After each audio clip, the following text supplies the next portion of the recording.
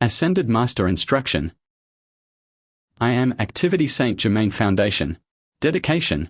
T is with the deepest gratitude of our hearts that we dedicate this book, Ascended Master Instruction, Volume 4, to our own beloved Mr. and Mrs. G. W. Ballard, whose tremendous obedience, love of the light, untiring service, and complete devotion to beloved Saint Germain made these discourses possible. T is with the deepest gratitude of our hearts that we dedicate this book, Ascended Master Instruction, Volume 4, to our own beloved Mr. and Mrs. G. W. Ballard, whose tremendous obedience, love of the light, untiring service, and complete devotion to beloved Saint Germain made these discourses possible.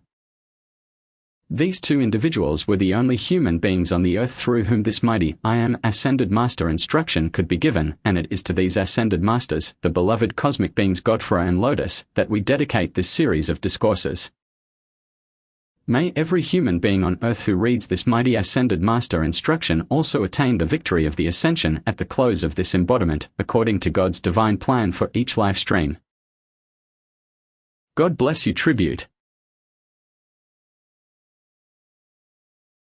We offer our heart's love and gratitude to Mr. and Mrs. G. W. Ballard, the accredited messengers of the Ascended Masters, for their great strength, obedience, and tireless efforts that opened the way to bring this Ascended Master Instruction to the world. When Mr. Ballard had received the experiences as recorded in Unveiled Mysteries and the Magic Presence, Volumes I and II of the Saint Germain series, he returned to their home in Chicago where he and Mrs. Ballard began to instruct a small group of students in the laws of life which they had received. One morning, Mr. and Mrs. Ballard and their son, Donald, were standing near the door to their dining room when they felt a tremendous vibratory action charged into the room. Looking up, they saw a ray of light descend onto the dining room table. From within this ray they heard the voice of the beloved Ascended Master Saint Germain saying, "We would like to dictate a series of discourses, should you care to cooperate. Take time to think it over and let me know." Mrs. Ballard answered immediately, "We are ready to begin now." "Very well, Saint Germain." 7 replied, "We will begin next week." Twice a week for over 7 months these mighty discourses came forth, followed by the I Am discourses as published in Volume 3 of the Saint Germain series. Mr. Ballard has said concerning this great instruction, "It is the most wonderful thing that ever came into a human being's life." We wish to explain to the reader that we have included the closing discourse of Volume 3, given by beloved mighty Arcturus on July 4, 1932, as the opening discourse in this volume. By printing these discourses in Volume 4 in chronological order, we feel that our beloved mighty Arcturus and beloved mighty Saint Germain can enfold the world in their mighty violet flame of Elohim power and protection, forever manifest. Forward. You are beloved Ascended Master Saint Germain dictated this series of 28 discourses over a visible light and sound ray in the home of our beloved Mr. and Mrs. Guy W. Ballard in Chicago. This Ascended Master Instruction is published from the original manuscripts left by Mr. and Mrs. Ballard.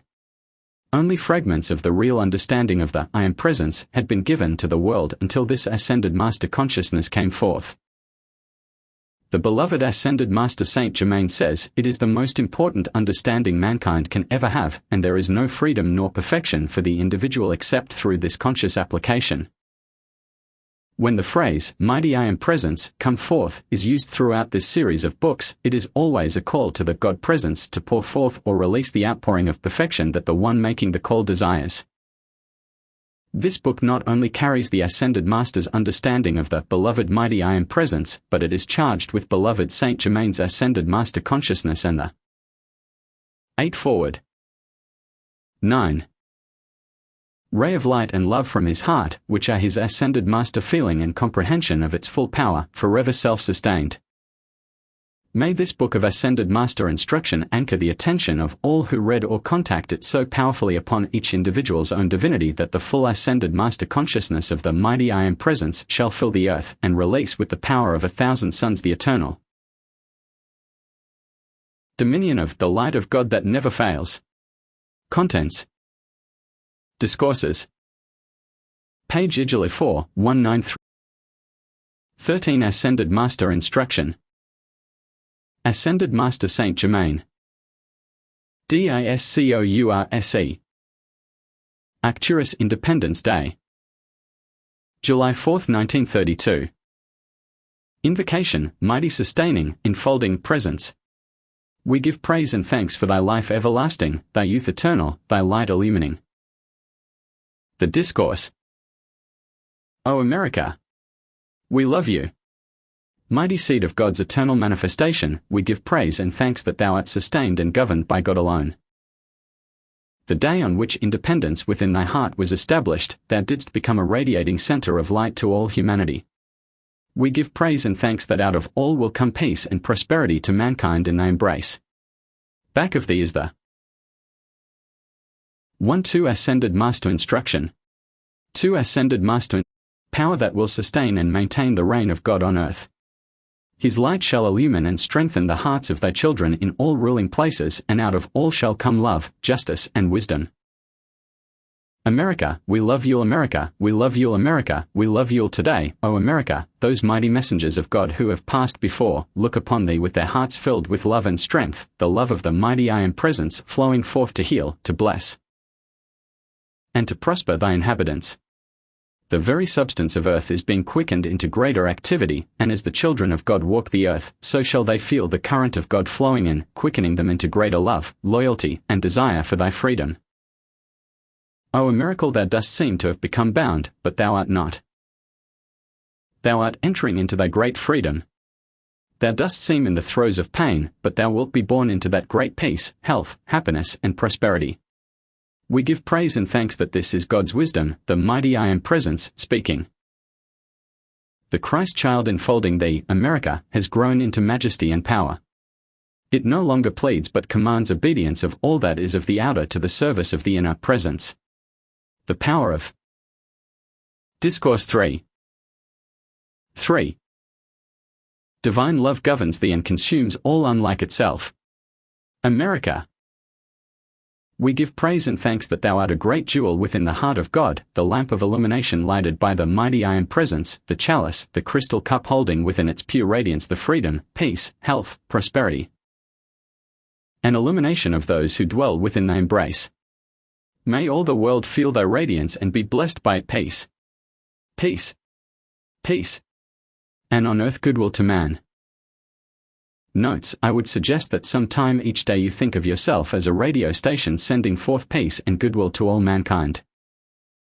Know that in this mighty consciousness, the limitless power of the mighty I Am Presence flows forth to each individual and gives that which he or she is ready to receive, bringing enlightenment and decision to everyone.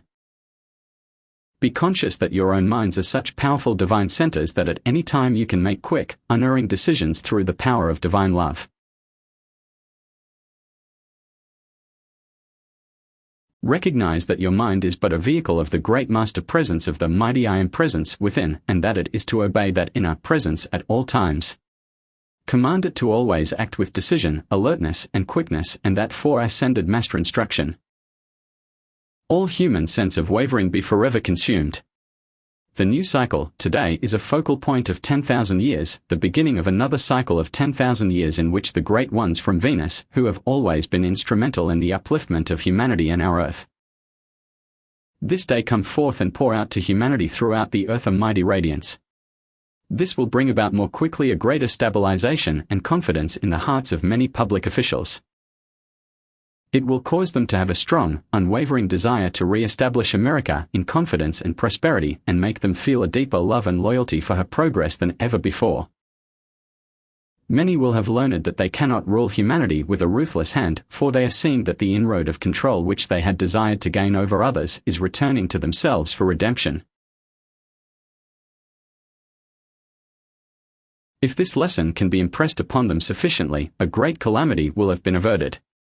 In this quickening period, things can be done in the short period of 20 years that would ordinarily require 100 years. 17 Discourse 3. Saint Germain's description of the New Year's Eve conclave at the Royal Teton. January 1, 1935. It is with great joy that I relate to you briefly some of the activity that took place at the Royal Teton last night. 214 of the Ascended Masters were present and the 12 from Venus. The all-seeing eye was in the most powerful action known thus far. Great rays of light were made permanent to our national capital and the capital of each state, so that a constant radiation might pour forth to these focal points and also to the principal cities of Europe, India, China, Japan, Australia, New Zealand, South America, Africa, and Mexico. A similar activity or radiation from the Golden City and Shambhala was also poured forth, making a triple activity for the blessing of mankind.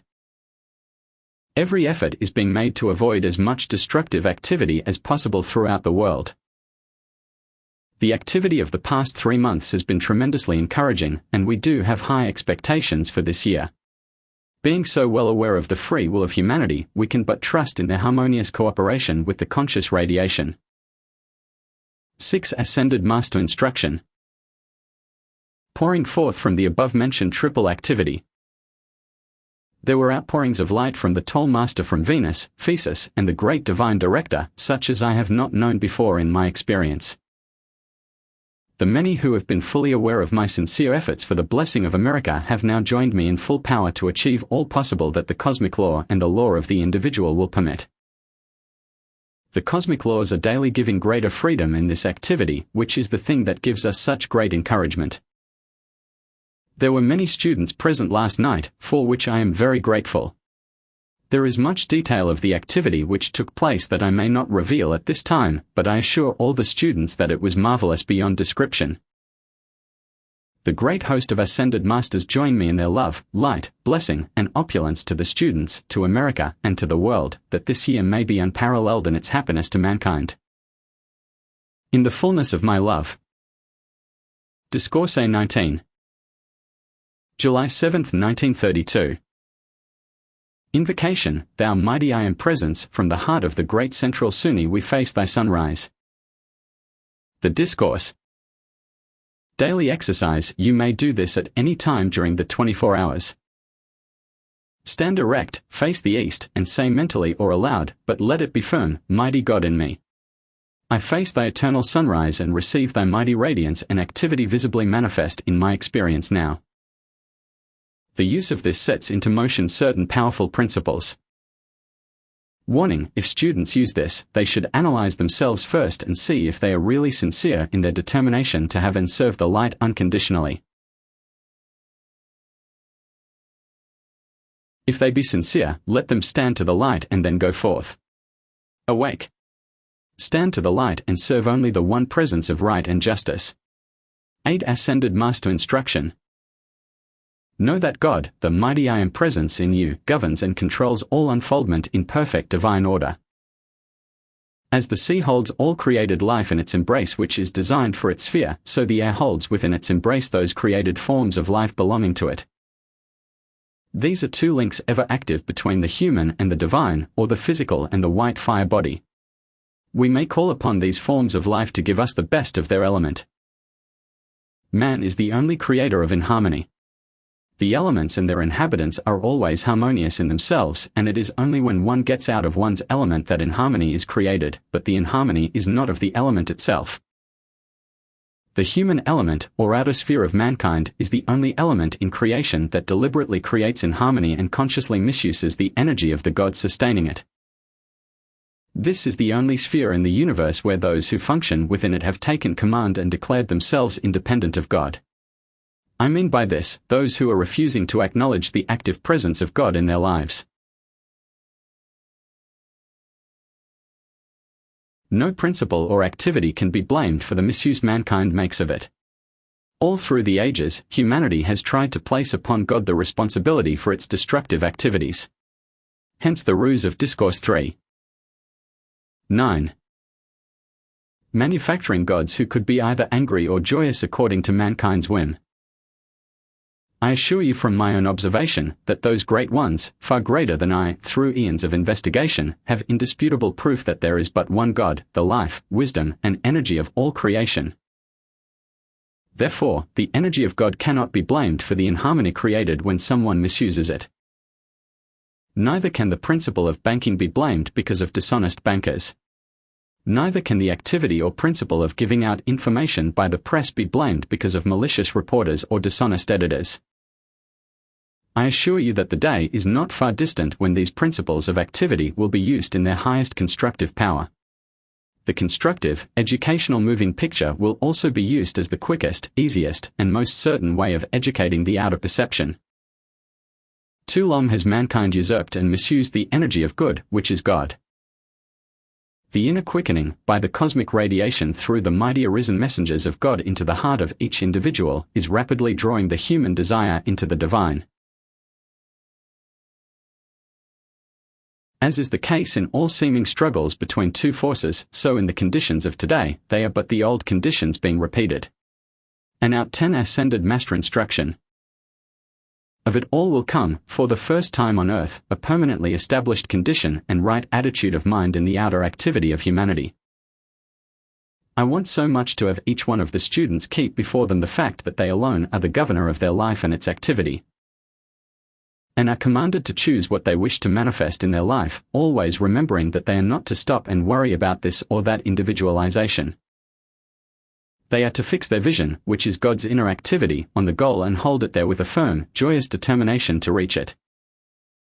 No advice to others. Knowing this, there is no one who should attempt to advise another. The God in each is the only one who knows what is best for each individual. Those who are experiencing discordant activity should go where they can be absolutely quiet and uninterrupted, then to the best of their ability, enter into the great silence and, as they become quiet, say, "Mighty I am presence." I demand to know the right attitude and activity that I should take in adjusting and solving this problem. If the answer does not come at once, each day enter into the silence again and continue to demand that the divine answer come forth. Also demand to be shown, through the inner vision, every detail which should be carried. Discourse 3. 11. Out. Then all of a sudden, possibly when most unexpected, will come forth into the outer consciousness the full unquestionable solution to the problem or situation.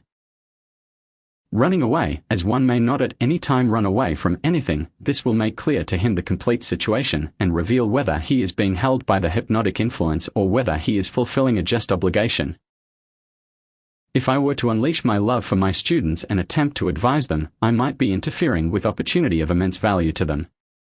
Because I might know a thing, does not permit me to take away from the student valuable opportunity.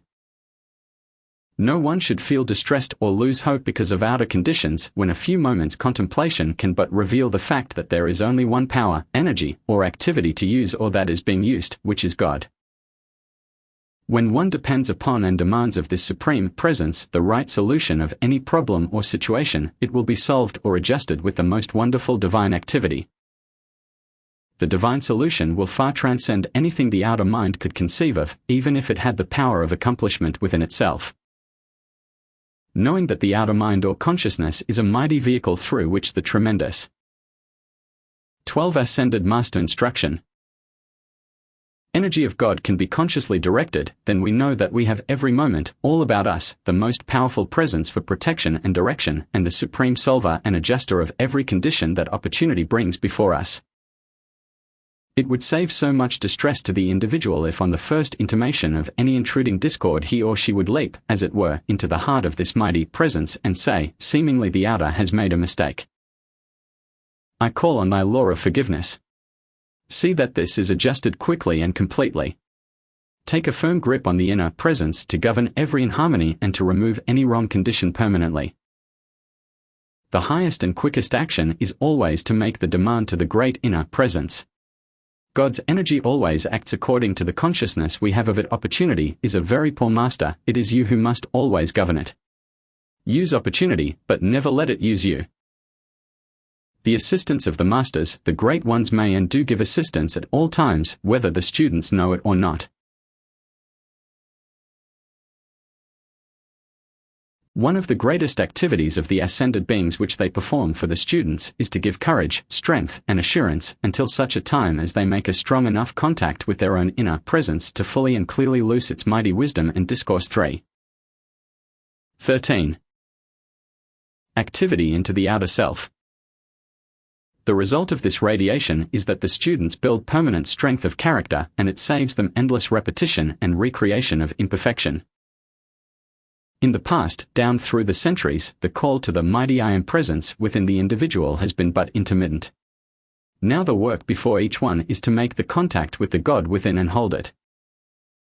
The idea is not to ease up as soon as a problem is solved and think that no further effort is required, but to keep calling to this mighty inner presence and recognizing and accepting it going before to see that these foolish human problems are consumed at their first intimation. In this way the divine self keeps you free from the outer disturbing or binding conditions. Experience is but opportunity and is one of the most powerful friends the outer self has, for it gives the outer a chance to bring forth the divine character of life, which knows no imperfection. Allow me to say again, mighty I am presence. Reveal to me your true solution of this situation in which I seem to be concerned. Come forth in your wisdom and strength and solve this in divine order without another moment's delay. I recognize that you do not need time, place, nor space, but that you're all. 14 Ascended Master Instruction. Powerful activity is now. I accept this fact. Explanation of cosmic karma. I wish to put before the students another very vital and important thing, which concerns human creation. The individual can call on the law of forgiveness and say to the I am presence, dissipate and consume this. Wrong creation. This throws it back to the cosmic law for adjustment, wherein it is adjusted outside of the individual karmic activity. There are a great many individuals to whom this idea of truth would give immense relief and great freedom in a very short time. I cannot stress too strongly how the individual, being the only creator of inharmony, can, by the conscious application of the law of forgiveness, remove forever from his or her individual activity a great deal that would be very distressing. The old idea of karma, an eye for an eye and a tooth for a tooth, has not been correctly understood, except by a few. The majority have thought that karma must be balanced individual to individual. In some cases this is imperative, but there is so much that does not have to be balanced in that way when the correct idea of it is understood. One of the unfortunate things when the idea of karma was advanced was the above mistake. It caused individuals to consciously bind themselves to Discourse 3.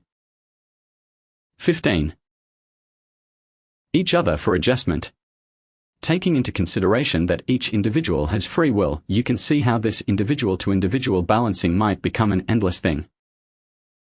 If one individual be not in a mood to cooperate in the adjustment of a condition, how then could the activity ever be ended? There must be and is a wiser means of help to do it. If the above material is carefully contemplated by the students, they will find greater relief and peace from realizing that they have this wise presence upon which they may call in all conditions. Benediction. We give praise and thanks that shortly thy messengers will fill every office in this land, and that the reign of God is now manifest on earth. Discourse 328. July 11, 1932. Invocation. Thou mightiest of the mighty, thou mighty God. We face thy sunrise. These thy children face the sunrise of the soul and receive thy all-sustaining power, thy courage, thy wisdom, and thy illumining presence. Thou mightiest of all energy. We accept thy presence. Thou all-powerful, active presence animating our minds and forms, thou mighty intelligence. We accept thy all-powerful activity directing every movement of the outer form, holding it close in thy mighty embrace. The Discourse. God's certain assurance in every activity of life, there must be something to which the consciousness can be anchored or which can stabilize it. In the outer mind there are principles and formulas that it may use in coming to a definite conclusion. For instance, by following the principles of mathematics. 16 Discourse 3. 17. We come to certain results. When a formula is worked out, you produce certain results, no question about it. How much more important it is then to get the attention of the individual fixed upon that indwelling presence with the same assurance. You must know that the principle of life in you and enfolding you is far greater than the outer things which you have experienced for long centuries and have unknowingly clung to. May I remind you of what I gave on July 7th? Do the following any time during the waking hours: stand, face the east, and say verbally or mentally, but let it be firm, mighty God in me. I face thy eternal sunrise and receive its mighty radiance and activity, visibly manifest in my experience. Follow your feeling as to whether you say it verbally or mentally each time. You will find that this produces certain results, the nature of which I may not speak of, in order that you may receive the full benefit. If students use this, they should first analyze themselves and see if they are sincere in their stand to the light. If they are sincere, let them stand to the light and then go forth. All the principle of God, which is your active consciousness, is always enfolding the outer form. It is the mightiest of principles that the outer self may be aware of and cling to. By doing this you can have the same certain 18 Ascended Master instruction. Definite results with the same great assurance of success that you receive in the use of other principles or formulas in mathematics or chemistry. The Master Presence in you is the mightiest of chemists and the greatest of all principles or formulas. All seeming shadows or problems are but a part of God demanding an opportunity for the recognition of that great and mighty Presence, the invincible solver of all problems. All problems are but to compel a recognition of God as the supreme controller and activity in all things. This mighty Presence is the certain assurance, anchored in the heart of every individual on the pathway of light, that he may definitely and absolutely ascend. Therefore, you will see that the outer experience, which would otherwise seem disconcerting or disturbing, is but the demand of the Great Self to the outer to turn about and face the eternal sunrise of God's glorious radiance enfolding every one of His children and all His creation. As you contemplate this fact, every earnest soul will feel the radiance of this mighty truth strengthening and sustaining him with a joyous presence in every experience through which he may pass. In presenting this mighty sustaining truth from various angles, it is done with the certain consciousness that one angle or another will meet the Discourse 3. 19. Requirements of the students in various grades, enabling each one to grasp his principle of life, the mighty I Am Presence, the God within, with certain, definite assurance. Each one will recognize his own God principle working in him and for him, and he will feel his certain ability to apply it in his own life and problems. I wish to make clear that when we say, the principle of God within, I do not mean to convey, nor has it ever been intended to convey that the great principle of God dwells within the outer form, but its wondrous radiation can be and is often felt within the outer form. The golden thread of light, anchoring the mighty Master Self within the heart and brain of the outer form, is the mighty current or stream of life by which the outer is sustained and given its activity.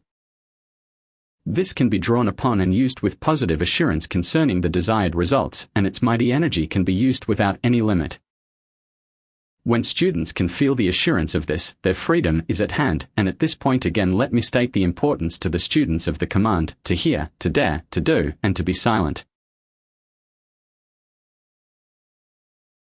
This particularly concerns instruction. If earnest students allow themselves to discuss instruction with other students who may or may not have the same 20 Ascended Master instruction viewpoint, it will many times cause them to waver and be deprived of the great recognition and acceptance that they might otherwise utilize. Each student receiving instruction should contemplate that instruction and refuse to discuss it with anyone other than his or her teacher. This will many times help them avoid very grave confusion. Only after students have become firmly anchored in the truth are they able to enter into the discussion of the various angles of truth without experiencing confusion. This is why students in the retreats of the Ascended Masters, as a rule, make such remarkable progress. The students in the outer world can have the same unvarying results if they will generate strength within themselves and resist the temptation of discussing the truths that are most sacred to them and others. As no one individual may grow for another, then it is obvious when the student is receiving instruction that he or she is but wasting energy in the outer discussion. Contemplation of the instruction or the truth given will enable the individual to receive the proof from within that the words are intended to convey. The student, to become safely anchored, must at all times look to the mighty Master Presence, God enfolding him, for the right solution of every problem confronting him. Except where worded instruction Discourse 3. 21. is being given him, the student should at all times look to the mighty Presence within and hold his attention there, firmly fixed, until the answer to any question he requires appears. When the sincere student looks with earnest determination to the Master Presence enfolding him, he will have at his service the mightiest forces of the universe, and this will cause those mighty forces to rush to his assistance whatever is required. Earnest students who do this will not long be affected by outer conditions. All the inhabitants of the elements are subject to the qualities given them because of the racial conception of fairies and angels. Fairies and sylphs are both inhabitants of the air, but different activities of it. The outer consciousness of human beings constantly jumps to conclusions. If angels or arisen beings were to manifest to perform a visible physical or tangible action, they would necessarily project a form. If it were protection or inspiration, they might appear as a flame or a ball of light. The outer self always wants proof and so causes the presence to project that which is tangible.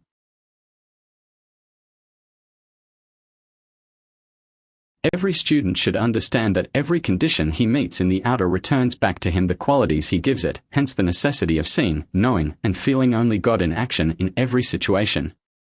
The great law, when it strikes a certain 22 ascended master instruction, point of activity, always finds its way to accomplish a thing that is needed for a given purpose. The motive is always the judge back of every outer activity.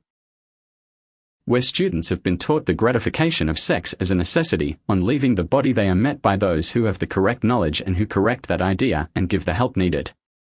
The human self or outer consciousness is terrifically stubborn. Cremation not only disintegrates the physical body, but it also consumes the destructive element of the emotional or astral body and loses the desire in the individual to be taught. The emotional or astral is partly physical because all atomic structure comes within the physical domain. The electronic structure is beyond the physical domain. Many times the release from the physical leaves the consciousness clearer to receive the light. It is true that those who are antagonistic to the truth here are not necessarily so after passing on. Students should be absolutely certain within themselves that no amount of hate, gossip, criticism, or condemnation of the outer can harm them. If, on becoming aware of any such thing, they know there is only God acting, they transmute the condition, and that force is used for their own benefit. So it is with the force released by the hate and Discourse 335. Explosions of the First World War, 1914 to 1918. It is constantly being requalified and redirected to be used for good. When a force is released, it is neither good nor bad, it is simply energy that can be directed. Force is always qualified by the consciousness or individual using it. When the explanation of the sayings of the Master Jesus is given at the point we are at today, it is curious what tremendous strength and power were in the statements he made, showing what a powerful condensation they were. The comparison of the outer principles to the inner will often enable the students to grasp and apply the inner with even more definite assurance than they are able to apply the outer. 7 a.m. The divine plan of the light in physical operation. Discourses 36. July 14, 1932. Invocation, God, thou central source of all activity, wisdom, and power, we demand judgment now, that those of thy children looking to thee may find thy radiance enfolding and governing their minds, bodies, homes, and every activity. We demand thy judgment be now, and that every heart that looks to thee may find itself enfolded in thy unconquerable radiance. Shed forth such power that nothing may touch the world of these individuals but thy perfect activity, for we recognize that out of the fullness of thy presence comes the perfect manifestation, the visible presence of all things, and so it is decreed. The Discourse. Today is an opportunity to prove the atmosphere of God. Concentrate the attention on the region of the pineal gland, knowing that the attention focused there will cause to take. 24 Discourse 3. 25. Place the balancing activity of all the centers, drawing and giving all power to the head center. From this center, the power of speech, which is but thought representation, will reflect back to the vocal center. During this time of the contemplation, or conscious direction of the attention to the highest center, be aware of the even, balanced, rhythmic breath. I do not mean to give it special attention, but breathe a few times consciously, and then just be conscious that you are breathing the rhythmic breath. Breathe in on a count of 8, hold for 8 counts, breathe out on 8, and hold 8. Then repeat. After doing this a few times you will get the rhythm near enough. The activity of this consciousness responds to the demand. The great God principle is above and enfolding the form because of the anchorage of God within the heart. The 7 centers are the points of anchorage of the individualization of God in the physical form. The pineal gland is the point of anchorage and radiation of the great central Sunday. When we realize this, we have come to the point where we do not consider any of the lower centers. Keep asking the God within what the correct activity is to use at a specific time. Each must depend on the direction he receives from the God within 26 Ascended Master Instruction. Himself. All instruction is but worded attention upon certain things, and the student should learn from the words instead of the presence of the one giving it. The radiation will come through the words themselves. The words are but vehicles of conveyance of the presence. The feeling and thought will become just as accurate as the spoken word, as you depend more and more on the presence of God. It is necessary to use the consuming flame at least once a day. It is especially necessary among the students because some unknowingly open themselves to discordant things due to mass pressure. In the use of the rays, try to feel with intensity the mighty presence of God there, operating in whatever color you use. Very important, divine love. Keep the attention on the fact that love is the controlling power in all conditions, always knowing it is divine love. This qualifies whatever human love is there and raises it in harmony with divine love. Know always that in any demand God is the sustaining power. You must keep aware of this fact in the use of all law. Remember that in all conscious use of the law, you are at all times the determiner of the qualities you wish manifest and maintained. No 2 individuals are affected exactly alike. One has an irritation of mind, another of body, another anxiety, another impaired health. Discourse 3. 27. The constant consciousness that God is my perfect health, wealth, and is self-sustained, will take one into the full visible manifestation of these conditions. No, God in me is the keeper of my treasure house, then I know God produces in my visible use great abundance, money as fast as I require its use, and that it is never late, and that all my seeming obligations are taken care of on time.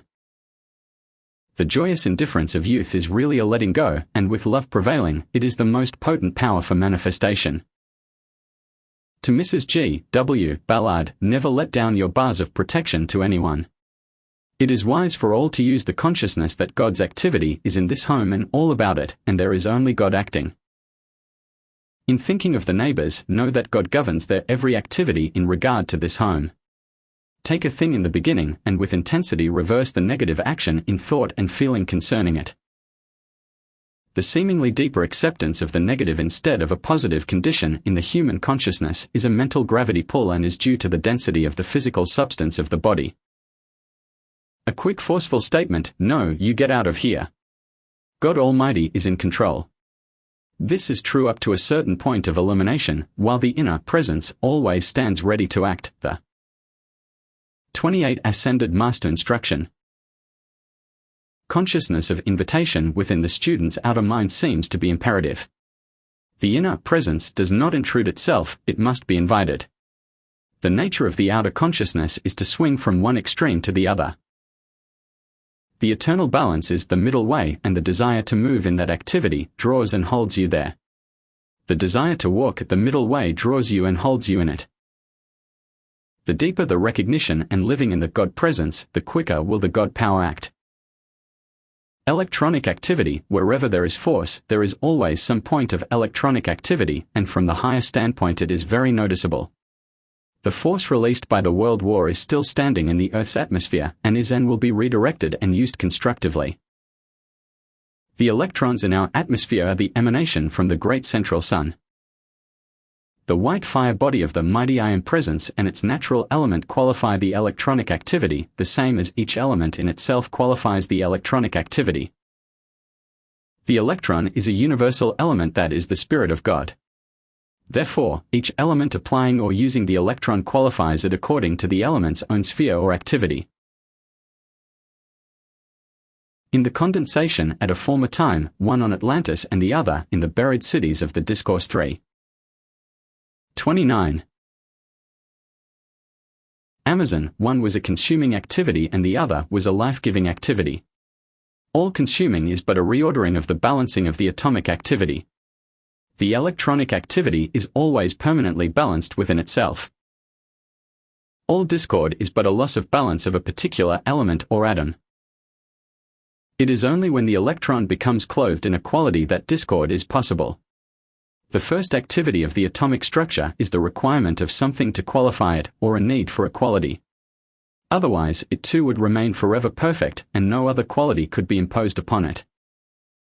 Question: why does air in motion seem cooler than still air?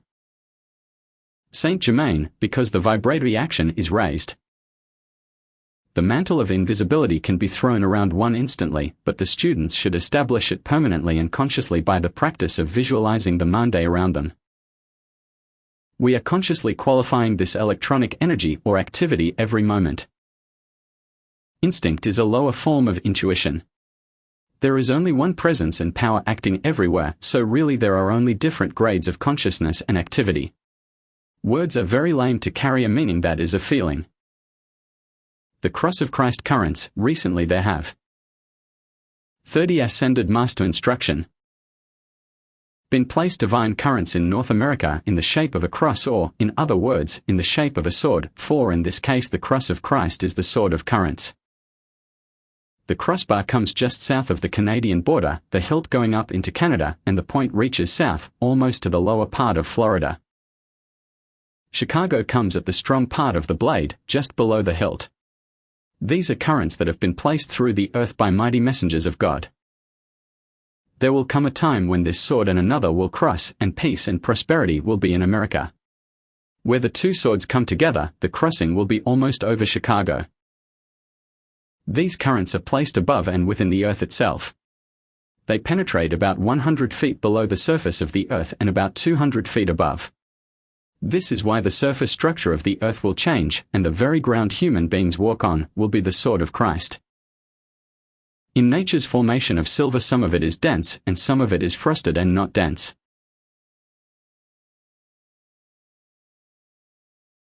So it is with the earth. As the Christ force is liberated, the earth itself will become much less dense. The atmosphere of the earth will become the balance between cold and hot, or semi-tropical, and the moisture will be evenly distributed. In the new Christ activity, that is Discourse 3:31. Taking place, certain dispensations are given, but to what extent they will be given has not yet been shown. There are times and points of activity where dispensations have been given that have advanced civilization hundreds of years. Miscellaneous affirmations: I am God's child and I can do everything God wants me to do, and I do it now. I clothe every atom of my world this day with infinite love and wisdom. This home is the heart of divine love's operation. My body is the heart of divine love's operation.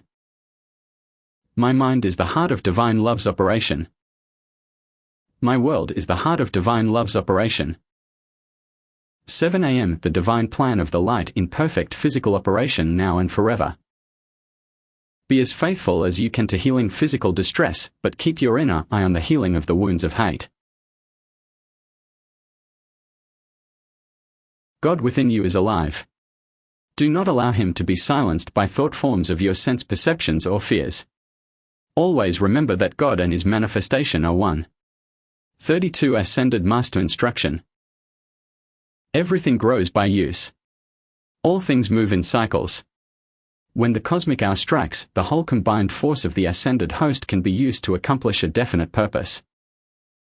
There are a great many things in which they may not interfere between those periods, otherwise humanity would not be where they are today. When individuals look to us, we may give assistance without limit according to their readiness to demand, but in the cosmic cyclic action, we may not interfere. The night before any important action or before class, always go into the secret heart of God's great love. Mankind and students do not prepare the way ahead.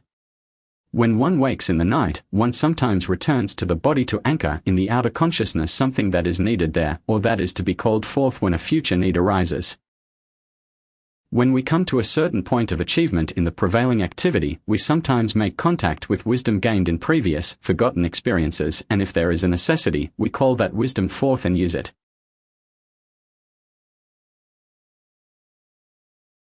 In most instances it is done unknown to the outer consciousness. If we require knowledge that we have been conversant with in previous, forgotten experience, it is many times easier to recall that knowledge than to reach into the central source and bring it forth from the uncreated. The Discourses 45. Great law is not stingy, but it is conservative. It does not permit any unnecessary use of itself. The divine record. Within the divine record of every individual there is registered all constructive experience. Therefore, when a necessity requires it and the wisdom is there to be used, naturally that is the first place to draw from. For instance, if you had a book giving certain formulas of activity, you would not go to another individual who had the same kind of book, but you would look into your own book and save the time and energy. If mankind had not forgotten the wisdom and force stored within their consciousness, they would much more readily call upon that which is already at hand. In all the universe there is no wasted energy, except in the outer activity of mankind. It is not that the universe can be in any way depleted, but in order that the student may be taught the conservative use of that mighty energy. As the student goes deeper and deeper into this great wisdom, this will become more and more apparent.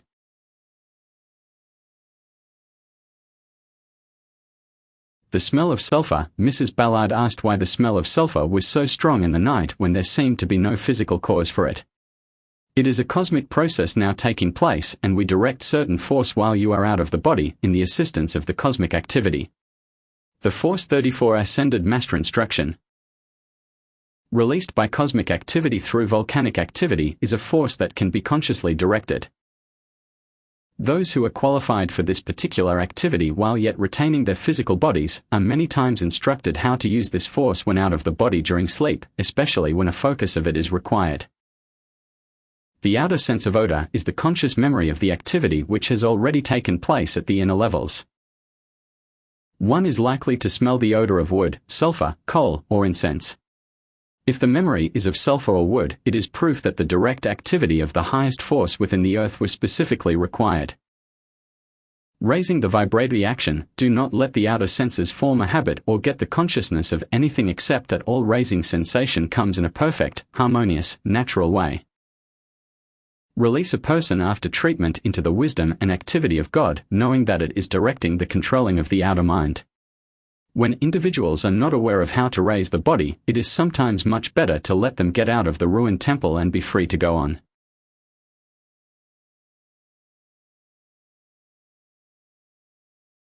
For the groups to use for universal service, the mighty power of divine love and justice is now all-powerfully operating in the minds and outer activity of every one of God's children in Chicago, New York. Discourse 3. 35. America, India, and China. America will again attain the mighty focus, or spiritual power that she once had. This instruction comes from the ascended light, and they prefer that no individuality be considered. Let each one meditate within himself, and then decide upon the particular ascended master to whom he wishes to direct his attention, and keep this a secret within his own heart. The highest of attainment is always to look to the God within, and if you need help, assistance of any kind, call to one of the arisen host. Discourses 48. July 18, 1932. Invocation. Infinite, mighty presence, God individualized on the sphere of earth, we give praise and thanks. The Discourse. The Ascension. I bring greetings from the ascended host and that Master of Masters who sends love and riches to you today. Under this radiating presence, let us consider the meaning and activity of the word ascension. Let us try to dispel the many misinterpretations of orthodox interpretation. When the individual has become aware of and, with conscious effort, directs the attention to the region of the head where the anchor of the great central sun is located, he has ascended to the mount of true understanding. This is often referred to symbolically by the phrase, going up into the head mountain, which is often physically true, and yet but symbolizes the fixing of the consciousness on the highest. 36 Discourse 3. 37. Of the 7 centers that are the vortices of activity of the great central sun in man and the universe. The meaning of Satan and evil, the gross misunderstanding of what Satan and evil really mean is appalling. Many names have been given to this so-called majestic presence of evil, but I assure you that that majestic presence is but a myth.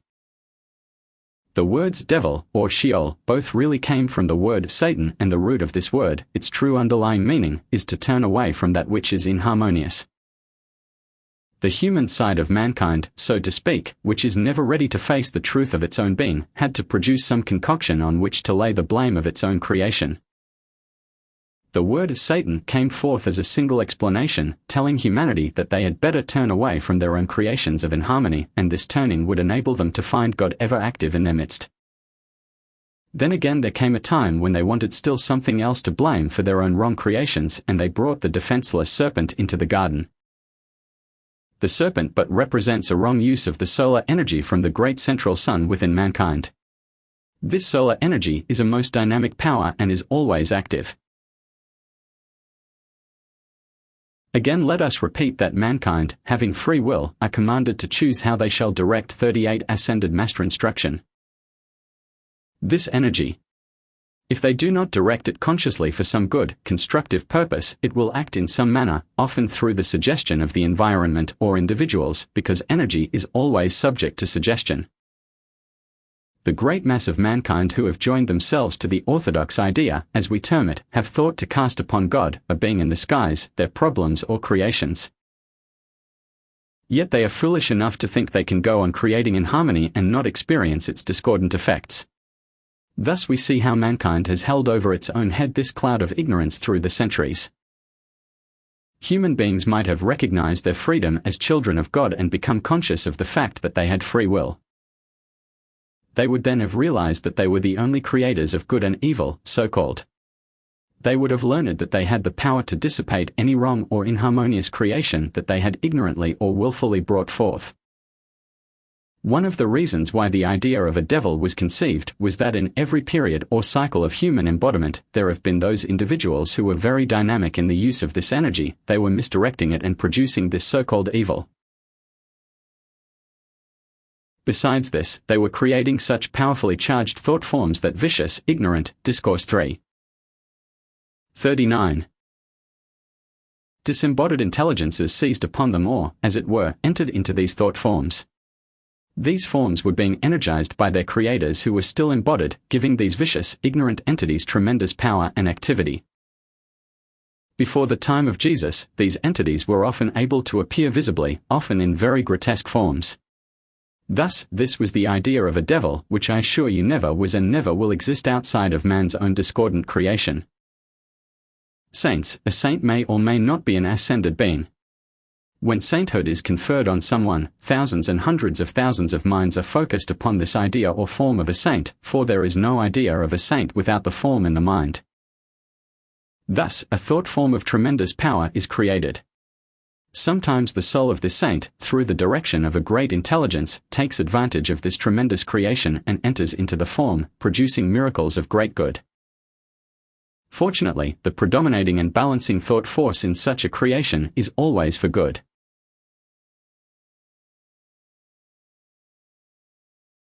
Consequently, the saint, being good, prevents the energy in the thought form from being used for a wrong purpose. In this thought form, certain attributes and powers are supposed to be within its domain. The individual furnishes the tremendous energy which is generated for the ascended master instruction to do specific things. However, when we realize that the energy of God within the individual is omnipresent, waiting to be consciously directed, we know that in this way it can do far more powerful things than any thought form. Here is a mystery which has not been explained. Often where a great purpose is to be gained, one of the great masters will take charge of this thought form and produce great and lasting good. Thus, you will see that the energy or force which might have been misused is often used by wise intelligences for the accomplishment of great good. It is the privilege of every one of God's children to do exactly the same thing. Every student who is sincerely looking to the light, God, if that one be tripped up, as it were, by his outer self having generated great force through anger or passion, he has the power to requalify this energy he has released and make it work for lasting good. Otherwise it whirls on its way creating discord wherever it goes. Thus, I tell you in all sincerity that every one of God's children is a God in embryo and may learn to consciously direct this mighty energy to perform far greater wonders than any saint has been able to do. The idea of a devil has created appalling ignorance and superstition. Superstition has charged the outer self with such fear that it has paralyzed, so to speak. Discourse 3. 41. The very avenues that would lead to its freedom. There is no devil in the universe except mankind's own inharmonious thoughts and feelings, individual and en masse. After the Master Jesus' ascension, after the time of beloved Jesus' appearance and ascension, there were those diametrically opposed to the wondrous light he had taught and radiated. These were known as forces of darkness. They had gone deep enough into the understanding of the inner laws of their being to find that they had certain power of thought, and that they possessed tremendous energy which they could direct for right or wrong, as they chose. These became known at that time, and have been down through the centuries, as black magicians. At one time, I shall not say when, there was a school of these black magicians that set upon and snared, as it were, those students of light who had failed to go beyond a certain point of enlightenment. Many times they drew the student into the full activity of their understanding. On the other hand, there were many in whom the presence of the light was strong enough to throw off the influence of these black magicians. After a struggle, the students were left to go their way. It was the observation of this activity taking place that drew the attention of the great Ascended. 42. Ascended Master Instruction. Masters of light to this school, and it was broken up and scattered. Since that time it has never been allowed to form a focus of more than 2 or 3 individuals in one place. Previous to this time these black magicians created powerful thought forms which they operated at any distance. Thus was created great havoc and distress during the 2 closing periods of Atlantis and Egypt, and in fact, they were the underlying causes of all periods of great destruction. Why? Because, aside from their own power to generate destructive force, they utilized the destructive force generated by mankind, thus causing the destruction of an entire race or continent. Cause for great encouragement. Since the time of Jesus' advent or appearance upon earth, these black magicians have never been allowed to form such powerful points of focus wherein a great number of them are gathered together. The tables were turned on them, and among their number were found those whom the ascended masters saw wanted to turn from the darkness to the light. One by one, these were freed from the clutches of the forces of darkness. They became great exponents of the light because they were conversant with every subtle activity of the wrong direction of this mighty energy of God. Thus is the great transmutation going on.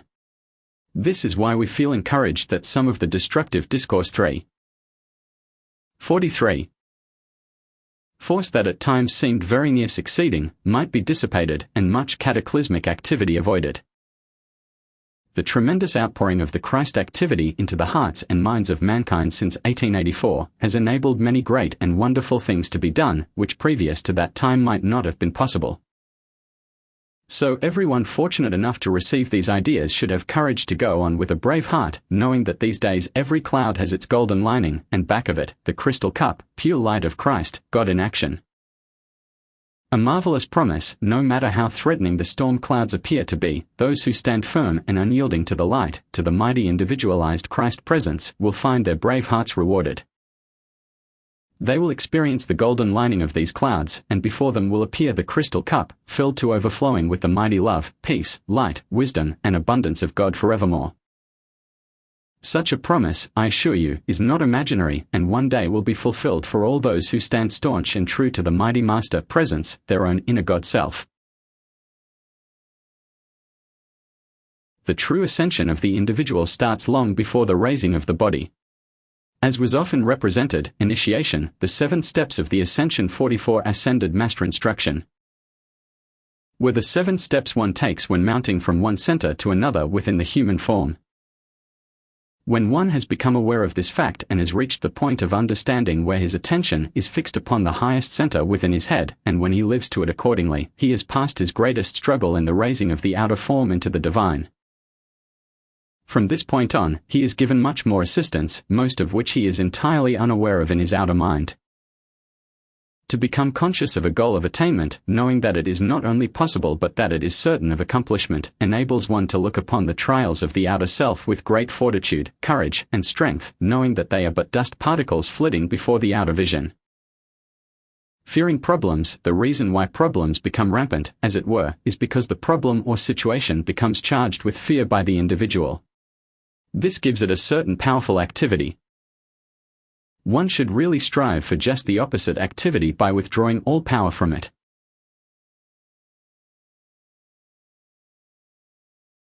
Fear is feeling, and feeling is always a vitalizing energy. There are two different kinds of feeling that vitalize tremendously, and these are fear and hate.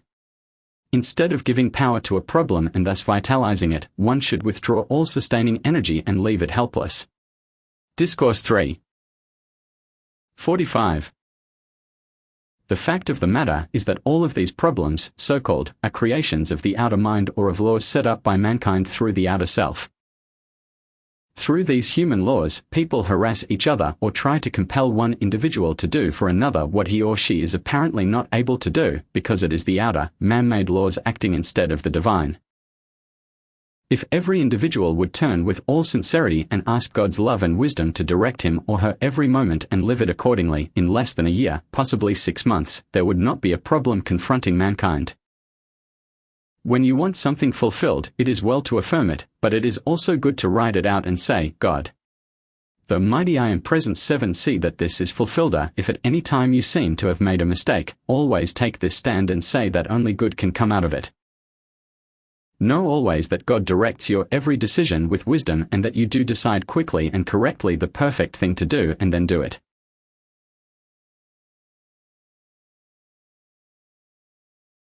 The Great Presence, Suya, beloved Suya, who is the same as the Lord Maitreya, is a great intelligence from the great central, spiritual sun, and he will soon begin his activity on earth again.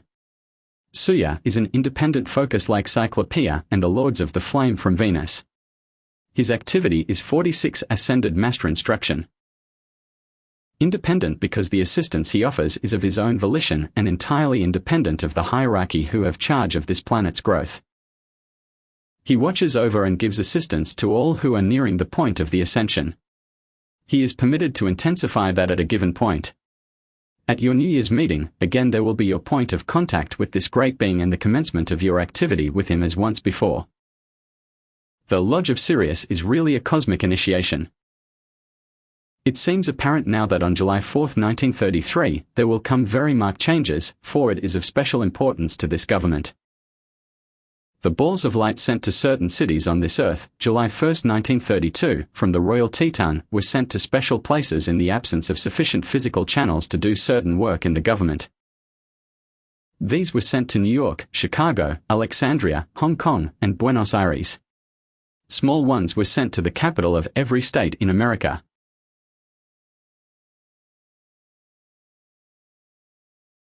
Try to keep deep peace in the home, and it will make it possible for higher instruction to come forth. At a former period in China, there was instilled into the Chinese race a calm, poised, and silent attitude. Many times this attitude comes from great adoration of the Supreme Presence. This Discourse 3. 47. Characteristic has lasted well into the present day in China, but since the race's contact with the English-speaking people, it has lost a great deal of this quality. The wheels of progress never stop for nations, mankind, or conditions, because the very activity of God is a forward movement under the direction of those mighty messengers of God, most of whom have not been heard of on earth. Beloved God Taba, the God, Taba, referred to in the manuscripts is one of these great beings who were actively present during the reign of King David, and the Mount Taba, referred to during that period, was the abode of this great being. Pillar of fire, the ray of force from the great central sun, which you saw and are visualizing, is a pillar of fire and is hollow. It has formed a permanent anchorage in the earth, so that through it there is a constant pouring forth of a mighty stream of purifying energy. From this explanation, you will see and understand how very important your efforts are. Be sure to keep them up. You are the determiner of what you do, so ask your mighty I Am Presence to see that you do have time to do it and keep this up. This work must be done. If anything occurs within the consciousness that causes the least fear or disturbance, one should instantly remember one's mighty I Am Presence, 48 Ascended Master Instruction. The Master within, and ask it to dissipate all fear, its cause and its effect at once, and see that it never touches one's being or world again. Why should students of the light be harassed by disturbing elements or conditions? Students of the light who serve the light should demand from the light freedom from every disturbing condition. Discourses 61. July 21, 1932. Invocation, Thou mighty ascended Jesus Christ, individualized presence within each onal, we give praise and thanks for Thy wondrous activity every moment of the day, that Thou art the consciousness lifting mankind out of the dross of the human mind. We give praise and thanks that the mighty ascended host manifest, visibly and invisibly. We bring greetings of love, joy, health, and prosperity from the ascended host to each one of you, that its radiation may go forth to all mankind. The Discourse. One of the important things for all mankind to remember, and especially students, is to make themselves permanently adamant against all outer suggestion. There is prevalent in the atmosphere the suggestion of things that disturb, and when students become more sensitive, they must establish a 4950 Ascended Master Instruction. Permanent guard against suggestion from the outer, wherever they are.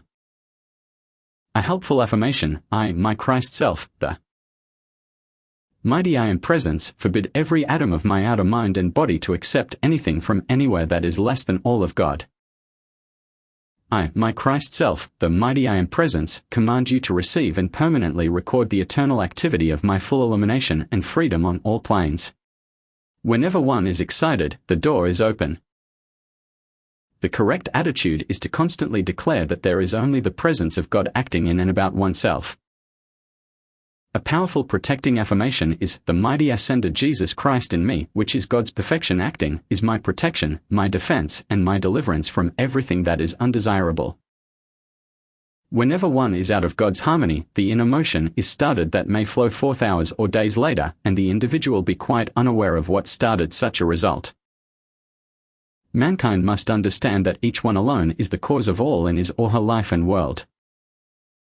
Nothing opens the door so easily and quickly as resentment or irritation. So often one misunderstands expressions used, thereby setting up entirely unnecessary cross-currents. Whenever one wants understanding, always use, there is only God's perfect mind in me. There. Discourse 8. 51. Is no excuse for heated words or discussions in trying to gain understanding. Obedience is one of the essential things in life. If we are not obedient to the lesser, then we cannot obey the greater. Love is the most wonderful thing in the world and is the power of the universe. Unusual weather conditions, this has not been explained before, whenever there is a bursting forth through volcanic action, as there has been and as there will continue to be during the summer, there are released interior forces of the earth. And the sediment that is carried for not only hundreds but thousands of miles, many times brings a complete change of atmospheric conditions.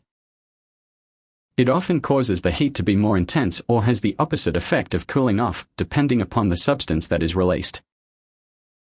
Just as a cataclysmic condition may change the course of the Gulf Stream and thus the climate, so these forces released in the air cause the atmosphere or climatic conditions to change. Encouragement. For the encouragement of yourselves and the students, I wish to say with great joy in my heart, that beautiful and wonderful progress is being made by the sincere students, and because much of that wonderful achievement is not yet in evidence in the outer,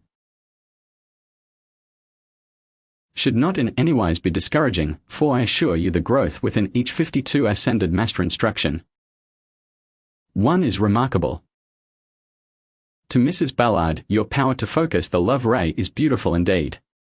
It is one of the most needed things in the world today, and is one of the most important channels through which justice acts. The nature of divine love is gently positive, but wherever there is a condition requiring it, one may qualify it with greater positiveness or make it dynamically positive, for instance, to dissolve opposition to a higher achievement.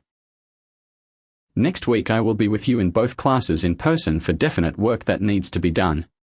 Chanera and Nada have naturally a great healing radiation, and through their work it has grown to a great intensity. They have contacted that which requires a great deal of healing power. Important for the home, take a very definite stand that nothing comes into your home but the mighty Christ presence, which is permanently established there so that all who enter are bound by divine love to act in perfect cooperation with everything in the home. Know that everyone who enters your door is caught in the mighty embrace of God and is held there forever. Let it become a permanent consciousness, and it will make possible a definite work to be done for the individuals who enter. A dynamic shattering decree, now mighty. Discourse 8. 53. I am presence, shatter and consume this. See that it does not touch my life or world again. Sometimes a quick dynamic decree is much more effective than a longer treatment. Remember this: to say to the beloved mighty I am presence, shatter and consume this, is to shatter the focus of the discord, and the consuming is then easier. The mighty I am presence dwells within the white fire body, which is a condensation of light.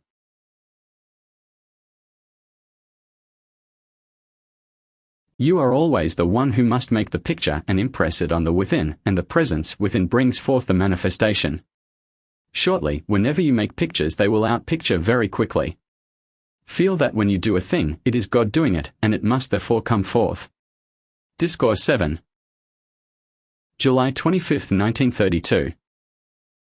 Invocation, thou mighty infinite, governing, unconquerable presence, thou mighty God of the universe, individualized in mankind, we recognize and accept thy mighty presence, thy full power and activity in our minds and bodies.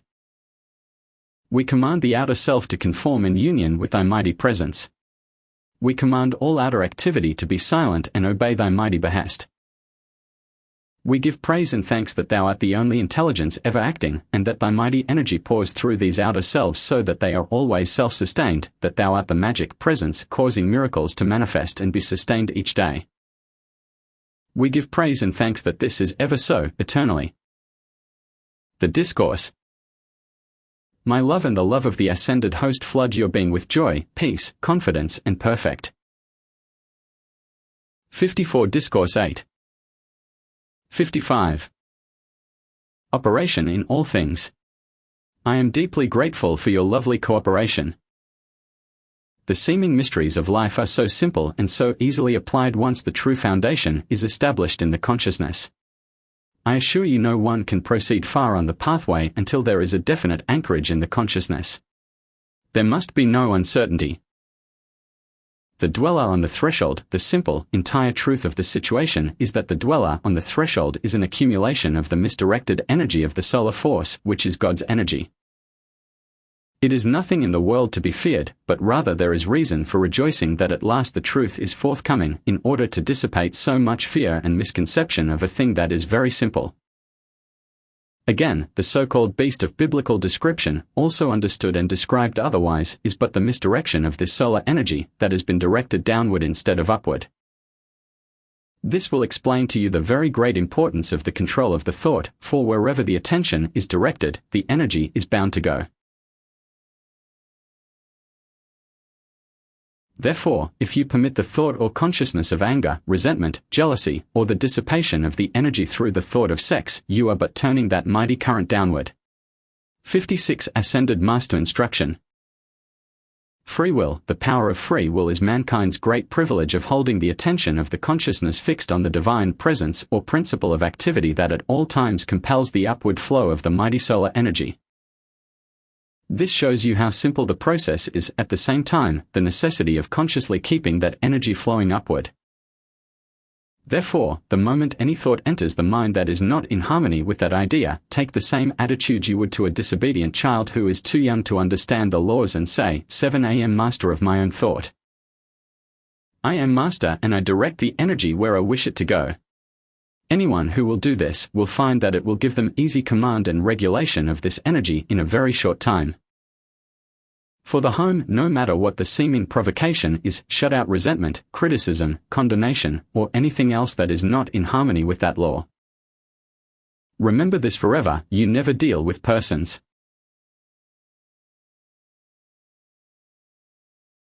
The truth is that you are always dealing with a force which you must control before you go much farther. Without this control you cannot go beyond a certain point, because in an unguarded moment you would lose forces that would impair your further progress in this embodiment. Discourse 8. 57. Each one should train himself to always hold himself within his own magic circle of the flame of divine love, which he has to build around himself consciously. Speak to each other within this circle, for no matter where you are, the magic circle is there.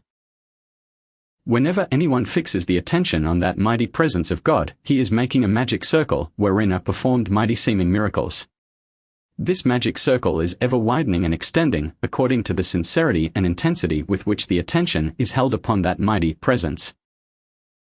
At first, I assure you, it does require sincere, earnest guard, but if you should slip once in a while, do not let it bother you in any sense. Come right back with still greater unyielding sincerity and intensity. The mistake of a great many students is that if they are off guard once in a while, they become discouraged, which is childish and foolish. It is of very great value in disciplining ourselves to always remember that every time something occurs which would make us desire to strike back physically or in speech or thought, or cause us to do it, to take this attitude: this is but a force to be handled.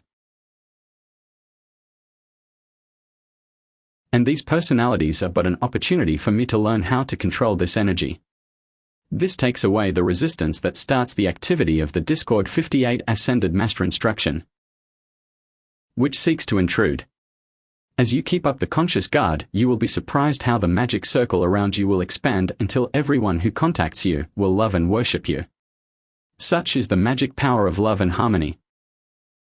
Some of these things may seem simple, but unifying them is the one great law.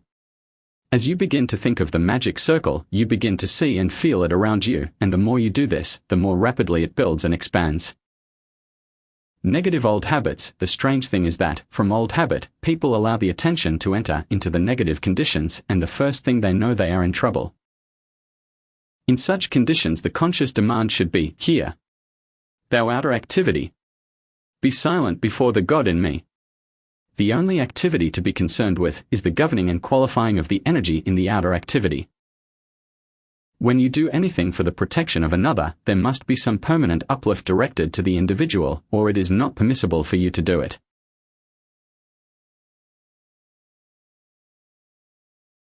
Without this, it is a useless direction of energy, and then we do not have the right to use the energy even for the protection. The return of the energy to our own magnificent flame of Almighty God is much more rapid than the downward direction of it, and the ratio is about 10 to 1. Discourse 8. 59. The intelligent beings of the four elements. Mortals little realize how the intelligent beings of the four elements are used for their benefit. Indeed, most individuals and many students are inclined to deny their very existence. Everything that is visible to the outer senses is but a passing picture of the outer creation. Back of the outer creation and within this great God energy is the mighty reality, which is always visible to the inner sight. If students would say to this mighty presence, God, let me see with thine eyes my inner sight, and follow this by, I give thanks I do see now and forever, this would many times enable the individual to quickly enter into the inner sight, depending on his or her own inner attunement. There has not been and will not be anything given in this instruction but that which will produce absolutely definite results if applied with an unwavering consciousness. When students reach a point where they can be used, it is said that, except ye become as little children, ye shall not enter into the kingdom of heaven. Sometimes we feel as joyous as little children when we see one reaching out to the light who can be attuned and used. When individuals reach to the light with great longing and intensity of desire, it isn't a drop in the bucket compared to the Ascended Master's desire for students to be able to receive 60 Ascended Master instruction, so they can be used. We need the student so much who is attuned, so he or she can be used. There is so much need for students who can be consciously used in any way by the Great Ones. Beloved mighty Oromasis, the Prince of Fiery Beings, plays a tremendous part in the life of the individual when he or she comes to a point of this understanding. He is a prince of the salamanders who has become immortalized. You will be amazed and almost dumbfounded when you learn what actually takes place. In the first place, there must be the connection between the fire element and the mortals, because the fire element does not become immortalized except by contact with the mortal. Creation by the Ascended Masters on the higher or spiritual planes of activity, all creation takes place by thought. The thought draws to itself the universal substance, producing any desired form according to the quality of the desire or thought. the ascended host, in projecting into form the invisible substance, do qualify it with whatever quality they wish to use. If it is to resemble the quality of a jewel, they may produce it in a table. This table can be like one jewel or have a combination of the elements of one or all jewels.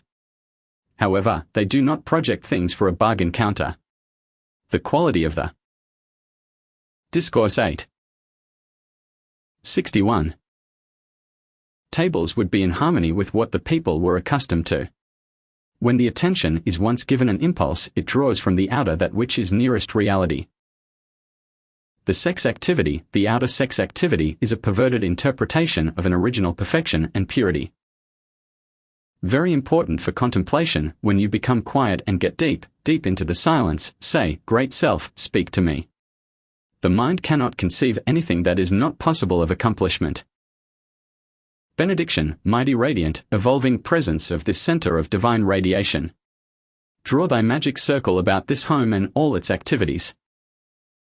Pour forth thy radiant love, light, and activity, drawing into its use abundance of thy wealth, and give peace, joy, harmony, and perfection through its use and ministrations. Hold each one within his own individual magic circle as he moves in the outer world, giving forth thy mighty everlasting, self-sustaining strength, courage, and consciousness of thy directing presence. Let each one feel himself a mighty magnet drawing an abundance of wealth for everything he needs, wishes, and desires, and know that the outpouring is flowing in its greatest abundance. Discourse 8. July 28, 1932. Invocation, thou mighty infinite, radiant one, whose mighty I am presence we bow before thou mighty ruler of the universe. We bow before thy all-conquering power. We accept fully thy radiating presence.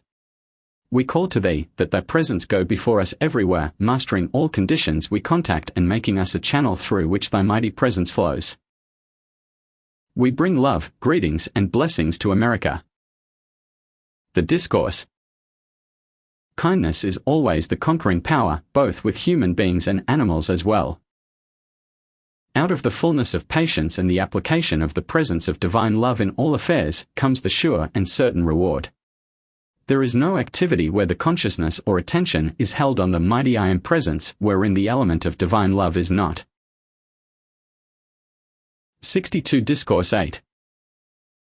63. Active, but this natural activity may be greatly intensified by adding your consciousness of the quality of divine love to it. This is a subtle point which very few, not ascended, realize. Some will say, how is it we mortals may intensify the activity of God?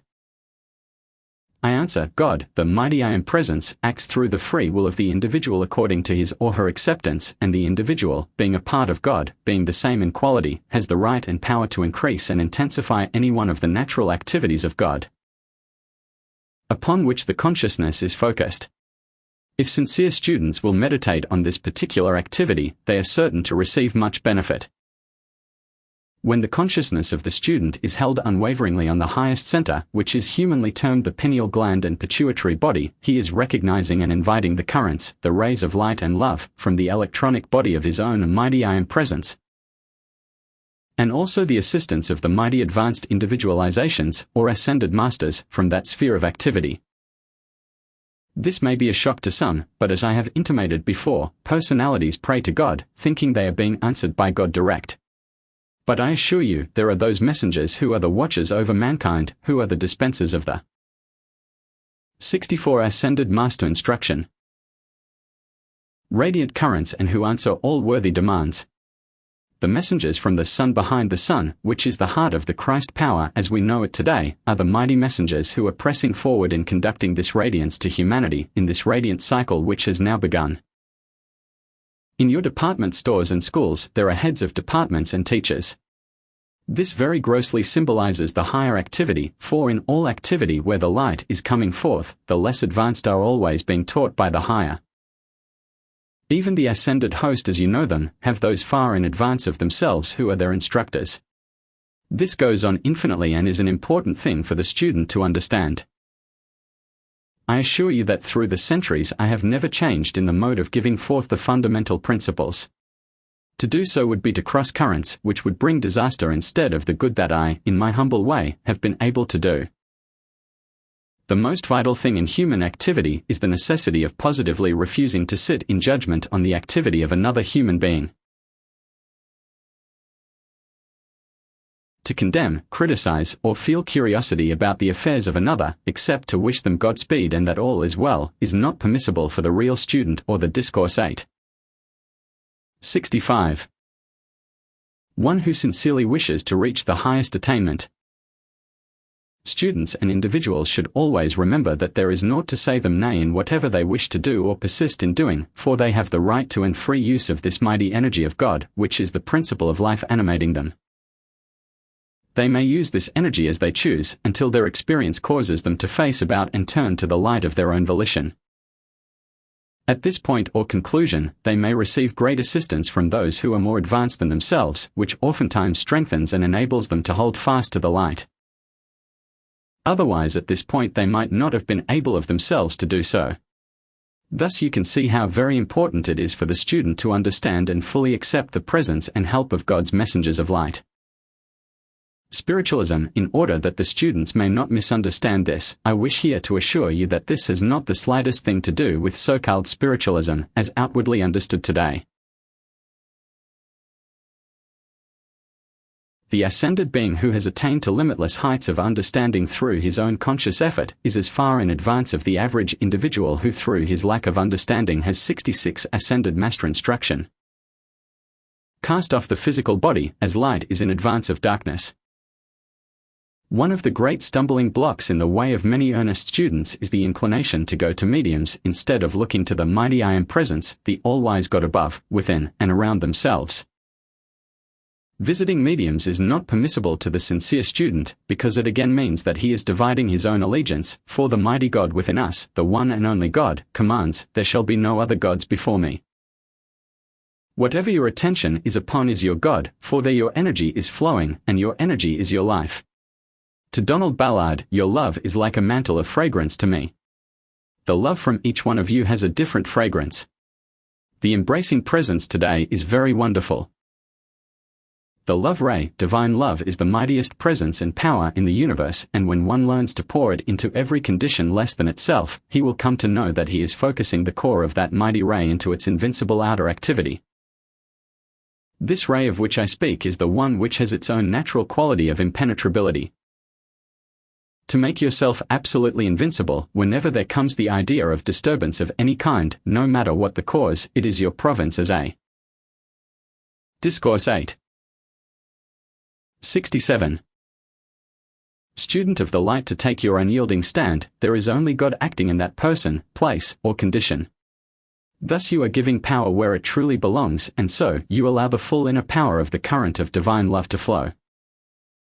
To constantly practice this with joy and certain recognition of your inner power of the mighty I Am Presence will make you absolutely invincible. Students often say in their application of the law, "Oh, it didn't work."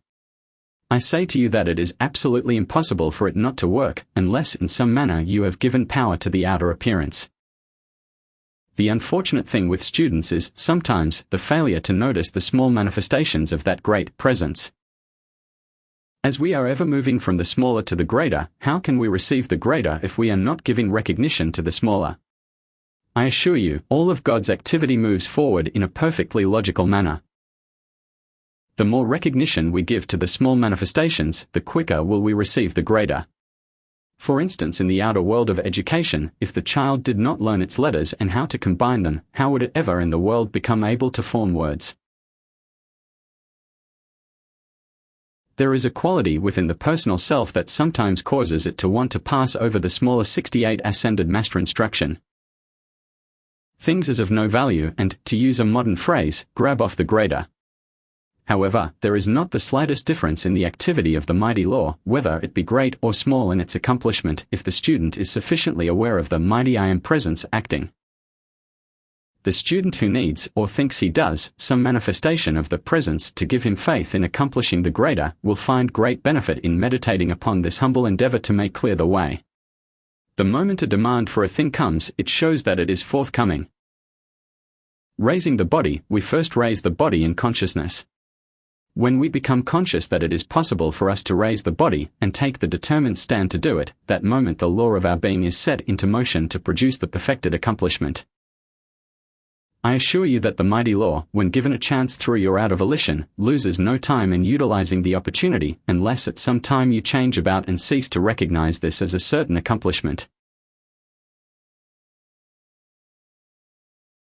If you maintain this determination, you will find at some future time that the force set in motion in the beginning for that purpose never ceased for one moment to work for that end. If we do not utilize the knowledge that God has Discourse 8. 69. Already given, how can we expect to have more?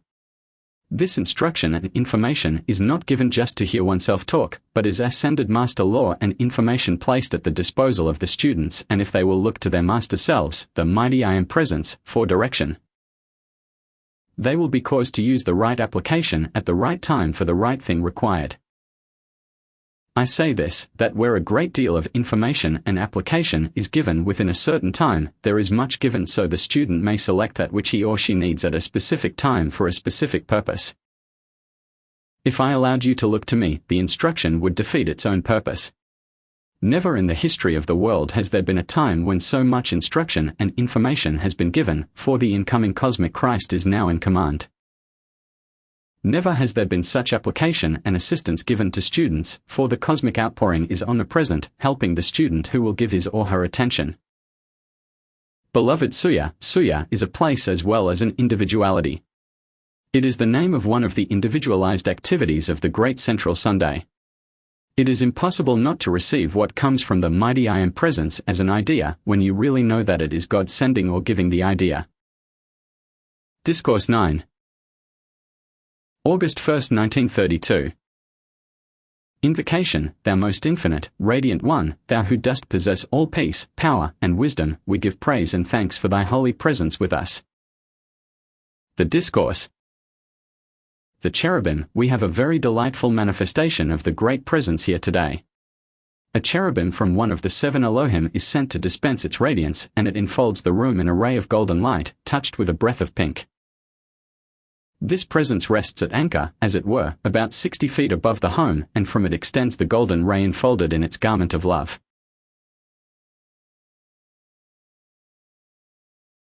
The cherubim are similar to the angel devas, but nearer the human size. Sometimes the cherubim are quite like the well-rounded form of a small lady. They always convey love as the predominating quality or activity.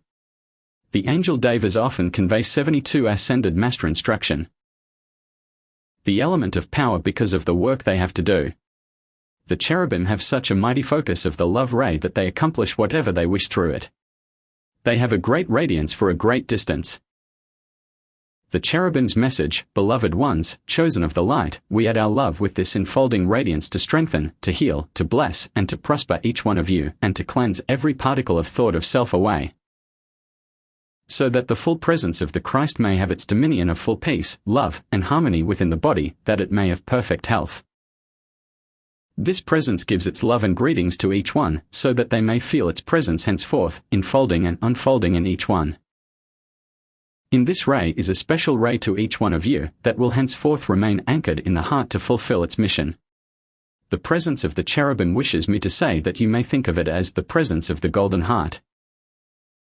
The spinal currents, today, we will take up an explanation that, as far as I know, has not heretofore been given. The currents of the negative and positive force, one on either side of the spine, ever active in their mission of distribution, are like 2 harp strings, the negative being of the bass, and the Discourse 8. 73. Positive of the treble. There is within the nerve on each side of the spine, that which resembles a harp string. When one enters the conscious path, these divine strings, as it were, begin to be tuned, and when they reach a certain tautness, they begin to respond to the great advanced presences who play upon them, unknown to the human form. When the human form sometimes feels a tension, it is because some discordant vibration has touched one of these strings. There is perfected a tiny instrument that, when placed at the base of the brain, acts like a key to the harp, attuning these strings to the proper activity. It is under consideration now whether this shall be brought forth.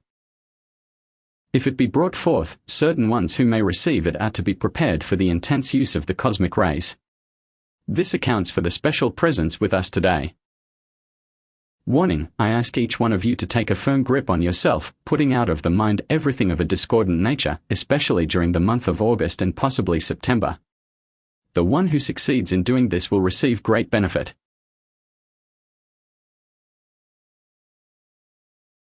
The one who will govern his thought, shutting out all discord, will open himself to the mighty current that will attune the harp strings of the soul, just described. Through these one may receive distinct hearing of the inner presence and clear vision beyond the veil. 74 Ascended Master Instruction. Just be at peace, ease, and rest concerning these, feel no strain in any way, no anxiety. This will give one the jewel of inner discrimination, which will enable him to completely govern the outer activity. This means that it will enable one to distinguish between the human and the divine thought, and to govern the outer so that any thought of jealousy, resentment, or self-pity cannot enter.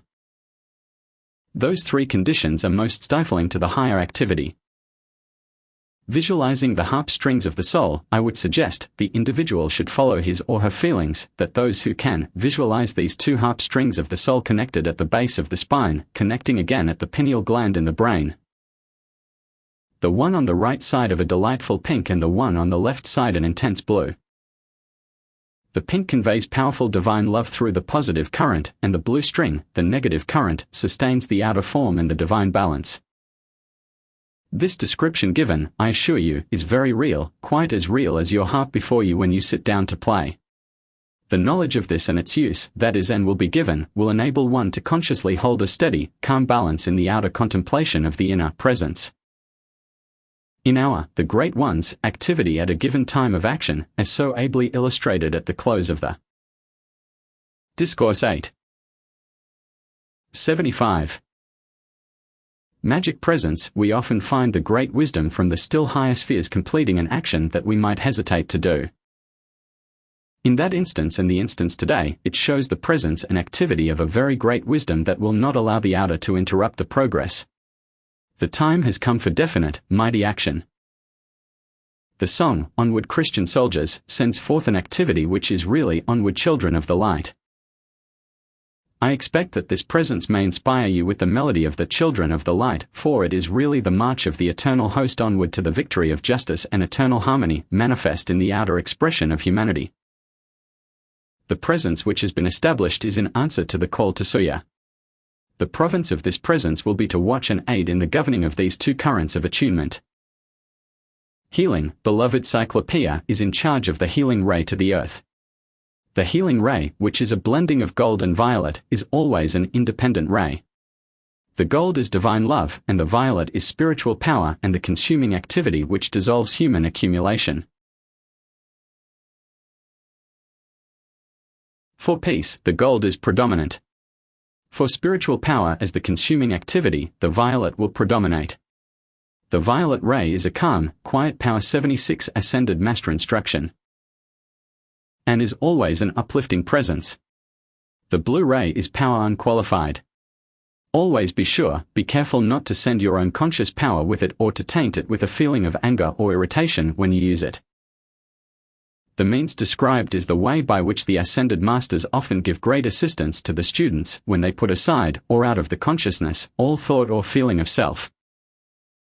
When one has the complete action of it grasped in the outer mind, it becomes a mighty means of healing. You will very readily have the use of this, and if you use it for healing, no matter what seems to be there, hold the two colors positive and steady. There is no healing to be done except in the outer form, but be sure to keep the inner presence at work healing the wounds of hate. Ask the mighty I Am presence of the other individual to illumine his or her heart and mind and then heal the body. All healing is but a bringing back of a natural balance of the two forces. You will at once see what a mighty power you have in your hands to use. Note, the celebration of the crystal stone. After seeing the celebration of the crystal stone, the scene was a fragment of a past experience, and if it could be dramatized in pictures it would be of immense help to humanity. In spite of all that may seem to be, Discourse 8. 77. That wonderful phase of expression, the movies, which can be made so perfectly wonderful, will yet be used to convey mighty inner truths of the activity of the mighty ascended host. The scene was of a forgotten period of which the only records are in the Royal Teton. A mighty inner preparation has been made sometime, somewhere, for this outer experience. The inner activity is the real and the only real, natural activity. The outer is so crude and distorted compared to the inner. The situation in Washington, D.C., the only right attitude for every student towards every apparent manifestation of the outer during this seemingly chaotic period is this: no matter what seems to be taking place, drive into the midst of whatever the condition may be. The consciousness that there is but one cause that has any power, and that is the wisdom, power, and presence of Almighty God in full action there. Sometimes the outer activity must reach a certain peak of expression to burn out, as it were, the human generation of wrong action.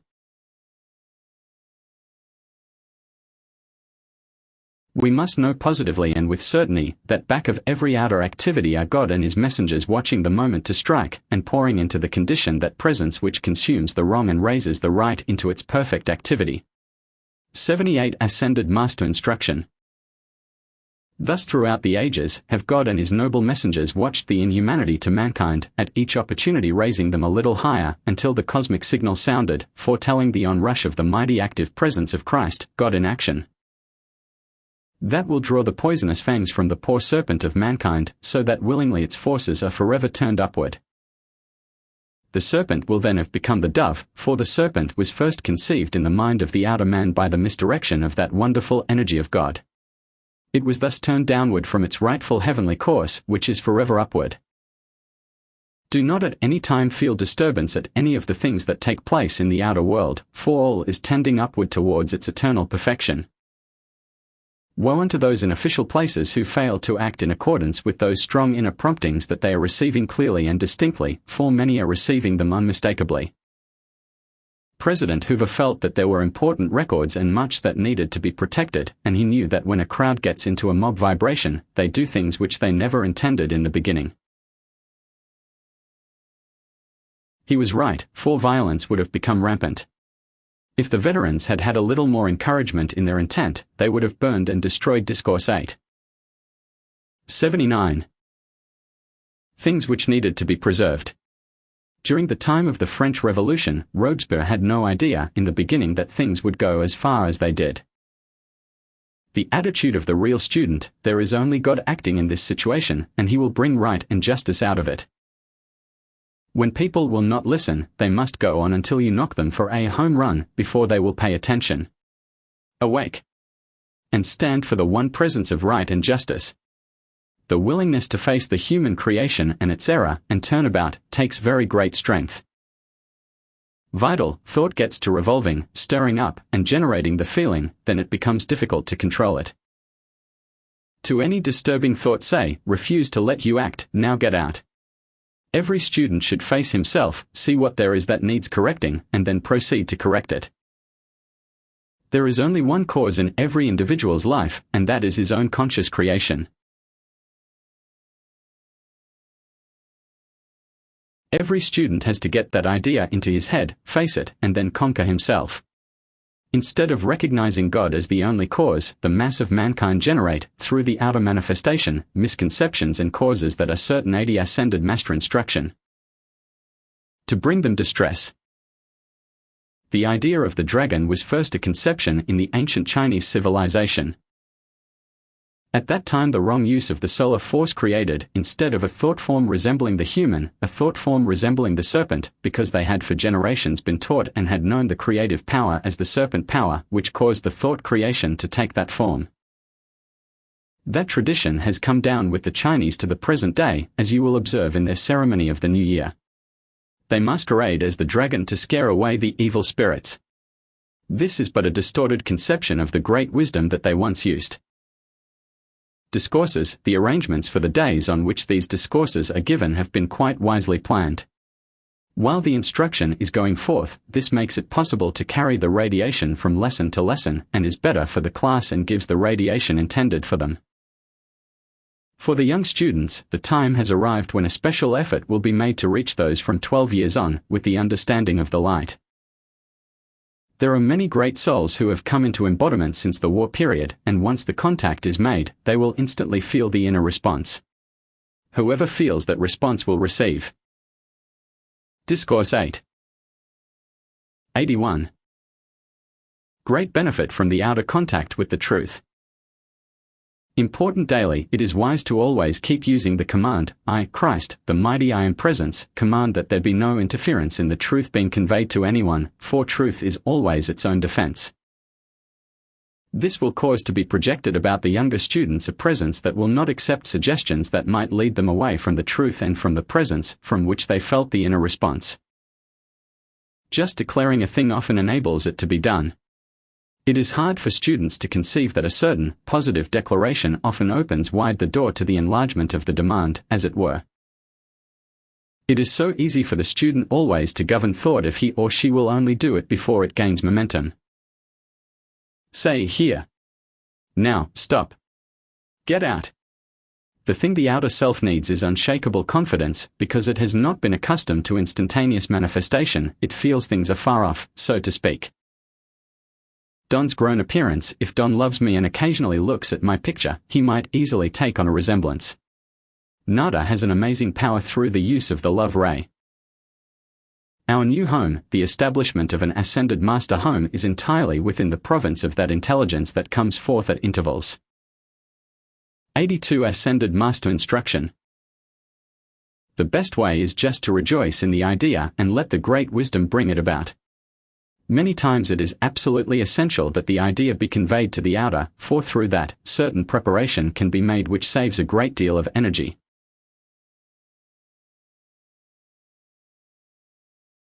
Benediction, thou great glorious, radiant presence. Thou who art the wisdom, power, and love, the inflow of light enfolding each one. Mighty God of light. Thou mighty eternal, radiant one art forever the governing presence of these thy children. Discourse X. August 4, 1932. Invocation, thou mighty infinite, majestic presence. We give praise and thanks for the outpouring of thy mighty messengers. This day when thou hast sent forth thy mighty messengers to bless America, we are cognizant of thy mighty activity, thou mighty God, the One, the Supreme, unfolding truth through thy wondrous individualization that every hour, every day, is drawing nearer the perfection of truth in the outer activity. In the heart of each is the cosmic perfection taking place. To all who look to truth, as a mighty river comes the outpouring from thee. The Discourse. For the first time in 5,000 years, there is being sent forth an outpouring of this kind to America. There are 7 sun centers in America to which 7 great beings are this day pouring out a mighty radiance. 4 of these places are new. 83-84 Ascended Master Instruction.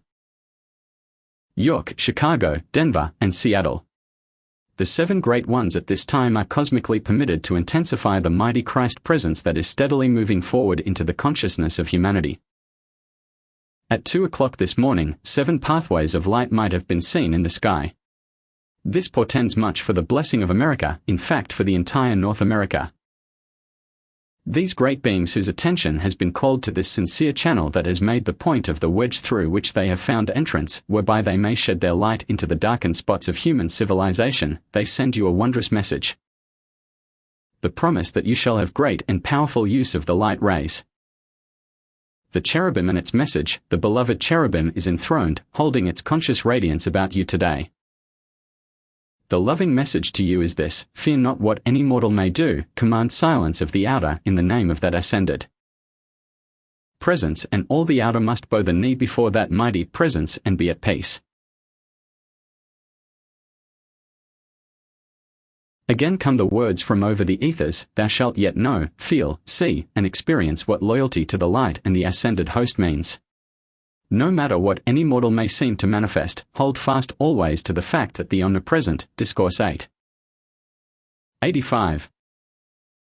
Mighty God and his chosen messengers govern the earth and its inhabitants in spite of any seeming appearance to the contrary.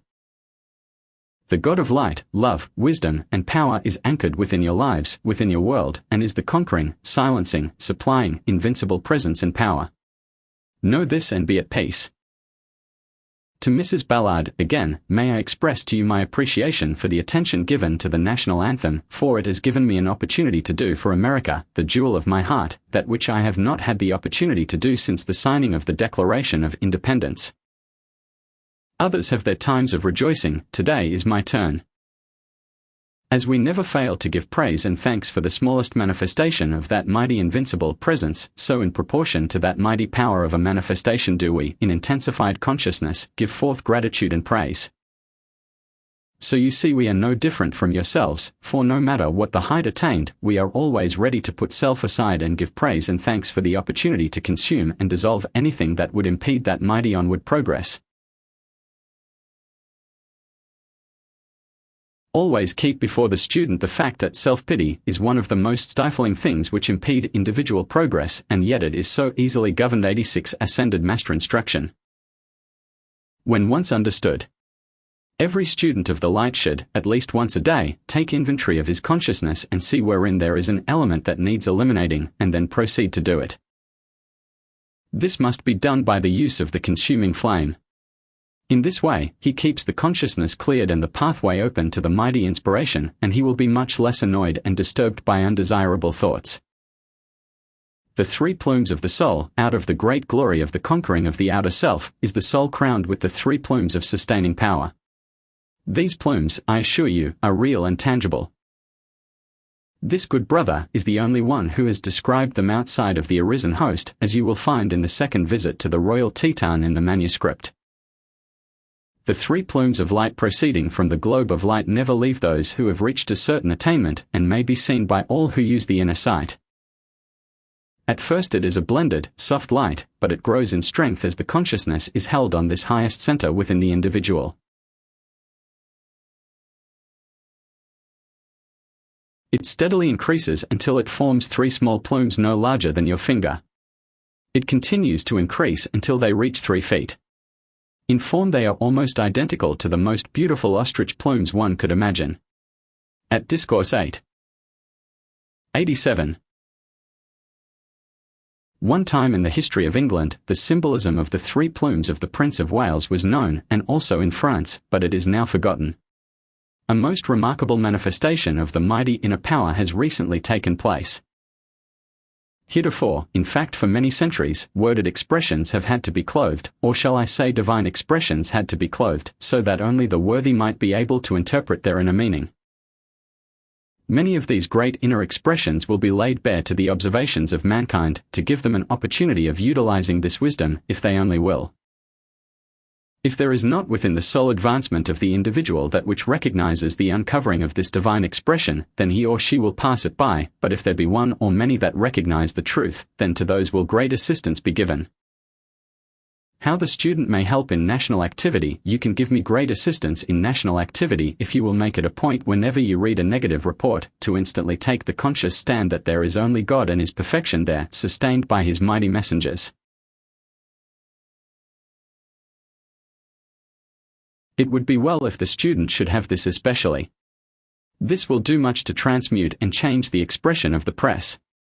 Whenever you see a negative expression by the press, command all the press to be God's messengers. 90 Ascended Master Instruction.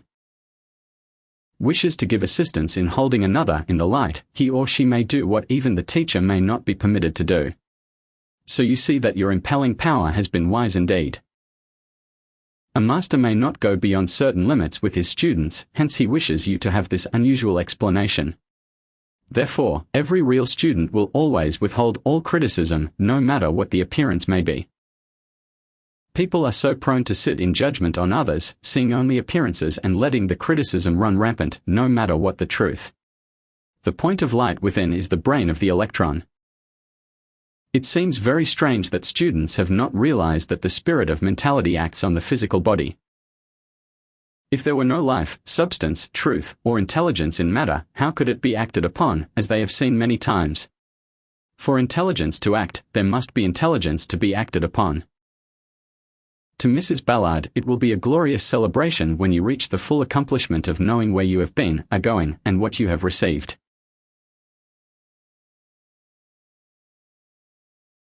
A remarkable expression I love to use and I often contemplate today is, the matter of knowing God is simply the restoration of forgotten memory. We have known God before because we are God-created. When we began the descent into dense activity, we Discourse 8. 91. Had the complete conscious memory. When the energy was directed downward, the veil was drawn, and the marvelous, glorious beauty of that wondrous temple of God was forgotten.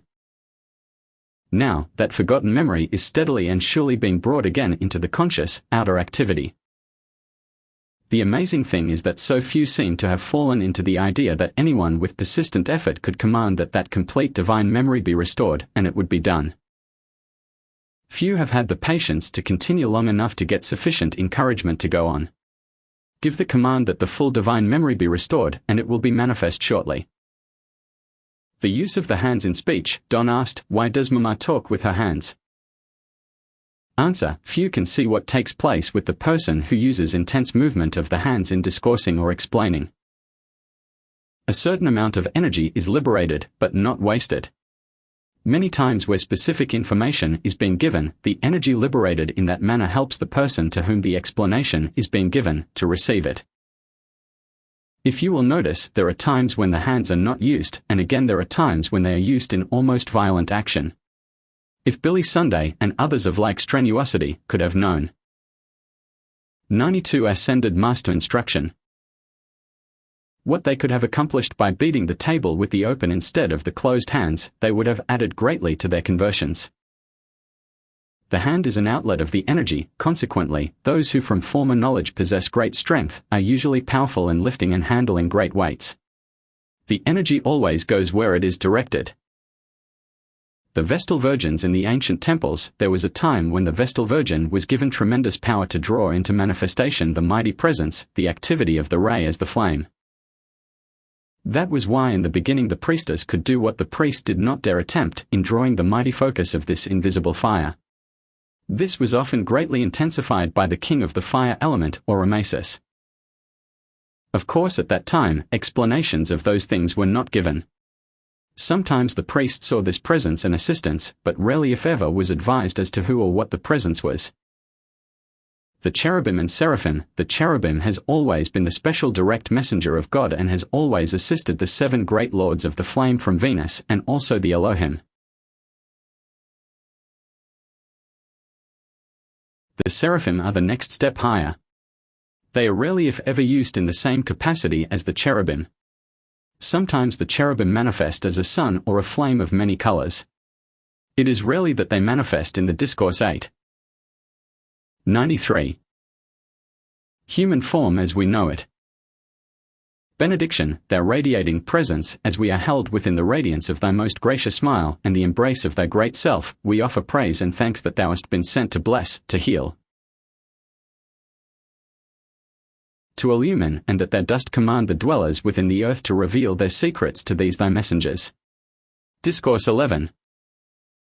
August 8, 1932. Invocation, thou mighty infinite presence, thou all-sustaining power in the cosmic world and in the life of the individual.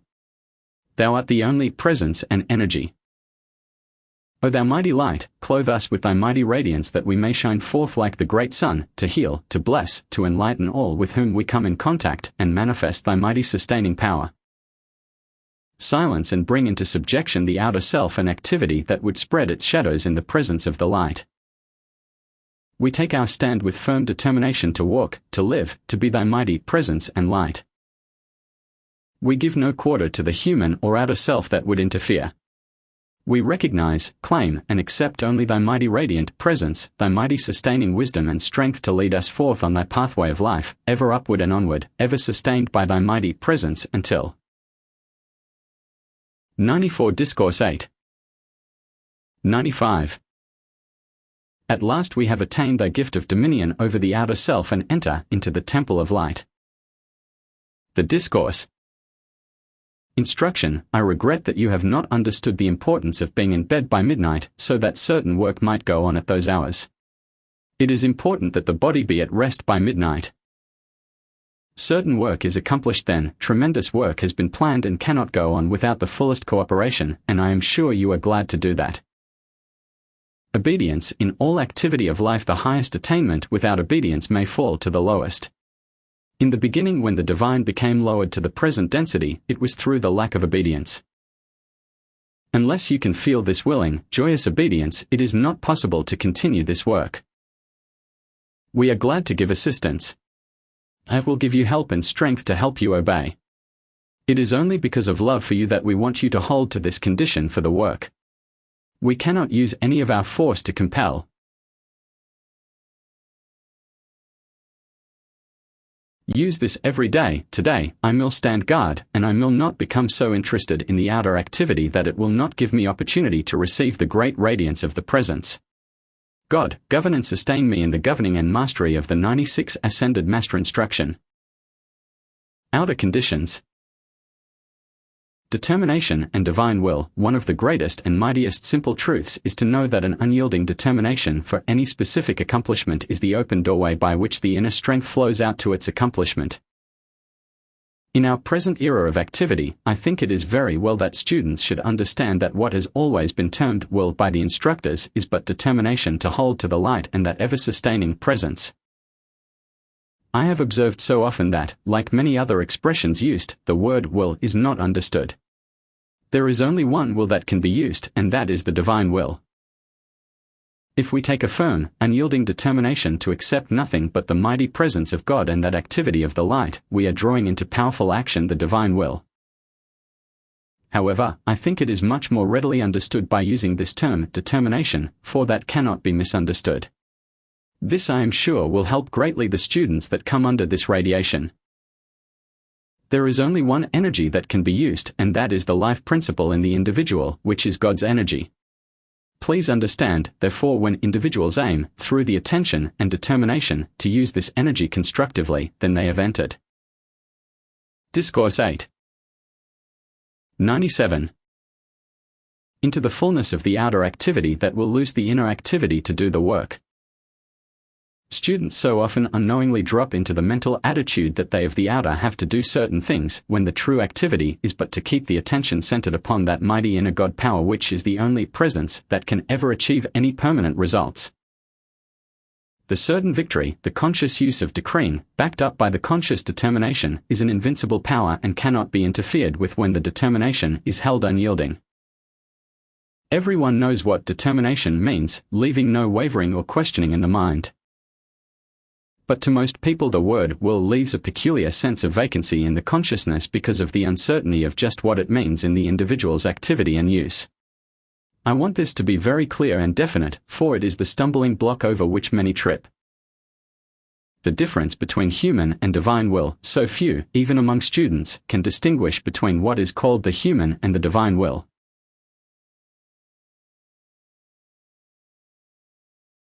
Therefore, we think it much better when referring to the inner activity, to use divine will and determination when referring to the outer activity. This explanation will make it impossible for confusion to accumulate in the mind. Knowing that the 98 Ascended Master Instruction, outer determination to do or accomplish something, opens the inner door for the inner power to rush forth to its fulfillment, this removes instantly all uncertainty that it can be done. This is so important to the student who wishes continuous, definite progress. In the retreats, every student is given private work, particularly in regard to his or her own individual activity. Until now, there has not been given out a clear understanding so the students could utilize and apply it, except in the retreats. In moving in the outer world there can always be this same constant love and prayer for your light and protection. When you have been in contact with the outer vibration, it takes a very positive force to repel that outer contact and release you from that disturbing element. There may not be the slightest thing noticeable in the outer activity, but sometimes the mere contact with the disturbance of the outer world allows it to rush in if you are not on guard. This work must not be interrupted for the gratification of the outer self or activity.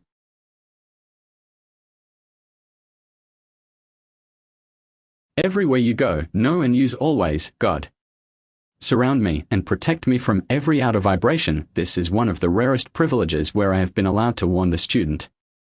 Owing to our home life of long ago, it is permitted that I warn you. If this work is Discourse 8. 99. Uninterrupted there will come tremendous light, abundance, and freedom, and tremendous things will be accomplished. The reason that I speak of this is that obedience is the most important of all things. Nothing so destroys the attention as rebellion within, for it not only rebels to the outer but to the inner. For writing, if you are accustomed to writing, make up your mind before you begin to keep a certain spot as a focus. If you move, it changes the current and you never get exactly the same condition again. The time has come when the students must anchor to a definite, perfect thing and hold to it. This brother years ago took the determined stand to know the truth and hold to it. All students should take the same stand to know the truth absolutely. Then they do not take on a condition they have to get rid of later. Foresight, God in me, give me foresight and guard all future activity that all concerning it may be maintained harmoniously. Foresight means that we are loosing the inner protection against any approaching disturbance. Divine memory covers all speech, thought, and action. Memory is that which has accrued from former speech, thought, and action. The guarding activity of the cherubim govern. Discourse 8. 101. Great importance. Thus you see how great this can grow in this civilization. As you read about the buried cities of the Amazon in Unveiled Mysteries, you will see how such a focus takes place. Nothing in the universe can say nay to an individual if he chooses to turn his vision down.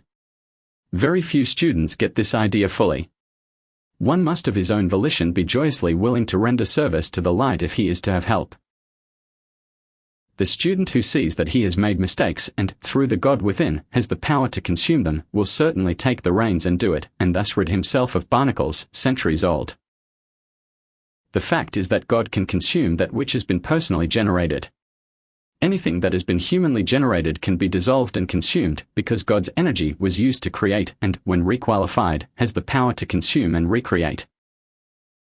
When an individual says in a half-hearted manner, it is consumed, it is not necessarily so, unless there was power or energy enough released to do it. When one gives a real command and means it, the feeling within it always carries force, and that force is its accomplishing power. Instruction on Unveiled Mysteries. The scepter in the hand of the feminine figure in the tapestry symbolized the focusing of the eternal cosmic power for 102 ascended master instruction. The center in the royal Teton. The globe represented the fact that the future activity of the retreat and the earth was known. The reason why I think you have the feeling that you should dwell considerably on that tapestry is because it would be well to dwell in detail on the description which reveals that they were the founders of the retreat. Question: where are you going today? Saint Germain, to Arabia, in the retreat. There is no time that we meet here that there is not a direct ray sent to Washington for consciously directed work. We do not have a focus in Washington like this, but we do have messengers there. Angel Deva and Cherubim, through a consciously directed focus, the Angel Deva and Cherubim can pour their streams of force out through the individual's own outgoing stream. Sleep and the great silence. Sleep is entering the great silence. As the outer self becomes inactive, the inner action is released. Affirmations, use this constantly, move within the core of the ray from the great central, spiritual sun, and 7 a.m. always within its invincible protection. Say to your mighty master within, reveal to me something that will put my finances which are mine by divine right, into my hands quickly. And sustain. Discourse 8. 103. Me in it, through overwhelming and everlasting light and love. Say also, open your channels for my mighty supply. Put it in my hands now and continue it permanently. God. Open all channels for my money supply now, and I accept nothing else. Your only business is with the Master within. Say to it, dispense this in thy perfect way through me in wisdom and love. It replies, I, Christ, the beloved mighty I am, being declared and to nothing else turning, show thee hidden riches from secret places. Surrender all attention to the I am presence within you. Any one of you can now take the consciousness of a new activity and accomplish it as surely as you live. Say often, joyously, I stand with God, the supreme, reigning, conquering, I am presence, and as that 7 a.m. presence, I do not want for any good thing. Say also, God. Give me some money now, today. This can no more fail than the universe can cease to exist. No, this home is sealed in the heart of the cosmic light and love, and every right desire is created instantly. Remember forever, the moment you fight a thing, it fights you back. Always be on guard when. 104 Ascended Master Instruction. The destructive element is discussed or read about. Live every moment of the day in the consciousness of the all-powerful presence of God in you. Say to yourself, I have the mighty presence of God in me, and I do not give recognition or power to anything else. There is nothing that can stand before that invincible presence of Almighty God, and all things must be and are compelled to bow before it and obey. The first thing in the morning, take the determined stand that only the ascended host of light can contact me mentally this day. Never fail to use, there are no personalities. There is only God in action at every point. 7 a.m. The only presence acting. Say to your God within, my great love self, I do receive instantly all of everything I require. Benediction, thou mighty presence.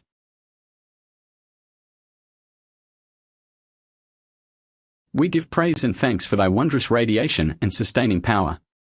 All unlike the Christ is consumed, and all now goes forth clothed with the sustaining activity of thy mighty presence, holding all within thy great silence and pouring forth thy greatest activity. Discourse 12. August 11, 1932. Invocation, thou mighty majestic God presence, whose seeming mystery of life enfolds thy creation, make that seeming a joyous reality to thy children of earth. Enfold them in thy wonderful radiance, illumining the pathway of each one that they stumble not. Infinite is thy patience. Enduring is thy love. Great is thy peace, thou wondrous presence, active in all mankind. Thou mighty presence called nature, responding to the God within thy creation, pour forth thy lavish abundance upon these thy children. Children of the four elements, I call unto thee. Come and minister to the children of light. Oh, that each one would keep the love radiance burning, that every other condition might be put aside for the inflow of that mighty presence. The Discourse. Where there is no thought or feeling of rebellion, judgment, or resentment of one another, what glorious heights can be reached? Again, I congratulate. 105-106 Ascended Master Instruction. You on the wonderful condition supplied. The God in each is master, especially of the mentality. The mentality, if rightly understood, is God's action. Where God is, there is naught else. Say often, God alone is here, and I see and feel naught else. The son is father to the man. The daughter is mother to the woman. Does that sound paradoxical? I assure you it is not, for as a rule the suggestion enfolding the child from 5 to 12 or 14 years of age is that which makes the character of the man or woman, unless, through the conscious knowledge in practicing the presence of God, they release and consume all suggestion infringing, and walk forth in the true inner presence. The unfortunate thing, and in this respect I mean entirely the delay of progress, for there is nothing comes that is not needful, is the lack of knowledge in warding off suggestions that are intruders upon our God-given freedom. Hence, the reason for the wise statement that our friends are sometimes our worst enemies. For anyone, outside of a teacher, who has an opinion about another individual, is intruding upon that individual's freedom, and it simply should not be done. One should always guard the thought tenaciously against rebellion of thought when the teaching is presented or good intended, for Discourse 8. 107. No one outside of the arisen ones is able to judge the intent back of the speech or action. The two wings of the soul, it is said or conceded by those of orthodox opinion that angels have wings. I shall explain to you why. Determination and power are the two wings of the soul, not necessarily visible even to the inner sight, but they are there just the same. And where you recognize determination as will with its accompanying power, the soul may rise to any height of mastery, and in that recognition draw the outer into itself that there be only one, God in action. The supremacy of the mighty inner master presence must be acknowledged by the students as real and true, and the students must acknowledge that they have the ability and power to practice that mighty presence in every act of life. The more the students practice the presence of God within themselves, the easier it becomes and the more they want to practice it. However, as I have mentioned many times before, the outer, in the beginning of the advancement, will find every excuse to try to get the attention on outer things or on the body, which in its ignorance it claims as its own. The only sure release from bodily conditions is to take the mind off the body and keep it off. If there seems to be something that needs correction in the body, put your mind on God and hold it there until 108 Ascended Master Instruction. The condition that seems to need a remedial agent suddenly disappears. This is why there is now and then a student who conceives the idea that there is nothing to heal, because anyone who will practice this the instant there seems an appearance in the body of anything discordant, and who will put the mind on God, knows that presence is the most powerful remedial agent in the universe. Many, by the use of this application, will find instant release from any bodily condition that seems inclined to hold the attention. This is, in reality, consciously taking the problem into the great silence where there is nothing to heal because all is perfection. This is just as true of business conditions as for healing the body. In fact, anything that seems to express imperfection can be handled the same way. No permanent release from bodily disturbance can be had, so long as the mind or attention is allowed to be drawn to the condition from which one wishes to be released. With many natures the same thing is true of denials, because the more they deny a thing, the more they bind it to them, for in the denial they are letting their attention rest on the very thing from which they wish release. To truly practice the presence of God, we must know that there is only one intelligence which can act, one power to use, and one love with which to discourse. 109. Accomplish. You know by this that you have within the victorious, conquering activity every moment. Thus, whenever there is anything to be handled, it matters not what, the moment it seems to have an appearance, using your wings of determination and power, say, God, solve this problem and do it at once. I give you all the power where it belongs. I recognize you as the only activity. Therefore, this appearance has no reality and dissolves instantly before thy mighty presence. If the students will continually use this, they will soon find that they have no problems. As conditions permit, you will find that this which has been given is but a small part of what may be given for use, as you become more and more aware that you are gaining, not only in what to do, but how to do it. It is the same as with a teacher in the outer schools who gives the child a problem. He also shows the method by which to solve the problem, or he would be a very inefficient teacher indeed. The student will always find that where there is sufficient sincerity and earnestness and a constant calling for light and understanding, the way will always appear for the knowledge to be given which will lead him or her to freedom. The true activity, when we have come to this present state of understanding, is to give no quarter whatsoever to 110 Ascended Master Instruction. Outer appearances. The student at this point should constantly analyze the outer, not in a critical way, but that he or she may be conscious of what there is that needs changing. The sincere student should with all tenacity break up every old personal habit no matter what it is, for that is the thing that binds. A great many students do not give this the slightest consideration. The old personal habit is the serpent in the garden, so to speak. This is what I mean by analyzing, to know what there is to break up, which before we have been considering as a necessary habit. There are so many little things in a person's life which are limitations that can be broken up. We must break up old habits as ice in the springtime, for they form incrustations that prevent proper growth. When old habits are set, a rebellion in the outer takes place when a change comes, and this always disturbs the feelings. This is one of the greatest unrecognized barnacles of the soul. There is not one person out of 1,000 who has the slightest idea of the number of these old personal habits until he turns about and looks at them, then he can see how these incrustations bind him. The serpent so-called, which is but rebellion and resentment, will find nothing to feed upon when. Discourse 8. 111. These habits are broken up. Therefore it will hunt for more fertile fields, or in other words, completely disappear from your garden. If old personal habits are broken up, there is no resistance to the truth. The right attitude is to joyously accept the truth, no matter how much it mangles up the outer. This is why we must stand guard every moment at the gate of our outer world. The true activity of love, when an individual feels that he or she cannot give forth divine love, it is because that one does not understand the true activity of love.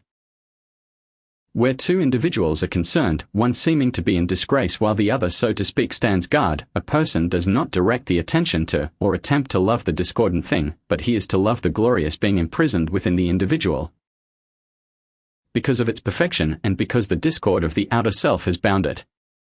The Christ attitude would be to send great love to that imprisoned presence, which is God, the light within the individual. This anyone can do with great devotion. Knowing this, make the conscious demand with determination and power that God break down and dissolve the barrier and set this radiant presence free to again assume its dominion and create perfection in its outer world. The individual standing 112 ascended master instruction. God in such a case has the divine right to make this conscious demand, and if it is kept up, the way will be opened and the problem solved in the right way. This will give a peace and relief to the one standing guard who really grasps this idea that will be almost unbelievable. The mistake so many people make is in attempting to solve a condition with the outer mind.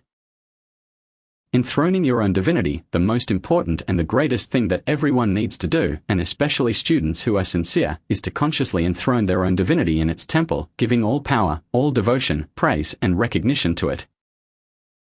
That the outer attention may be firmly anchored once and for all time where it belongs. Thus the outer, which has been the usurper, will be drawn into the great river of light, until the very existence of the outer is forgotten. As the autumn approaches, take the conscious stand, God, the mighty I am present. 7 See that every part of my body is governed harmoniously and that I am not affected by atmospheric conditions.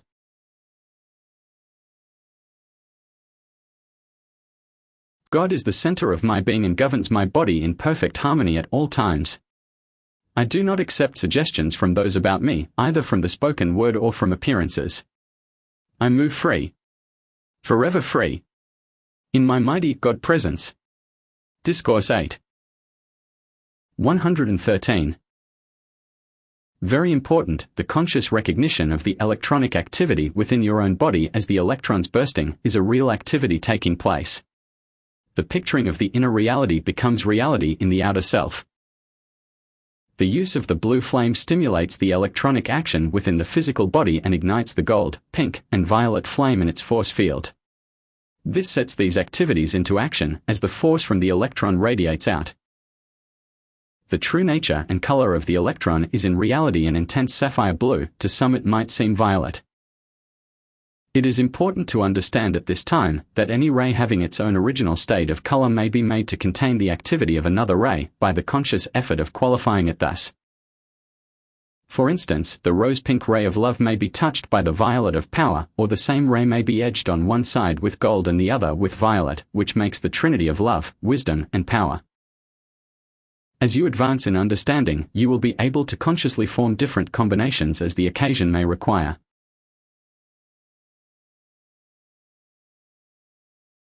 For instance, as the ascended masters operate, and anyone else may if they so choose, the white ray may be used as the foundation upon which to operate, it being qualified with the other colors and elements as may be required. This places within the hands of the sincere student 114 ascended master instruction. Almost limitless activity and power. The student who constantly asks for divine love to enfold and wisdom to direct the power he or she uses will enable this activity to become so anchored that after a while the very use of the rays will naturally call forth love and wisdom in their action. As we said in the beginning, when the old personal habits are broken up, you will find them replaced by these marvelous divine habits that will indeed be a true blessing. One must become aware that in the mighty activity of God is all mentality, and when we mentally connect with an idea, which always has its form, we are in direct communion with the presence of that form. All students who come to a certain point of understanding will come to know that America is to be the great jewel of God's light. I say this advisedly, beyond any part of the earthly Mrs. Ballard will the pictures of the arisen masters be precipitated sometime. Saint Germain, the time is rapidly approaching when many such things will be done, and the purpose of it is to have anchored in the mind of humanity the reality of those mighty beings. It is important that humanity realize that there is a great host of advanced beings beyond this present state. Discourse 8. 115. Proving that life is eternal and that from the visible to the invisible is but a slight step anyone might take without passing through the change called death. Benediction, mighty presence, beloved cherubim. We give praise and thanks for the wondrous radiation, for the blessings that are showered forth today. We give praise and thanks for the mighty radiation that has gone forth in official places, preparing the way for God's messengers to be enthroned for the dispensation of God's great love, wisdom, and justice.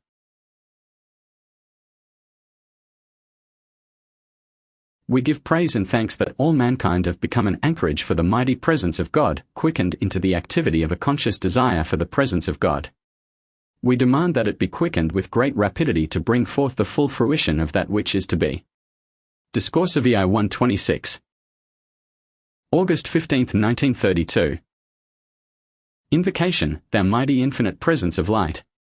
We give praise and thanks for thy intense radiation, for the joy of thy great radiation, for the peace of thy great love, for the grace of thy eternal youth made manifest in these forms. Help each one in this, thy chosen center, to feel, to be, thy joyous presence, to know there is naught manifest but the perfect activity of God. And give us the wisdom and strength to at all times maintain thy perfect harmony, that we may receive the being and majesty of thy omnipresence. I bring you love and greetings from the host of light, who wrap around you their mantle of love that raises the outer into full perfection. The Discourse. The beauty of an understanding heart is without limit, for the endeavor to gain this simple understanding of these higher laws so that one may put. 116 Discourse 8. 117. Them into daily practice enables the mighty Master Presence to shed its fragrance over the lives of those who acknowledge the Presence and by this to give every assistance to steady them in the successful application of the understanding they possess from time to time. In order for the students or individuals to have the comprehension of the mighty force they are using every waking moment, they must try to see wherein and how they are utilizing this stupendous force. As is often called to the attention of the students from one source or another, they are constantly sending forth tremendous energy. This, if understood and consciously directed to a given purpose, could not and would not fail in quick accomplishment. This is rather a savage thing to say, but it is true and must be said. Most of the force sent forth by individuals is through anger or resentment in some of their subtle forms. Why? Because it generates an intense feeling. Anyone who does not understand this or, understanding, does not control it, but delays the hour of achievement.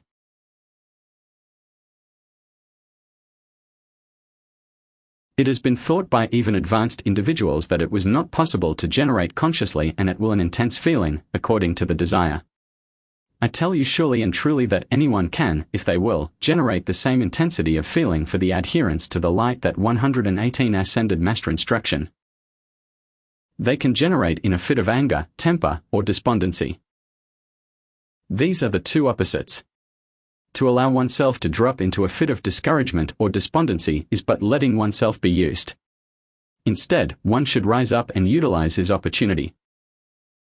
He should generate intense love, the opposite pole to his despondency or anger, and through this he would master his problem. However, this is seldom found. But the one who will do it is always master of every condition. When the student who has had many examples before him of the mighty activity of the great law, God within him, allows depression to engulf him momentarily, he is but expressing a form of self-pity, which should be shunned by the sincere student as he would shun a poisonous viper. Students of any understanding to speak of must know that everything depends upon themselves, and that to form a habit of looking to someone else to sustain them but delays their own mighty victorious accomplishment.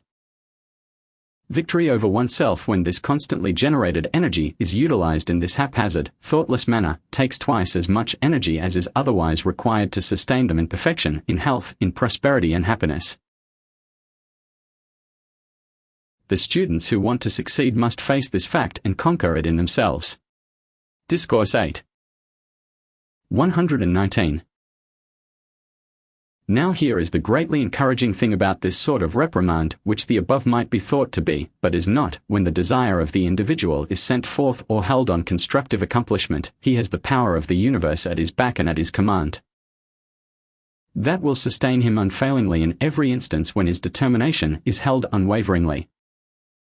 Again, let me remind you that self-pity is the strongest disintegrating force of any one attribute of negative consciousness. When a student, because things have not been accomplished for him, suddenly takes the attitude, "Why isn't this accomplished now?" I want to say that this point is not of any consideration if he really wants his manifestation. His part is to stand with firm, unflinching determination to the only power that ever acts, which is God in himself, and without thought or question of why a thing isn't accomplished, take this stand, by the power of Almighty God in me. I know that whenever I stand with determined desire to accomplish something constructive, it cannot fail.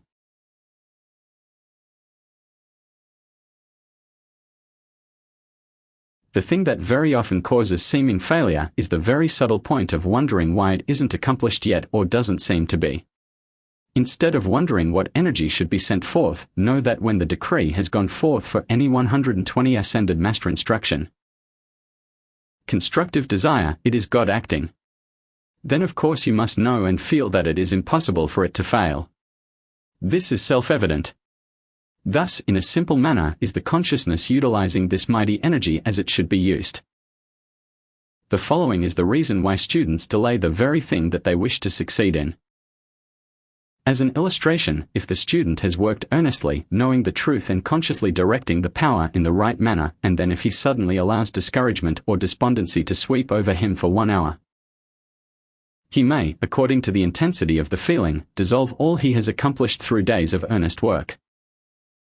This is a reminder to the student to stand his ground and never yield or give power to anything but that mighty presence of God, which accomplishes all things through his mighty presence and power of divine love. Read this reminder, if students are strong enough to face this truth, to read this reminder whenever they find themselves slipping, it will be a limitless source of strength and encouragement to them, for through these words, to everyone who reads them, will flow a mighty sustaining power. There is no one thing of greater importance and yet so simple that a child can comprehend it, than for a student to watch and see in what manner he is. Discourse 8. 121. Constantly sending forth this great energy. The simple, natural manner in which one is constantly giving off, as it were, this force, is quite sufficient for the accomplishment of ordinary things. Then you can readily see what enormous added power and energy is given off by the conscious use of the determination and will. Individuals will often say, "How do I know whether I am using the inner or outer will?" when it is so easy to determine, knowing that any constructive desire is the using of the inner or divine will. If students will accept and utilize these simple yet mighty truths, they will find no difficulty in handling themselves or conditions. While the generation of anger comes of a sudden impulse, the conscious use of joyous determination is at least 20 times more effective, and this, one can generate consciously and at will. How? By stilling oneself and joyously entering into the consciousness of how limitless God's power is. It is impossible for God to fail in anything, and its activity is more or less instantaneous, in accordance with how much power we withdraw from outer things to which we have given power.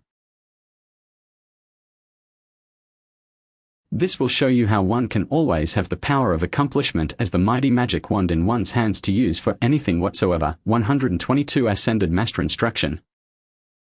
From the simplest to the greatest. The only reason for the seeming lack or delay of accomplishment is that one is either consciously or unconsciously dividing this mighty power, for it surely does follow and act according to the direction given it. Meditating upon this and knowing it will enable the students to give fuller and fuller power to that mighty energy which they may consciously direct at any time.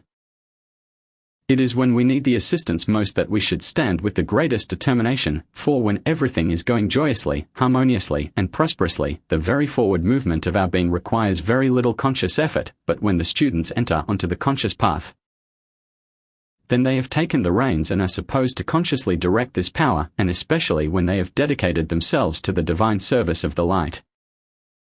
I say to the beloved students that this is no idle thing when the students dedicate themselves to divine service. It means that they have thrown down the gauntlet and have challenged battle with the outer self, which must be done sometime, and the sooner it is done, the sooner over with.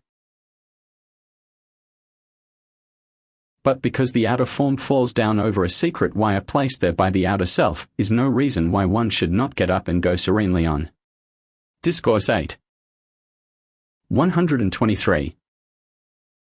The nature of the individual is such that until he understands these points of vital importance, he does not stop to realize that when everything is going well is the time to build up his momentum and gird himself with the armor of that mighty master presence. Then if he finds himself tripped up, this very momentum will cause him to bound like a rubber ball onto his feet, taking quick and powerful command of the situation, commanding this mighty presence of God to solve and govern the situation, whatever it may be. Knowing this, you will see and agree with me how absolutely absurd it is to allow yourself to become negative in the least. The positive and negative forces, now right here, it is a good thing to understand that the negative and positive forces exist everywhere in creation, and the negative is in no wise to be condemned. For it is the means by which the children of light are caused to become more and more aware of their own conquering positive force. To give way to the negative force is to become more and more enmeshed in it, but to instantly recognize the presence of any negative thought or feeling is but to cause one to turn to one's positive pole and rest there serenely. The manifestation, as we have said before, the manifestation will come if you want God enough. It cannot help itl, it will fall over itself to get to you if 124 ascended master instruction. You want God enough. The students who want to, can take this now and stand their ground. The people wallow in the negative conditions instead of rising up and saying, I stand with God, and refuse to be affected by this seeming appearance. If we permit or allow negative conditions to control us, nobody can help us, not even God himself. Beloved Lanto was from this earth, but he has arisen to Venus and has become the star pupil of Sanat Kumara. He is the ascended master in charge of the retreat of the royal Titan, but was not the guest master from Venus. He was the one that introduced the master from Venus, who was the guest and who was given charge of the evening. Cherubim, there are certain cherubim who have been human, but only a few. There are some from a sphere of activity who are prepared with a well-rounded knowledge. Each element has those of its own who are sent forth to teach the rest of those in that element. Venus came to assist the earth with its own wisdom. Through all creation, the step higher is always reaching back to the step lower to give assistance. The ascended masters teach the inhabitants of the elements the laws of Discourse 8. 125. God and immortality, and thus they prepare those of each element to teach the rest in that element. Retreats in the mountains. The early power used by the ascended masters in preparing retreats in the mountains had to be secret and not discoverable by anyone in the outer world. The Great Watcher saw the necessity of the Great Light having indestructible protection. This is why there were retreats in all parts of the world in caves and mountains. They used the flame to break down the great masses of rock, and the elementals were created for the purpose of disposing of the debris. Later all was disintegrated by a flame. The raising of the body before the advent of the Master Jesus, up until the advent of beloved Jesus, all raising of the body was an absolutely secret process. Not even the students in association knew what was to be done, only the one raising or being assisted in the raising. Age of the Earth. Human life has been on this earth since it was created. Geologists only have an approximate idea of the age of the Earth, unless they have been highly inspired. Former civilizations. All evidence of some former, great civilizations has disappeared except certain records. There came a time when indestructible receptacles had to be prepared by precipitation for the 126 ascended master instruction. Preservation of certain records of former civilizations. There will yet be a chamber of records that will be unsealed when the new age has been entered into sufficiently and the Christ power has gained sufficient dominion. This chamber will reveal another period of civilization's progress, far greater than the one known at present. In the inner cosmic activity, you will see the creative process of God. You are the eternal wisdom of the eternal creative process acting, as far as you have gone. That is why knowing a thing in this manner means that you have entered into the creative process, and this knowledge is different from any other kind of knowledge. Ascent of the soul, there were points of rest for the descent and ascent of the soul in its intense outer activity.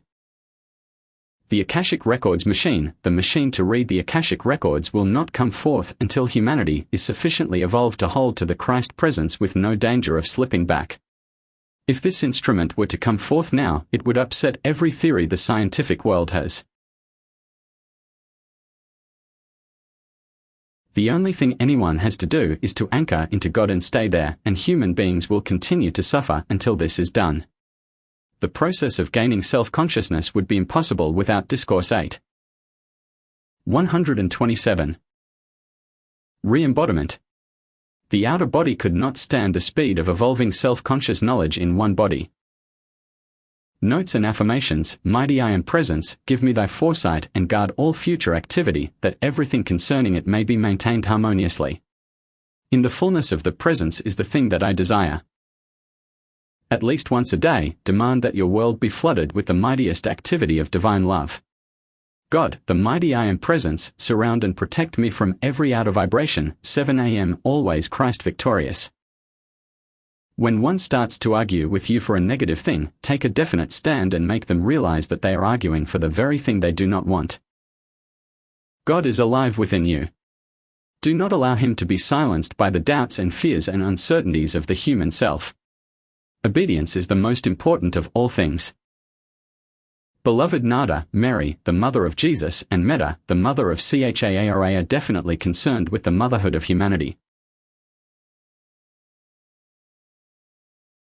Benediction, mighty presence. We give praise and thanks for thy radiation ever active in these lives and this home. Make it such a radiant center that all are blessed who come into it. Discourses Volume 138. August 18, 1932. Invocation, thou mighty impelling force and intelligence governing thy wonderful creation, animate and inanimate, we give praise and thanks for that great privilege of being in thy great individualization. We give praise and thanks that we have within our consciousness thy presence centered there all-powerfully, all-intelligently governing all substance so that we may command and be obeyed. We give praise that we are one with thee, Almighty Father, and that it is not a dream that we are children of the mighty God. We do have thy mighty power to use for almighty good. May thy wisdom guide, thy light enfold, and thy intelligence direct us unerringly that we may enter quickly into thy eternal perfection. I bring you love and greetings from the host of light and the friendly Deva. This Deva was much pleased that this good brother was able to see the 128 Discourse 8. 129. Overshadowing radiation. There is one at present overshadowing Chicago, maintaining its radiation here. The Discourse. It seems to me that it would be well to have a clearer understanding of the activity of free will. Children as a rule choose their parents, those to whom they shall be born in this earthly life. Those who are to do special work are sometimes assisted by the great ones in making their choice. No one can be blamed for conditions except the individual himself. No child can blame the parent for anything. No individual can blame anyone but himself for what seems to be lacking in this matter. Energy is always present in great abundance, but if not rightly used, things cannot be accomplished. Any affliction within the individual is his or her own creation. This must be recognized by students so there will be no drifting away from their own responsibility. Every individual is a god in embryo and can call forth limitless power to use for his advancement at any and all times. The cause of one's seeming slowness of advancement, many times, is because the student or individual is consciously or unconsciously looking for the manifestation rather than the joy of 130 ascended master instruction. Entering into the great heart of God's great silence. If once the students truly understand this, it opens a new gateway to their growth and causes them to look entirely within themselves for everything. The inclination of the human or outer activity to continually be looking for something outside upon which to blame their own shortcomings is the great stumbling block to the rapid progress of many. I am clearly aware of the great controversy which existed at one time over the idea of free will, but that does not alter the truth in any way. I tell you, everyone has free will and is commanded to choose whether they shall serve the upward or downward course, and no one can say them nay in their own choice. Those who choose the upward path have the mighty presence, intelligence, and power of the ascended host and the great devas to assist them in every manner that is permissible. Again, it is well to remind the earnest student to keep looking to and asking the mighty presence to show him clearly the way and to answer his questions, because if the student will sincerely ask that mighty inner presence to do it, those questions will be answered, and after a few experiences, he will find the answers coming quickly and surely. Such effort will give the added impetus and stimulus to make this an easy and continuous activity. Discourse 8. 131. The sincere student should call on the law of forgiveness every day, and give praise and thanks for having come to the point of consciously knowing the mighty God within. The Deva, the mighty Deva who has so wondrously chosen to come and minister, making this a most unusual center of radiation, is a Deva from the Temple of Green. The Deva ministers for the purpose of stimulating the inner or divine activity into a certain definite action, not only for the students who come within its radiance, but to the city of Chicago and to North America. The mountain in Alaska, it is not generally known, in fact not known in the outer world at all, that at the time the top of the mountain was blown off in Alaska, there were certain chemicals and forces liberated from the earth that temporarily dulled the activity of a large portion of mankind.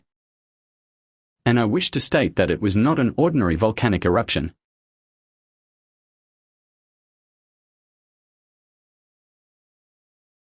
The Great Depression, 1929. The time has arrived when the depression is being and will be completely removed. The so-called depression that reached its lowest ebb some time ago is the result of this activity in Alaska. But, as is always the case, the great wisdom of the ascended host and their messengers, the ascended masters, always finds means 132 ascended master instruction of transmuting a thing that might be harmful into ultimate good. This is applicable to an individual as well as to a nation. The momentum of the so-called depression, I assure you, is completely broken, and as the ice breaks up in the springtime thaw, so is it being scattered, dissipated, and dissolved into its nothingness. The volcanic explosion in Alaska affected the world war also. Through the mighty radiation and lifting process of the ascended host, their assistance will cause a quickening and clearness of activity in the outer thought of mankind. This will surprise even those to whom it comes. It will be as though they are awakening from a dream. Let me again urge each one that when a disturbing thought comes, you put it out of your mind instantly and do not accept it or allow it to get whirling into a momentum. Instead say, get out. There is only God and His perfect activity in my life, home, and affairs. Keep up your work in knowing there are no personalities here. There is only God in action everywhere present. This is a positive form, recognition, and acceptance of the mighty God presence, even though you are not having the attention on the thought of protection. Love, being the hub of the universe, is naturally the cohesive element and is the power that Discourse 8. 133. Projects into form. If people do not love enough, or not at all, they are shunned by everything, for they repel, those who love, attract. The very energy students use to criticize or condemn, if turned to the mighty presence, would not only give them relief, but would set into motion great light and understanding. We are all using enormous energy all the time, and the thoughtless use of it is enough to move a mountain. The power is in these words, and there is no mistake about it, if the student will accept it. The mighty stream of life flows ceaselessly on, and it is so easy to enter that stream and its perfect action in the recognition and acceptance of that mighty presence of God in us. The minute we deny or doubt, we turn ourselves out of this stream. All discord is but to call the attention to the fact that the outer, or human self, has turned out of it. The moment one entertains discordant thoughts and feelings, he is turned out of the stream, and the discord continues to build. There will come a machine for the directing of certain colors, charged and qualified by the individual operating the machine.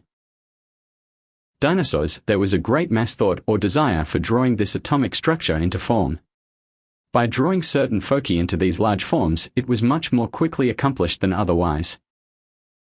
134 Ascended Master Instruction would have been. In the beginning these animals were not vicious and they were entirely subservient to the direction of the individual. They were very friendly, as were all those giant creations originally. In that period, a great activity took place in drawing together large quantities of the atomic structure. There existed great love between them and the human, and thus, the process of raising it was very rapid.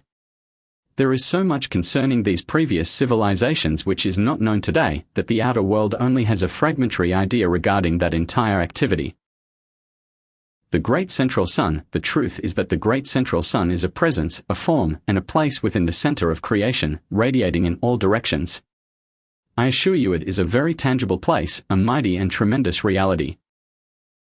Beloved Suya, the ascended master Suya, is really the Lord Maitreya, and from that great presence was the planetary action of Suya established. Suya is a constellation as well as a great cosmic master.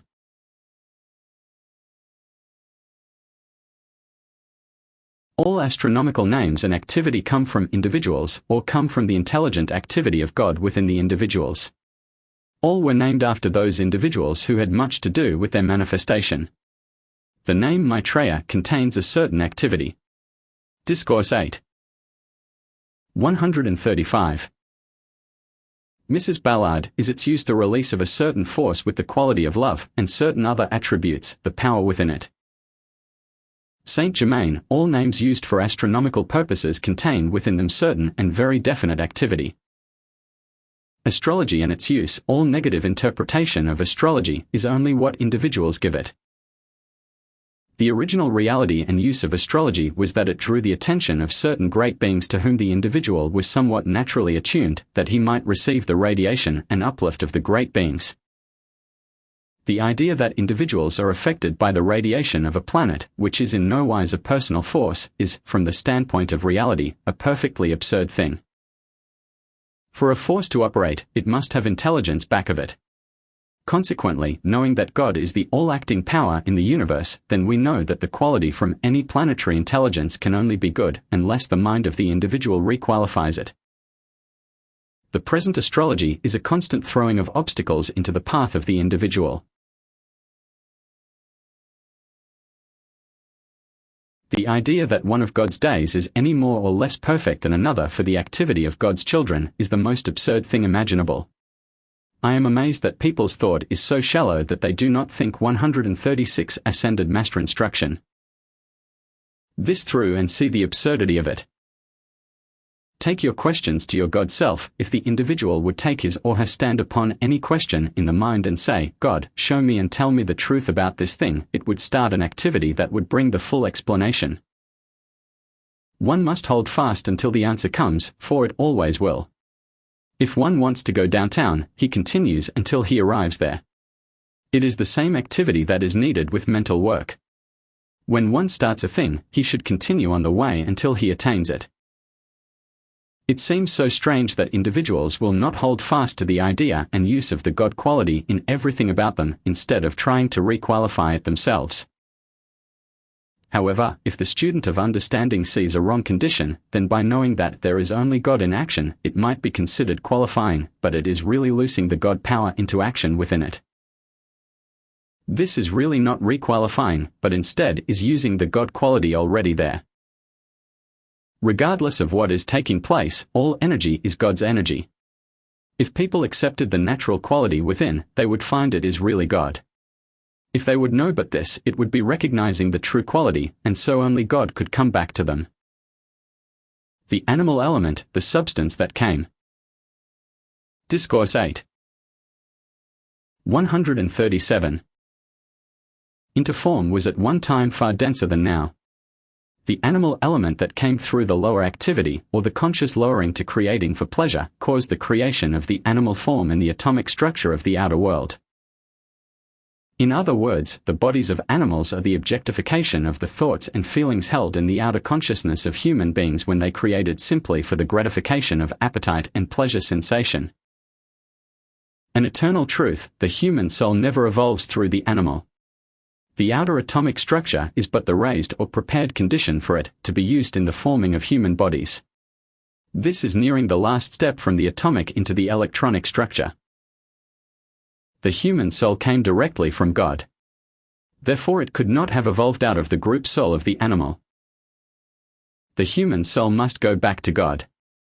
Understanding the absolute certainty of the law of free will, the law of the expression of the fullness of God, it must go through every phase of experience, attaining again that perfection through the conscious understanding of all phases of life's activity. At the time free will was given to the individualization, certainly not unknowingly of what? 138 Ascended Master Instruction would come, knowing there were two opposites throughout all lower manifestation, the soul went forth to conquer all negative conditions and again returned to that perfect state, crowned with the victory of self-conscious knowledge. This is why one cannot learn from another's experience. Each must go through all experience and conquer himself or herself. That is the reason for the long process of re-embodiment, for the soul has to have periods of rest from this intense activity. This is why no arisen master ever has such a thing as a condemnatory thought, for they have gone through all experience in order to come to the arisen state. This, however, does not mean in every detail. The power through self-conscious knowledge, gained through the life of experience, gives one infinitely greater capacity, greater understanding, greater power than one who has never come into it at all. This is why one who has come down through the human experience and by self-effort has raised himself to become an ascended being, is master over even the angel devas. There are some angel devas who have been through the human experience.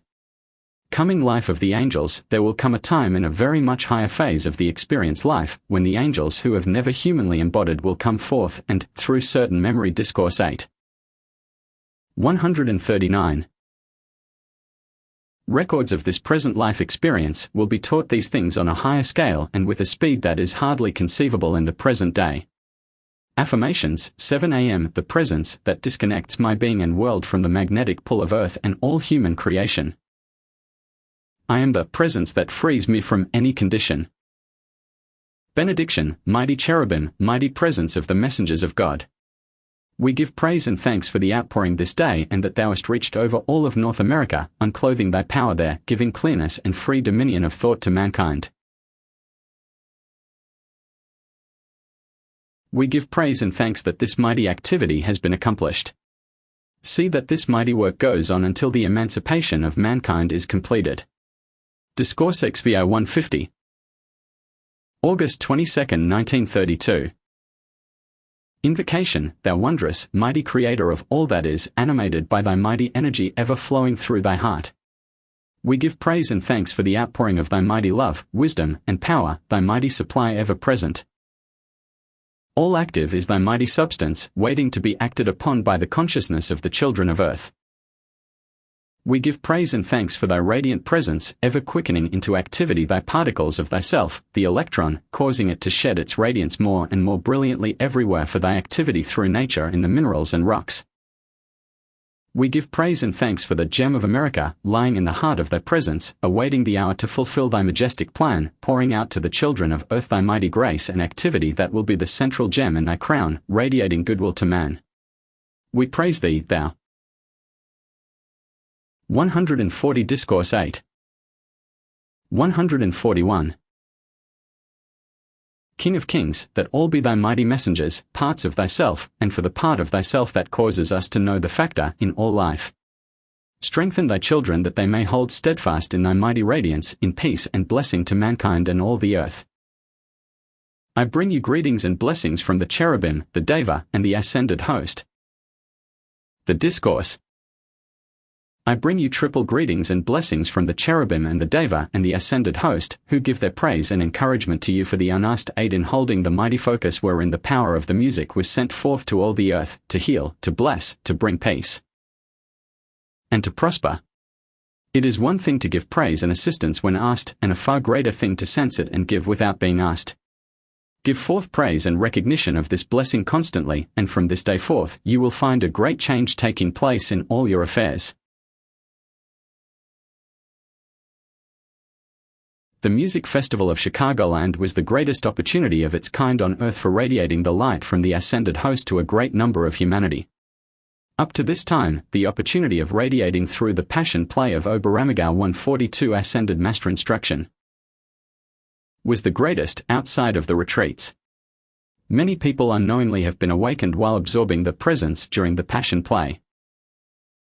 The commercial world is sometimes foolish enough to think that a divine radiation may be transferred from one continent to another to gratify its ambitious vanity. When something is established for a special purpose, if the time arrives when it can no longer be utilized, the power and force are withdrawn. The music festival's inner activity, I feel certain that this important activity of the Chicago Tribune will open the way for mighty inner power to flow into its activity. Whether this is done from the outer or inner activity is not important, it is worthy of great inner commendation. As the immense billows of created color from the music rose in great castle-like shapes and stood there in their vibrant color of active life, the mighty cherubim, Deva, and ascended host created a mighty pillar of light, white in color, raising it to the height of the cherubim, from which its rays, colored by the consciousness of the requirement, were sent forth to all parts of the earth, especially encompassing America, touching the hearts and consciousness of many individuals throughout the land, who, it is seen from the higher standpoint, will become messengers of the light. Discourse 8. 143. The activity sent forth by the Deva, was from the Jade Temple of Light, causing the quickening of the inner activity of individuals everywhere that were in anywise prepared to receive it. The activity of the cherubim, was from the Golden Temple of Light, raising the attunement of the mentality of individuals everywhere who could be raised. The activity of the ascended host, 7 of the ascended host, acting from the violet temple of light, sent forth mighty rays, commanding obedience to the inner activity of divine forces acting everywhere on the physical plane. Here may I say that all acceptance of the mighty truth and its activity, by the student or individual, must always be voluntary. The more intense the joy reaching out for light and understanding, the more is it hastened into activity in the individual's life and world.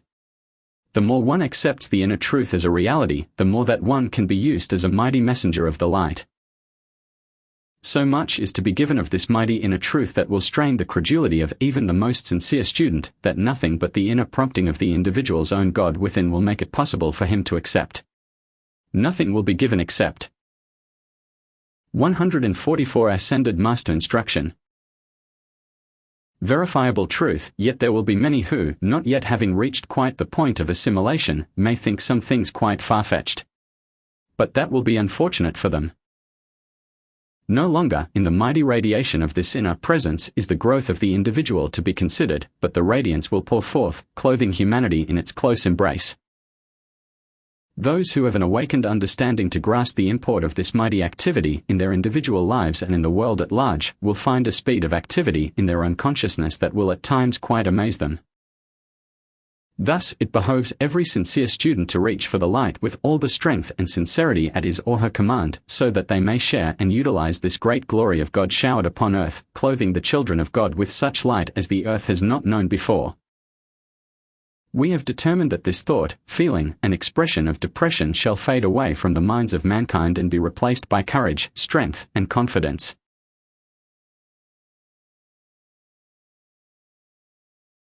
The way to freedom, again let me say with great emphasis, that the perfect and quickest way to freedom is the feeling of constantly moving in the radiance and intelligence of God.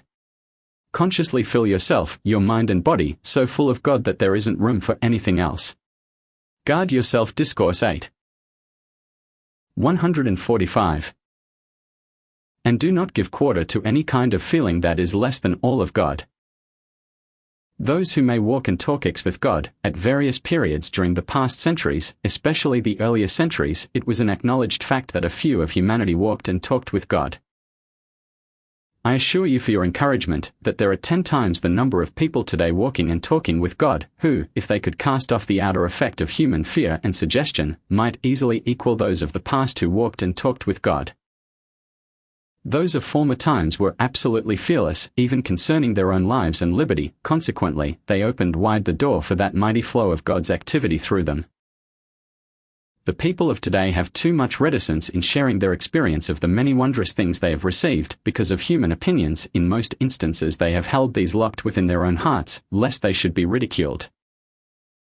When one is consciously with God, moving in His mighty presence, why should that one fear what any man might say? It is he who bears false witness that should fear, not the messenger of truth, for at this time, instead of the messenger of truth being burned at the stake, the one who bears false witness or attempts to interfere is the most liable to be. 146 Ascended Master Instruction. Scorched by the inner fire, the flame of God. In these days, the messengers of light always draw to themselves their own, in other words, those who are ready to receive the river of light that is poured forth through the messengers. No one will be urged or carried, but each must come from his or her own joyous desire, knowing that God in each one is his own self-sustaining power. It is now important to utilize every channel to pour forth the radiation of light, to hasten the adjustment of things and conditions. When the wedge has once been driven and can be followed up by the conscious cooperation of a few of the children of light, then the barrier of human thought is torn asunder and cast aside, and the river of light pours forth on its way. In this case, the river of light is not destructive, while the river of water may be. However, you will notice in all the great avenues of progress that at the times when there seemed to have been destructive forces at work, it was but the coarser element giving way and being replaced by the activity of higher attunement.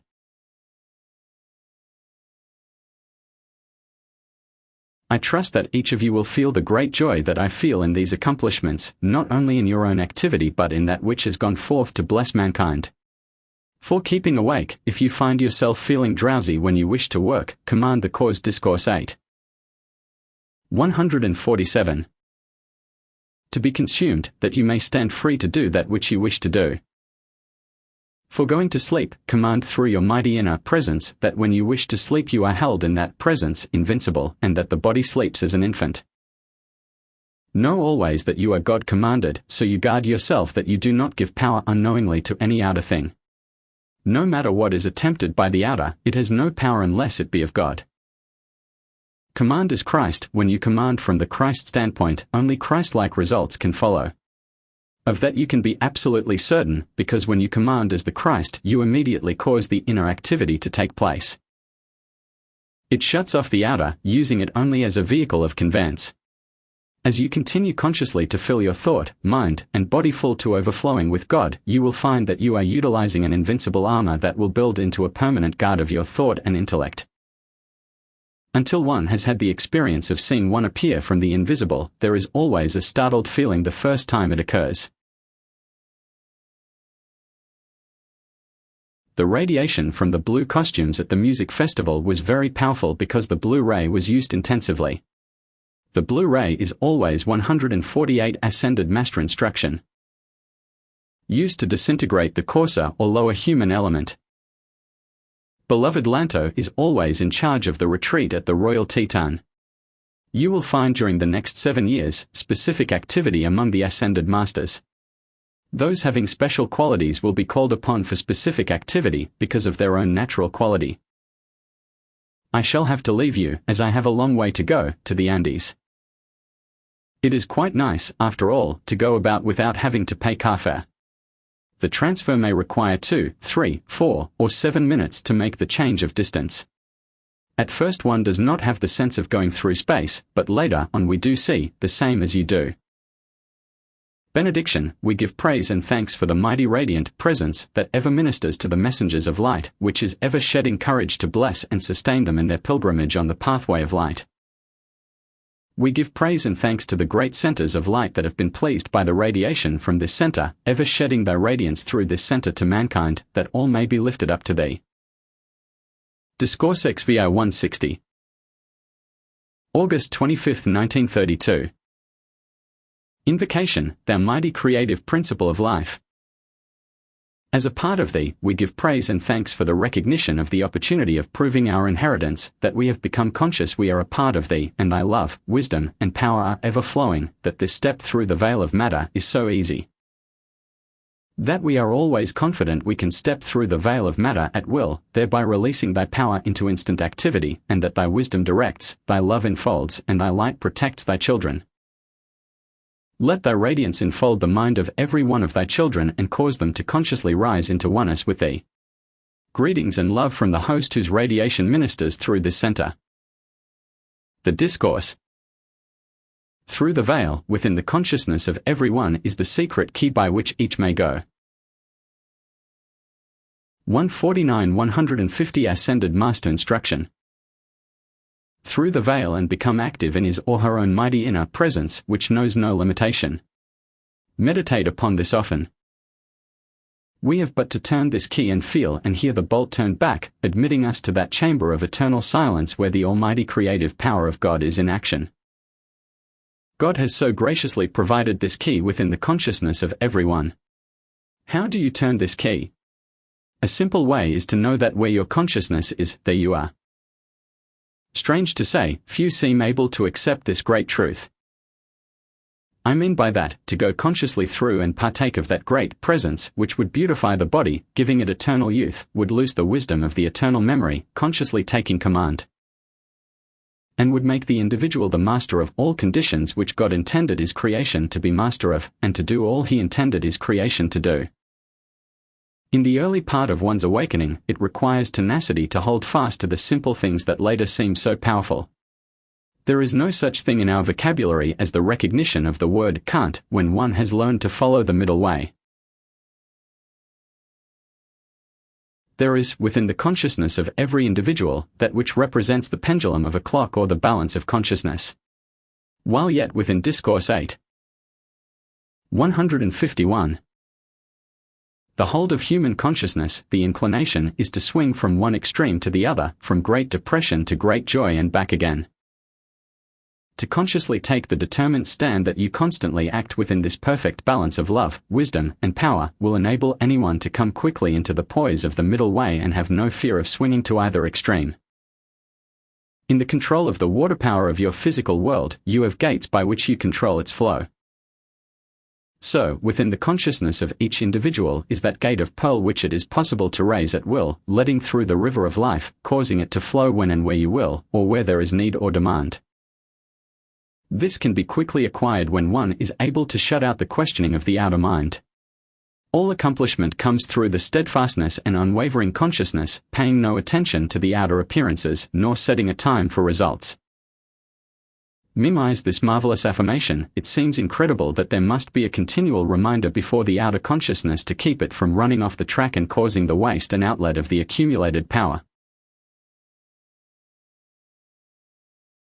Say tenaciously to every intrusion of the outer mind, No.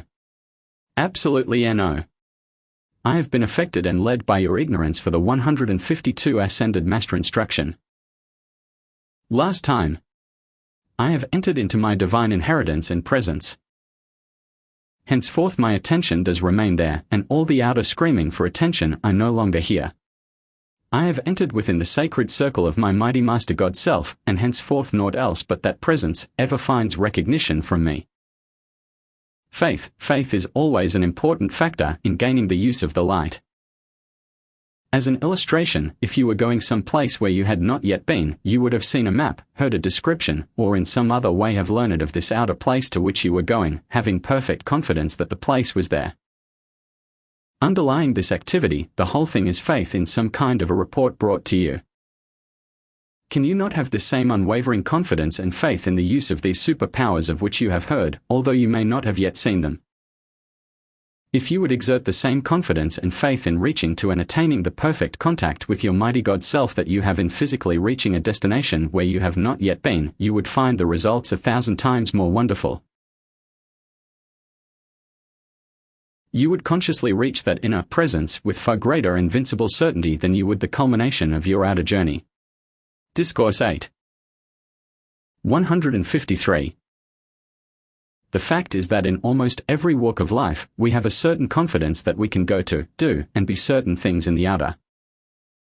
Why not have the same confidence in reaching the inner light, which brings you rewards so much greater than the outer that there is no comparison?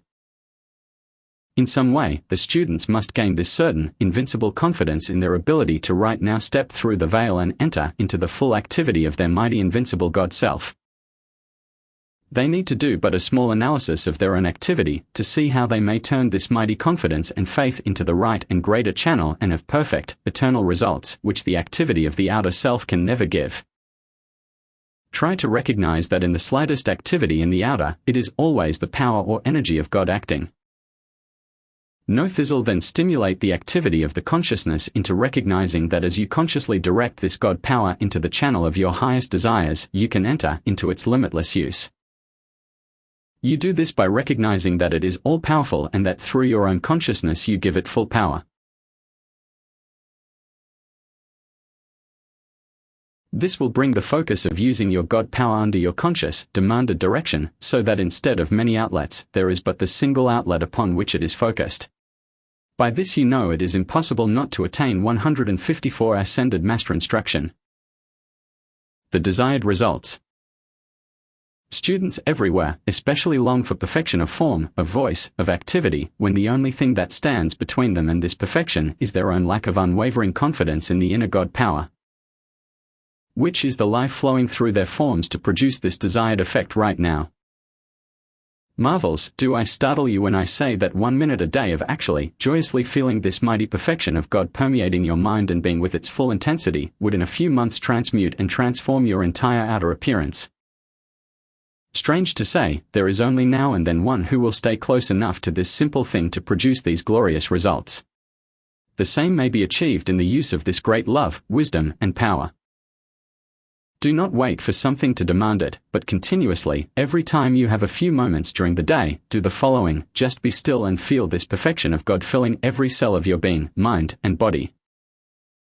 And you will soon see sufficient results to go joyously on until the complete transformation takes place.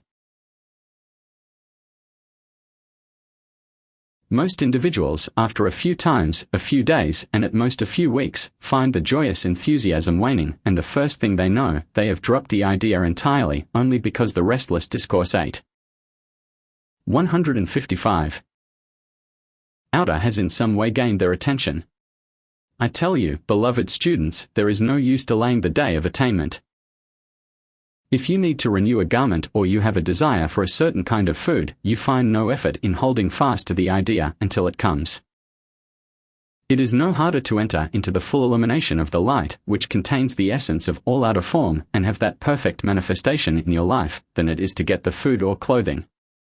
I leave it to you. Is it not a much more worthy effort? Again, let me give a simple illustration. In your schoolwork in the outer life, you are requested to commit to memory a page or a few pages of something. It never occurs to you that you cannot do it. You buckle down to it, and before you can scarcely realize it, it is accomplished. With the same determination, you can restore the forgotten memory that will restore to you great treasures of wisdom. I am determined to get the simplicity of this mighty truth to you in such a manner that the outer is compelled to give way before this mighty presence. It is but a matter of holding fast until you do accomplish it, and of not letting the outer thing switch you off.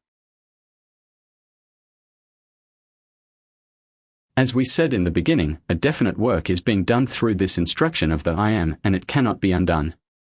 The inner work of releasing the great cosmic light for the blessing of 156 ascended master instruction. Mankind goes on regardless of all outer conditions. This work is not an ordinary thing, and when the students come under this observation, there will be the irresistible power of cosmic light and love drawing them, and the moment they begin to turn right or left away from it, they will find something confronting them. When they would forget the inner glory of their mighty I Am presence for the outer, they will find they cannot do it. You see, the fact is that they have entered into the activity of the great love, wisdom, and conscious power of the mighty I Am presence and the great host of ascended masters, and that mighty activity is all-controlling and eternal. Once the great inner power, which is the mighty I Am presence, starts to act, in reality it never stops. These individuals have said they wanted to serve the great light. It has taken them at their word and goes, "Oh, Mrs. Ballard, might I sometimes serve the great powers of nature by helping to design and create flowers with markings and points of light as part of them?" Beloved Saint Germain, you are touching a memory of what may again be, but also the memory of what has been. Mrs. Ballard, was that on this earth or on Venus? Discourse 8. 157. Saint Germain, everywhere. You may do whatever you wish, and none may say you nay. In contemplating this, you are touching your own divine element. You see, the children of the fire and air of great genius in the creation of flowers, a process which involves the handling of colors. There is a school just behind the veil of human limitations where little children are received and taught. In this school, flowers are created and many things are designed for their education and enjoyment. You teach in this school, and while the verbal instruction is going on, the thought is presented in colors in the most beautiful forms.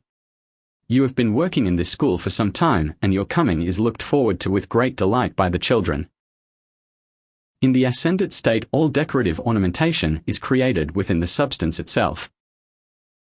For instance, in the building of walls, whatever you determine upon manifests as the finished product, for in the higher spheres of activity, the eternal electronic substance responds as readily to your thought as bread dough does to the activity of your hands on the physical plane.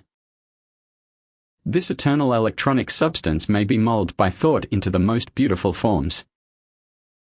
Mrs. Ballard, will you focus the light and 158 Ascended Master Instruction. Power through and around me strong enough for me to be the example of the fulfillment of the law. Saint Germain, much will come forth in the use of certain ones. In this advent of the mighty presence, there will come the demonstrative power to prove the power of God wherever desirable. You and this good brother, Guy W. Ballard, have both felt this for some time past. A certain amount of demonstration in the future will be permitted in order to more clinchingly hold the attention of the earnest student on the great law of the mighty I Am Presence. Every one of God's children, if they have sufficient determination to utilize the great law of God to heal, bless, and prosper all, will find themselves able to do amazing things. It is all a matter of reaching into that presence and the light of the mighty I Am with sufficient intensity.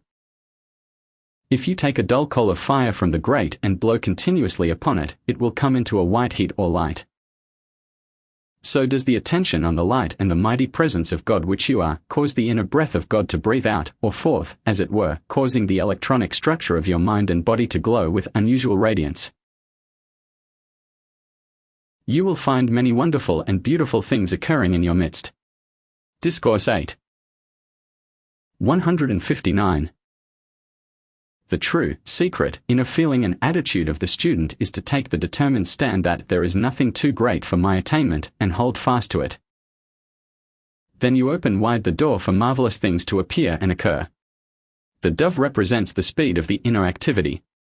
It shows that the true activity is gaining. Contemplate and meditate upon this often. Any ascended master can appear and precipitate this, that, or anything. Say often, I can and do precipitate whatever I want. The inner knows the perfection and has precipitated the outer. Know that you can restore that perfection where it belongs. I never waste time or energy on the inconsistency of human beings. If people want to love their chains, let them have them.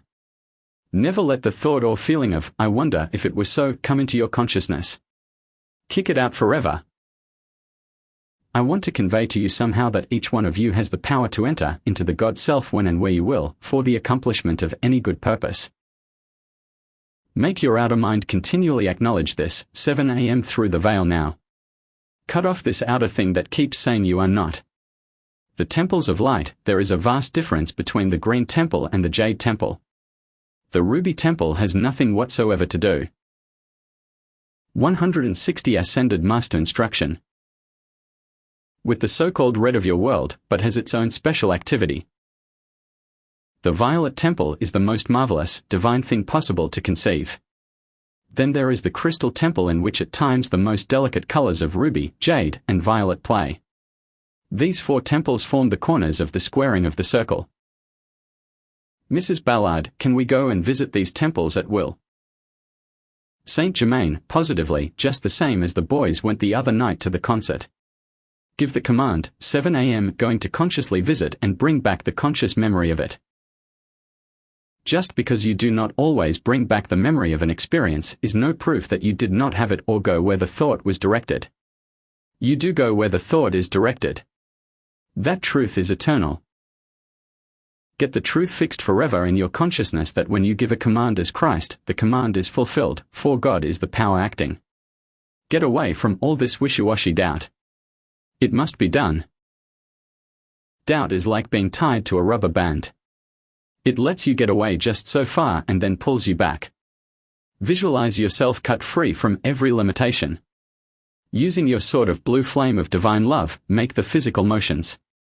Do not allow yourself to get lukewarm about anything. Keep up a joyous. Discourse 8.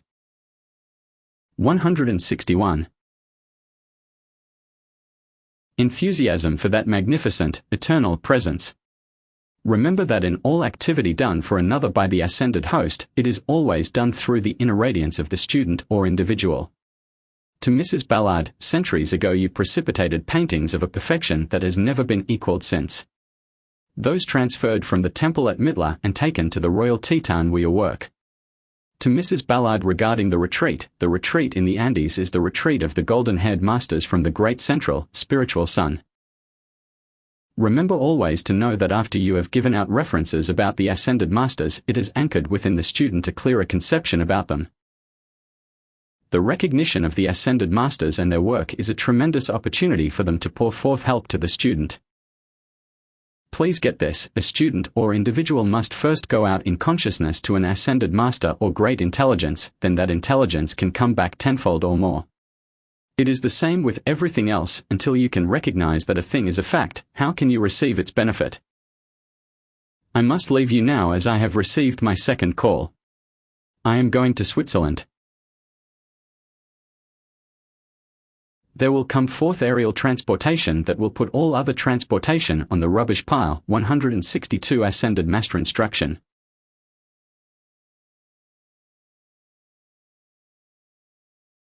So far as commercial purposes are concerned.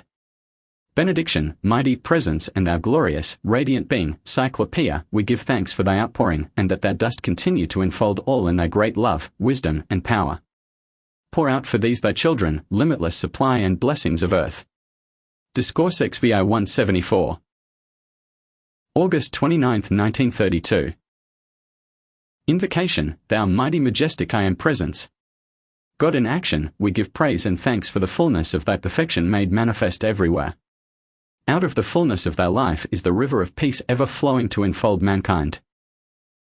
Make these thy children ever abundantly receptive to thy presence. Hold their attention fixed upon thee, for thou art the only eternal happiness. Let thy wisdom ever fill their minds, directing them in the perfect way thou dost wish them to go. Let them feel thy majesty in their consciousness. Let them be conscious that thou art holding them within thy magic circle centered within thy heart, that thy perfect stream of life flows through the minds and bodies of these thy children, and hold their attention ever fixed on thee. Greetings from the great host, the cherubim and the Deva. 163-164 Ascended Master Instruction. The Discourse. Happiness is the great boon every individual is seeking. We find some Orientalists saying that bliss is the ultimate state. It is only another expression for happiness, but is not nearly so potent to the Western mind. To the Western mind, happiness is God in action. To be conscious of seeking happiness is to be conscious of seeking God. No permanent happiness is ever attained except through the adoration of God, the mighty I Am presence, which is within, above, and around the individual. Happiness is a powerful alchemy. It is one of the most powerful purifiers of the human thought, feeling, mind, body, aura, and world of the individual. If the student but believed and would experiment with himself or herself, he would find that he can generate happiness at will. For instance, suppose an outer thing draws the attention and causes some phase of unhappiness. Knowing that God, the mighty I Am presence, is the only source of happiness, then the student's first move would be to turn the attention to the giver of all happiness, and thereby he would tune into the one source from which he is certain to receive. The idea for the individual to follow is that when he feels some kind of disturbance and wants to turn to God, he may do the following and get great help. Discourse 8. 165. From it, get up and go through the motions of taking off a garment that one does not want, and, as you would hold the discarded garment in your hands, drop it into the consuming flame and know that the disturbing element is consumed. Then fix the attention on God, the mighty I Am presence, with the joyous consciousness of feeling and receiving the current of happiness and peace filling the mind and body. With a little practice in this manner, the student will soon be able to come to the point where he or she can draw this great happiness consciously and at will. Every time he does this consciously, he will find that he is gaining strength in the accomplishment and will realize truly that he has the ability to reach into the heart of happiness and there absorb its fullness. This practice is always followed by an expansion of consciousness which is its natural result. The students or individuals who are inclined to allow personalities or conditions that seem unusually close to them to disturb them should watch themselves closely and instantly, when they find the attention is being fixed on the outer consciousness, withdraw it and fill the person, place, or condition with God, the mighty I Am Presence, and declare to themselves, I, through my 7 I Am Presence, consciously fill this person, place, or condition with 166 Ascended Master Instruction. God. Therefore, in my outer consciousness, I positively know that only the right and perfect action is taking place there, toward me and for their success and happiness. With many individuals, the love of family holds their attention entirely too much upon the outer appearances, and when they allow this to be done, they but intensify the things that they do not want. If parents will take this attitude toward their children, there is no personality acting in that one, there is only God in action, then they are doing the greatest thing in their power to help their children. At first, it may require considerable determination on their part to switch the current, but it is really no more difficult than turning the switch of the electric light in your room or pressing the button. The reason individuals find it difficult to do this is because they do not nip disturbing conditions in the bud. They allow a fierce momentum to get going and then suddenly become aware they are in distress, never stopping to consider that they have allowed this thing to build, when by standing guard at the door of conscious creative thought and feeling, they can check it and stop its action in the beginning with little effort. Again, let me refer to the power of free will and choice. The individual alone is the governor and Discourse 8. 167. Chooser of that which he will entertain, and he or she is at all times and forever master of this condition now, because this particular activity requires no special state of growth, but can be done successfully by anyone who will sincerely try. Almost always the admonition to the child starting to school is, if at first you don't succeed, try again. In looking to the light or toward God, the mighty I Am Presence, with sincerity, we cannot fail, because we not only have our own God power surging forth to our assistance, but there are other mighty powers watching all opportunity to help, from whom we do receive unbelievable assistance. Octaves of thought. I think it well to again refer to the octaves of thought, for these exist within the atmosphere the same as the strata exist within the earth. I think it may be wise to define to some degree these octaves. The first we shall mention is the octave of crime, which is the thinnest in spite of all appearances at this time. The second is the octave of hate, considerably thicker. The third is the octave of anger, much thicker. The fourth is the octave of criticism and condemnation, still much thicker. It is the prevalent octave in which a great number of humanity move unknowingly. From this on up, we begin to enter the light, and 168 Ascended Master Instruction. We find the octave of toleration, which is the will to give everyone freedom in thought and speech. Then we enter the octave of joy, where we find ourselves rejoicing exceedingly in the recognition of the God power in us.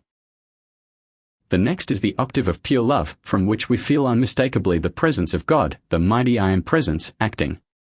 From this we come into the octave of perfect happiness. Whenever we allow our consciousness, which means our thought, feeling, and spoken word, to dwell on the quality of any one of these octaves, we not only have whatever we have generated of that quality, but we open ourselves to the entire outpouring from that octave upon which we dwell. This means the full accumulation of that quality generated by the mass of mankind, past and present. This exists within the atmosphere above the surface of the earth, in which all individuals live and move. This simple illustration will show how necessary it is to govern the thought, feeling, and spoken word and make determined effort to enter into the higher octaves of consciousness.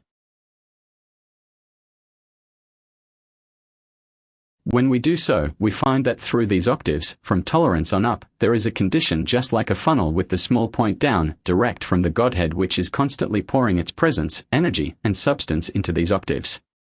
Discourse 8. 169. All octaves below that of love are the creations of mankind, not God, the mighty I Am Presence. Mankind is the only one who attempts to divide God. God, the mighty I Am Presence, never attempts to divide itself. God is all, everywhere present, to everyone who will accept this fullness of the mighty I Am Presence. There is no use of students or individuals feeling that they cannot govern the outer form or the periphery of their thought, feeling, and action, which the body is, for I know positively that they can and must do itl, and the sooner they take the reins, accept their God-given dominion and use it, the quicker they will find true happiness. Already, the human or outer self has too long been the usurper of God's power, feeding the individual on husks and weeds when it might hold the attention fixed on God, the mighty I Am Presence, and receive the nectar of eternal youth and life and move in that octave of perfect happiness. God's perfection, the Garden of Paradise. Regarding children, when children have reached the years of maturity, the greatest thing the parents can do is to consciously place these children in God's hands, which means to release them completely into the protection and care of each child's own mighty I Am Presence and enfold them in the rays of 170 ascended master instruction. Light and love from the heart of the electronic body above the child. Every time the presence or thought of the child is in evidence, rejoice that God's full and perfect intelligence is acting in his or her thought and feeling, governing perfectly all outer action. This will release the child into the presence and power of divine action in a marvelous manner. The anxiety of the parent to the child is, in 90% of the cases, the cause of a wrong action, and especially so from the mother. This is a tremendous truth that is little understood.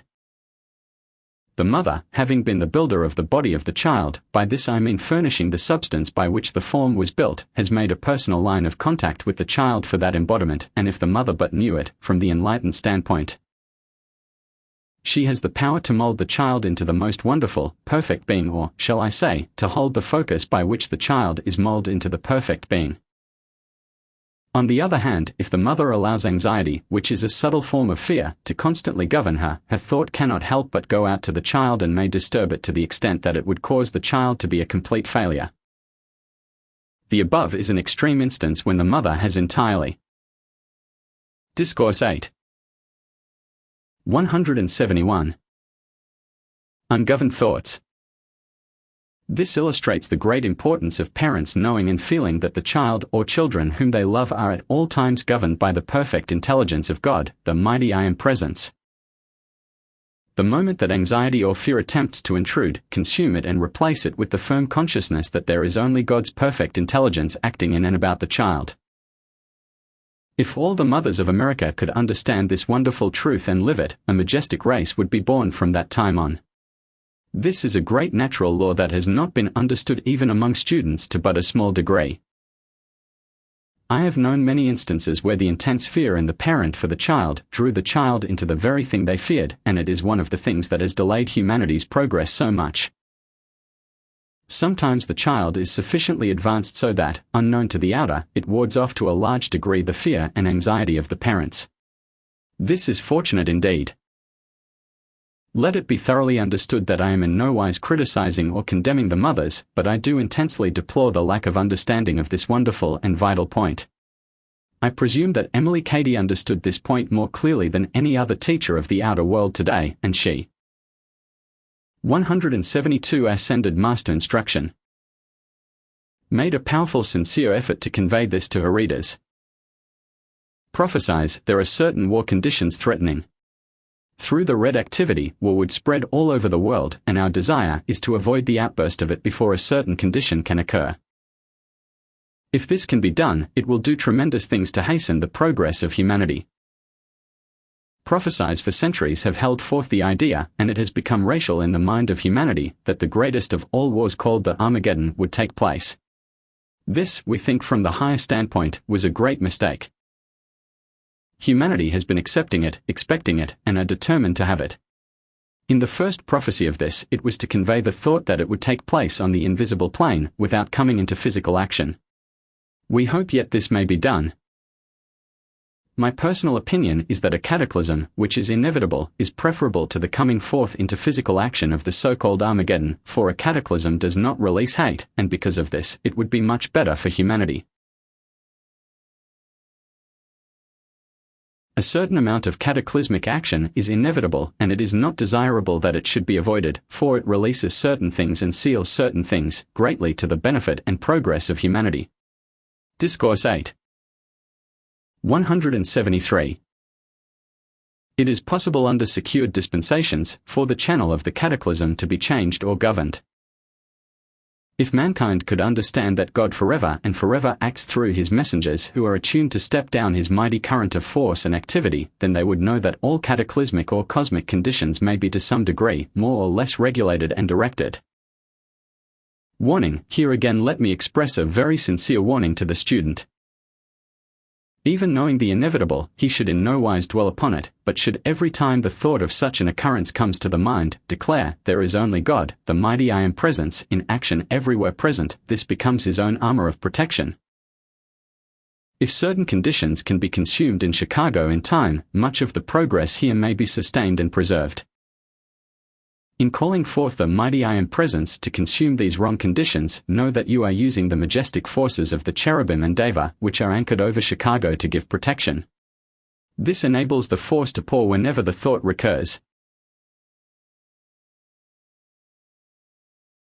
Notes: the principal thing in financial demonstration is to be determined in refusing to accept the idea that money or help is not present. Do not let yourself accept that the thing which you wish to use 174 Ascended Master Instruction is absent. It only has an appearance of absence. You can just as easily find $10,000 in your pocket as 10 cents. Sending and receiving thought, in the case of two individuals becoming attuned, in reality they simply both tune into a cosmic force and it acts. There will come a time when a manifestation of the Ascended Masters will be appreciated and great benefit derived from it. It can then be used with splendid effect and in that case would be justifiable. The intense element of smoking is what we would shun the most, for it opens the door to things we do not even wish to discuss. Benediction: Mighty I Am Presence, Mighty Cherubim, Gracious Deva, we give praise and thanks to Thee and the Almighty Ascended Host for Thy radiation, Thy love, Thy patience in bringing forth the great inner light of these loved ones to serve with Thee. Let all who come under this instruction receive Thy great inner illumination. Discourse 18-186. September 1, 1932. Invocation: Thou mighty, infinite, masterful presence, I am, Thou ascended Jesus Christ, the likeness of which is the master presence within each son and daughter of God. We speak to Thee everywhere. Pour forth Thy radiant majesty through the mind and heart, Thou mighty I Am Presence.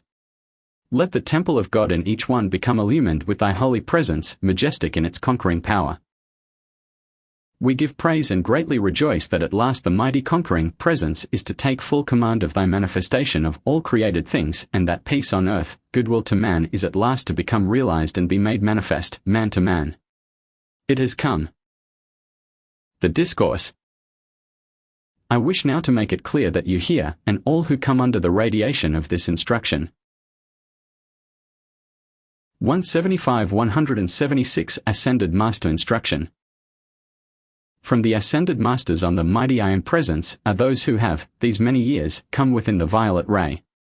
The Ascended Presence of Jesus Christ, which is the I Am in each one of you, is steadily taking full command. Ere long the great mystery of life, which is the mighty I Am Presence, will be revealed in the heart of each one who comes under this radiation. Let no one be deceived. All the great prophecies of the centuries, in fact the end of the prophecies and their fulfillment is at hand, and from the fulfillment of the prophecies, God having spoken through man, will arise the kingdom of paradise, of heaven upon earth.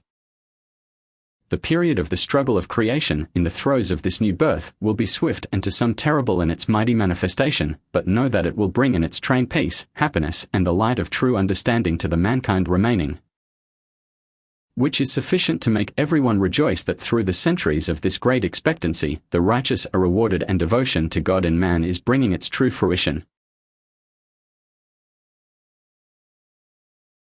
From the passing of the eclipse of yesterday begin the changes of the great spectacle, enormous in its dispensation. While everything moves forward and will continue to move under divine order, yet the Discourses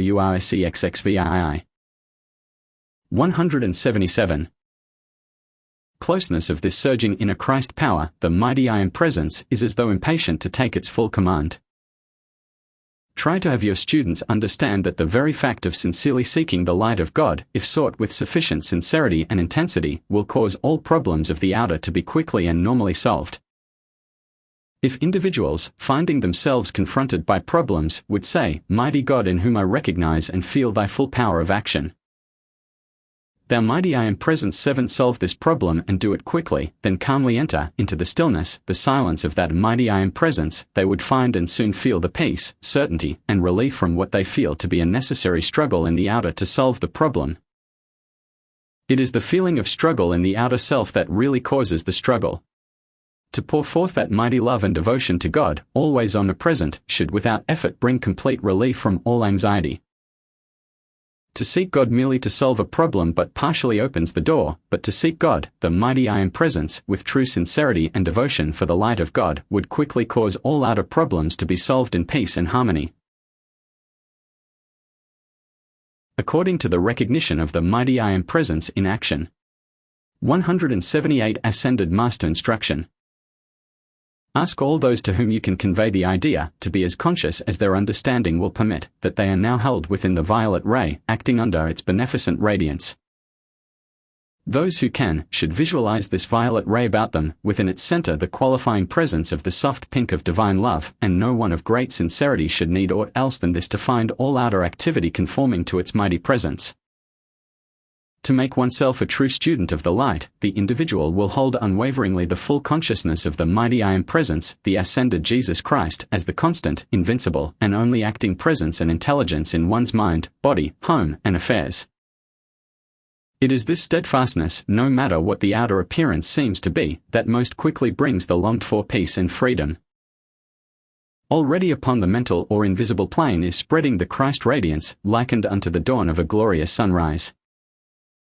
Within a few years the radiance of that sunrise, which is of the great central sun, will ascend into the heavens of its eternal dominion.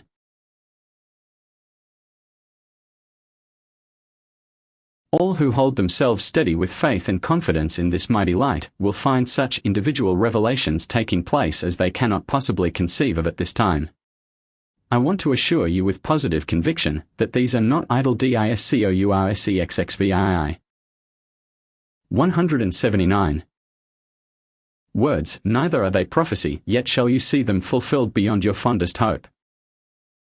Those who come under this radiance, with their determination to receive the light, will find themselves able to say, "Mighty Master I Am presence, speak to me," and they will hear that inner voice as clearly and distinctly as you speak to each other. To those who will listen, I want to assure them that the opening of the 6th seal, which is at hand, will make the comprehension of these mighty inner truths clear in such a manner that the student will marvel that he has been on the periphery of this great truth so long, without more fully grasping its true meaning. Students and individuals should look within themselves and find wherein there have been, unnoticed, subtle things that are binding them. Each one should joyously open his heart to the truth that reveals to him the things which need to be remedied. Any rebellion within the consciousness should be put down as the great offense against God, the mighty I Am presence, so that there may be nothing to interfere with the penetrating rays of this great light. As I have tried to impress upon your minds from time to time, it is not a matter of personalities, but it does mean to enter into the truth and live it. One of the most subtle forms of rebellion in 180 Ascended Master Instruction. The outer consciousness is concerning our little personal habits that we have formed through the centuries. As you pluck weeds from your garden, so should you pluck these habits from the outer consciousness. Pull them out by the roots that they have naught left by which they may grow again. It is my great pleasure to put before you a mighty truth, namely, that those mighty sincere desires of individuals, in some instances where they seem to have been long deferred, may speedily take form, bringing with them their eternal blessing, that is, when they are righteous desires. The earnest student is ere long to know and understand the true meaning of the words of Jesus, "I am the resurrection and the life." Each student should, in feeling him or herself within this mighty violet ray, meditate on this wonderful and mighty statement, 7 a.m., the resurrection and the life now made manifest. Those beautiful souls who have so much loved the flower creation, ferns, and shrubbery, will find such roses and many other flowers new to the earth appearing from now on, which will have such rare beauty that it will amaze and delight all greatly. At first, they will not be conscious of where these came from, but will find them appearing in the midst of their gardens. They will later find that the seed and presence was projected from other spheres. Discourses Vi 181. Than the earth. The lotus and new forms of the lily will come forth with such magnificence, beauty, and fragrance that their very presence will carry a vivifying, life-giving activity to the ones to whom they come. The marvelous change of the climatic conditions of the atmosphere will enable these flowers to be ever blooming, and the gardener and farmer of the days that are coming will find themselves no longer confronted with the struggle against weeds, as has been heretofore. New species of grass will come forth that will make your lawns like a velvet rug, and you will no longer be required to listen to the rattle of the lawnmower. That of which I speak will grow to a certain perfection where it will remain. This is but an intimation of some of the perfection that will be the joy of every sincere student of the light. Many will see some of this perfection, but will still find it necessary to go out and change body to permit the manifestation of their eternal perfection. But they will hasten to return because they will find the earth so like the heavenly world as it now exists, that they will not wish to linger there, but will want to get back into real action, as it were. The time has arrived when it is necessary to give forth some idea of this perfection, for the students who 182 ascended master instruction. Grasp the idea and begin to visualize that beauty surrounding them will hasten tremendously its presence in their life and environment. A very remarkable thing that but a few will be conscious of, is that the apples of this season will possess an essence in their substance which they have not heretofore had. Some other kinds of fruit will have this but in a lesser degree. They are the peaches, oranges, and tomatoes. It would be well if for a time you ate 3 apples a day. This will throw off the sediment in the body without making it apparent. The more perfect tomatoes of this season have also contained this element that is being radiated forth. Question: will the plants of the future be free from vermin? Saint Germain: most assuredly. All destructive force, when it reaches a certain point of activity, will destroy itself.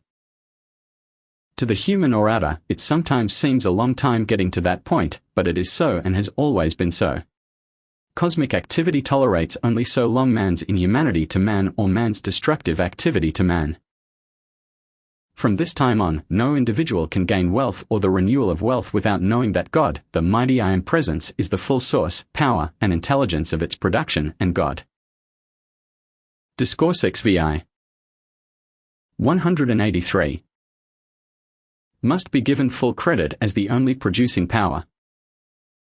No human effort without the presence and activity of God ever amounts to anything. Too long have human beings been the usurpers of that power, and even in the usurping of that power, the time has now come when it will no longer be available to them. Those who want to find peace, rest, and success must feel, and, as it were, throw themselves into the arms of God as a weary child would do to its mother, and their rest in the activity of that mighty inner presence, the I Am. Sanat Kumara's daughter naturally acts under the crystal ray. All of the ascended host at intervals work with Jesus. The name Kumara is a title, so think of it as an authority. The activity of the Kumaras is distinctly different from that of the masters from the central sun.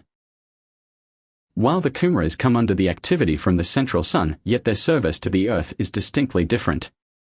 Of all the 7 planets, they are the ones who offered to take the earth under their supervision, under their wing, so to speak.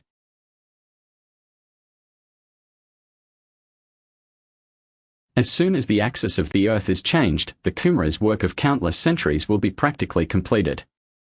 There will be a few years in which they will walk and talk with the students of Light 184 Ascended Master Instruction, who are truly aware of their presence, which will bless the students untold who receive their friendly visits.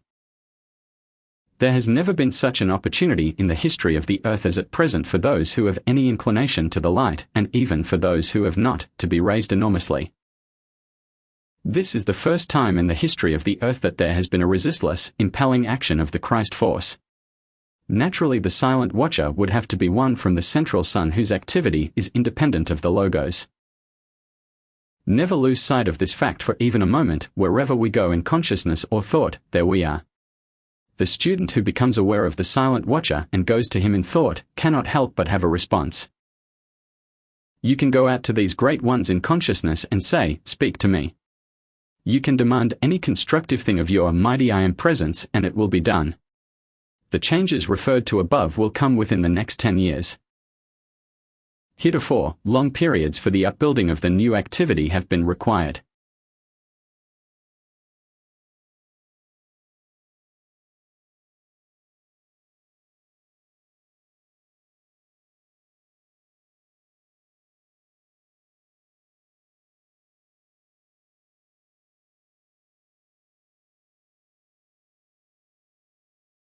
This time, in a few years there will be accomplished what heretofore has required centuries of work, because the mechanical perfection, for those who still require it, will not be lost as before. Following this, there will come aerial transportation that has never discourseXVII. 185. Been equaled on Earth. It will be a still more perfect means of conveyance. The speed will hardly be limited because of the earth currents that make any speed possible. Atlantis had this to some degree, but it will come in its fullness now. Airplanes will be made so all danger will be eliminated. Donald Ballard, where are you going? Saint Germain, I am going home today. My present home is in the Alps. In some instances, the retreats will be changed and are already being transferred from one place to another. This present, coming cataclysm will end the cataclysmic periods of the earth, because cataclysms only come through the destructive influence of the human, and when that is removed, there will be no longer a cause for them. Mrs. Ballard, what should one do to stop a fire? Saint Germain, you could call on the god of fire to consume it, or say, as the Christ, the mighty I Am presence, spread my radiance over it. Or you can command its obedience and visualize the pink light of divine love covering it.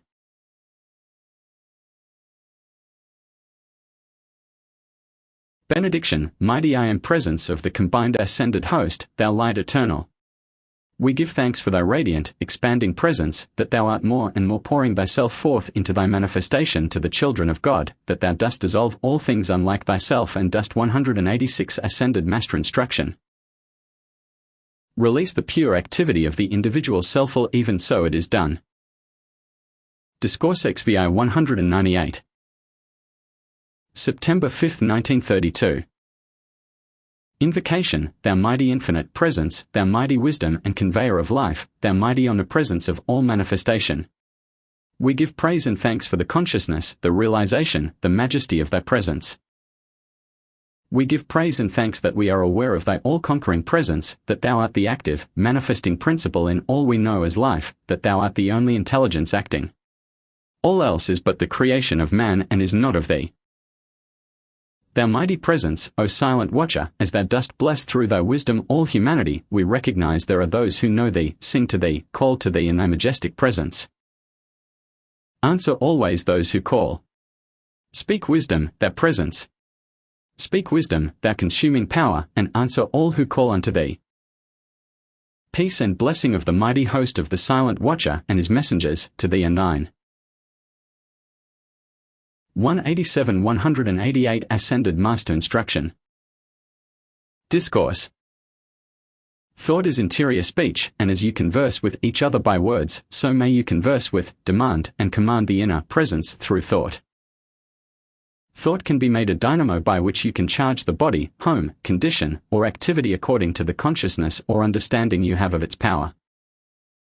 This brings me to one of the vital points for all students, and that is to break the habit of thinking out loud. One has but to watch himself to see how often he is unconsciously expressing the thought out loud. This has to be positively overcome before certain instruction and information can be given. Why? Because this habit of the human is a lack of controlled energy. If the person is in the possession of secret information, in an unguarded moment he will reveal it. I wish each one to take him or herself firmly in hand on this particular point.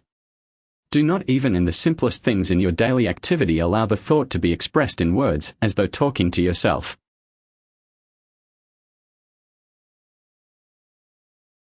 More students have fallen down on this particular point than any other one thing.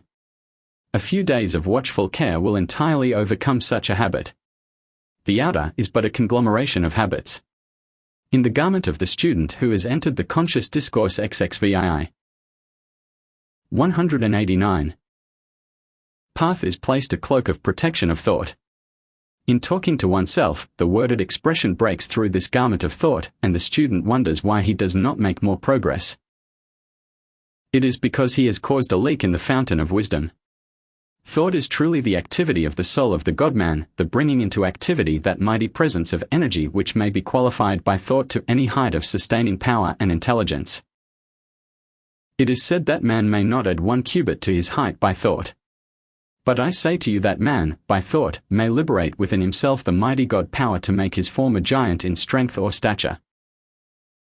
The stature of the human form is to a large degree governed by racial thought, the mass thought being that a certain height is the limit of attainment.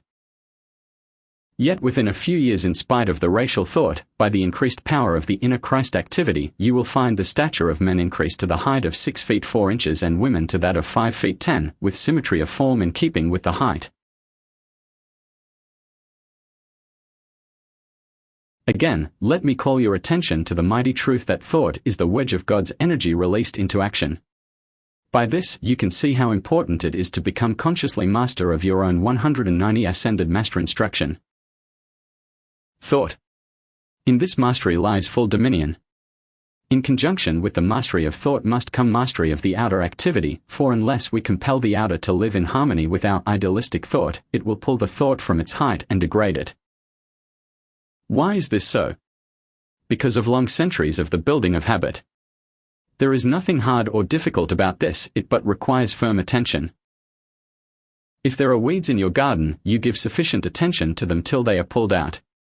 So it is with the outer activity. You have but to pluck out the weeds and leave it clear for the inner presence and essence of God. Let us go a step farther, which may seem a little more subtle and yet is quite as easy, for it is necessary to recognize your thought as the molder of form. If living in the racial thought has permitted or caused the form to express age or infirmity, an inferior expression of that mighty energy, then we know that it has the power to build the form into beauty and symmetry, and to build the perfect brain activity for expressing the highest intelligence. It is vitally important for students to recognize the difference between intellectuality and intelligence. They must understand that the great intellectual development which some acquire and are often so proud of, is but what they have gathered or. Discourse XXVII. 191. Accumulated from without, and it does not have a firm foundation. However, the opposite of this is God's mighty intelligence, which they receive from within. It is the fountain of eternal truth and has at all times an unshakable foundation. The brain or intellect is but the vehicle that this mighty inner intelligence uses. It may be taught through conscious action to express only this inner intelligence. As individuals of free will, we choose which shall act for us, the gatherings of the outer intellect or the mighty intelligence in its full capacity. The outer or human has a peculiar subtle faculty, borrowed, of course, of using every opportunity to cause a leak in the great reservoir of divine energy. For instance, mankind are condemned for the loss of energy through gratification of the sex pleasure, but I say to you, one may lose it just as easily without the outer gratification, where the thought is allowed to dwell upon the idea. It has been said that thought is the cause of all outer activity. I say to you, beware, for a picture of the lower desire may be placed before an individual, and the picture will cause the thought to act.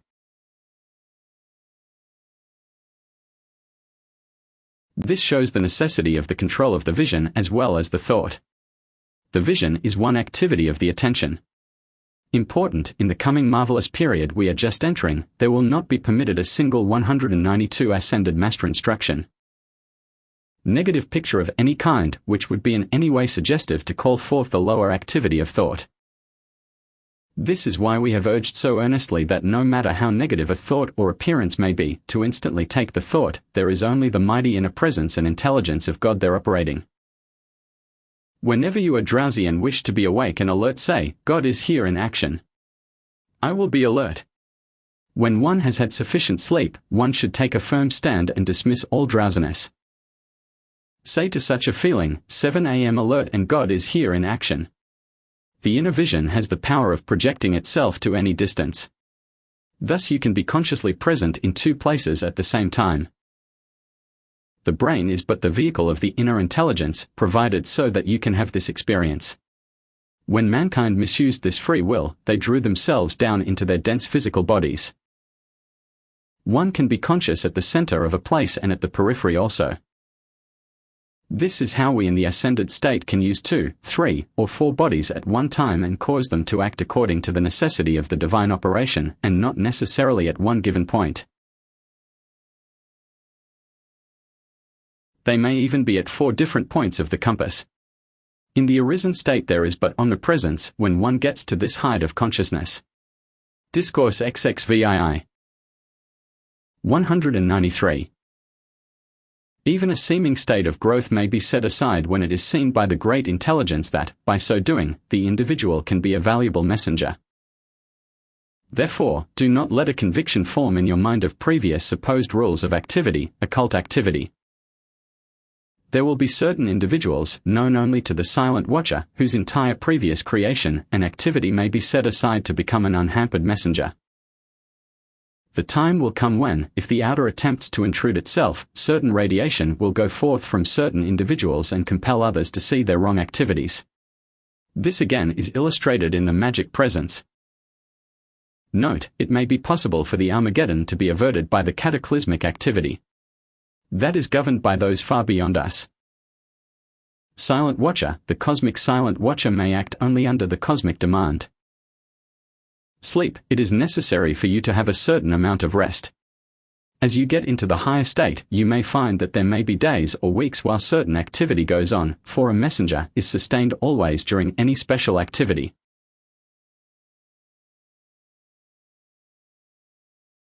The presence during any special activity is always self-sustaining.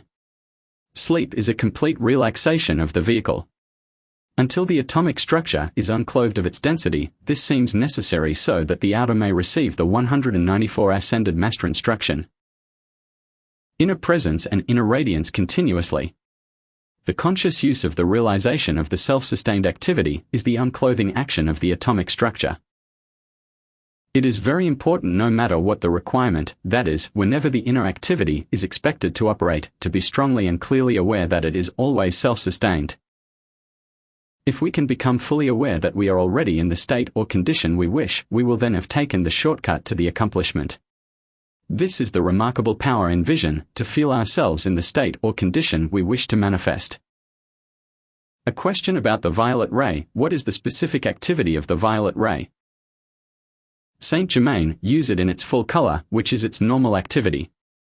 Each ray, having its own dominant, natural activity, still contains each of the activities of all the other rays within itself. The first activity of anything is to become conscious that we have the ability, through the inner presence, to do what we desire to do. Without having the consciousness of being consciously able to do a thing, there is no outlet for it to act. To be conscious of a thing gives it an outlet, and through this it can act. We may use the gold, rose, and blue rays as a cleansing process after the consuming activity of Discourses Volume 195. The violet. In consuming the thought and feeling, when you command as the Christ, the flame takes on whatever color is needed to balance the activity. The inner intent is the intelligent God acting, and is the true motive or inner activity. The atmospheric condition when an arisen master appears, a few hundred years ago, when an arisen master manifested, he many times came with a rumble or hissing sound, from the intensification of the atmospheric condition into which he came. In the presence of an arisen master is an intense force. To a large extent, this has been governed in later years. The atmospheric condition of the earth is much more pliable to the charging by a great presence than it was even 300 years ago, because the vibrations of the earth itself have been raised, making it more susceptible to the inner activity. The great, sudden impact of the great transcendent force on the atmospheric structure caused a concussion, rumbling, or a hissing sound, or flashes of light.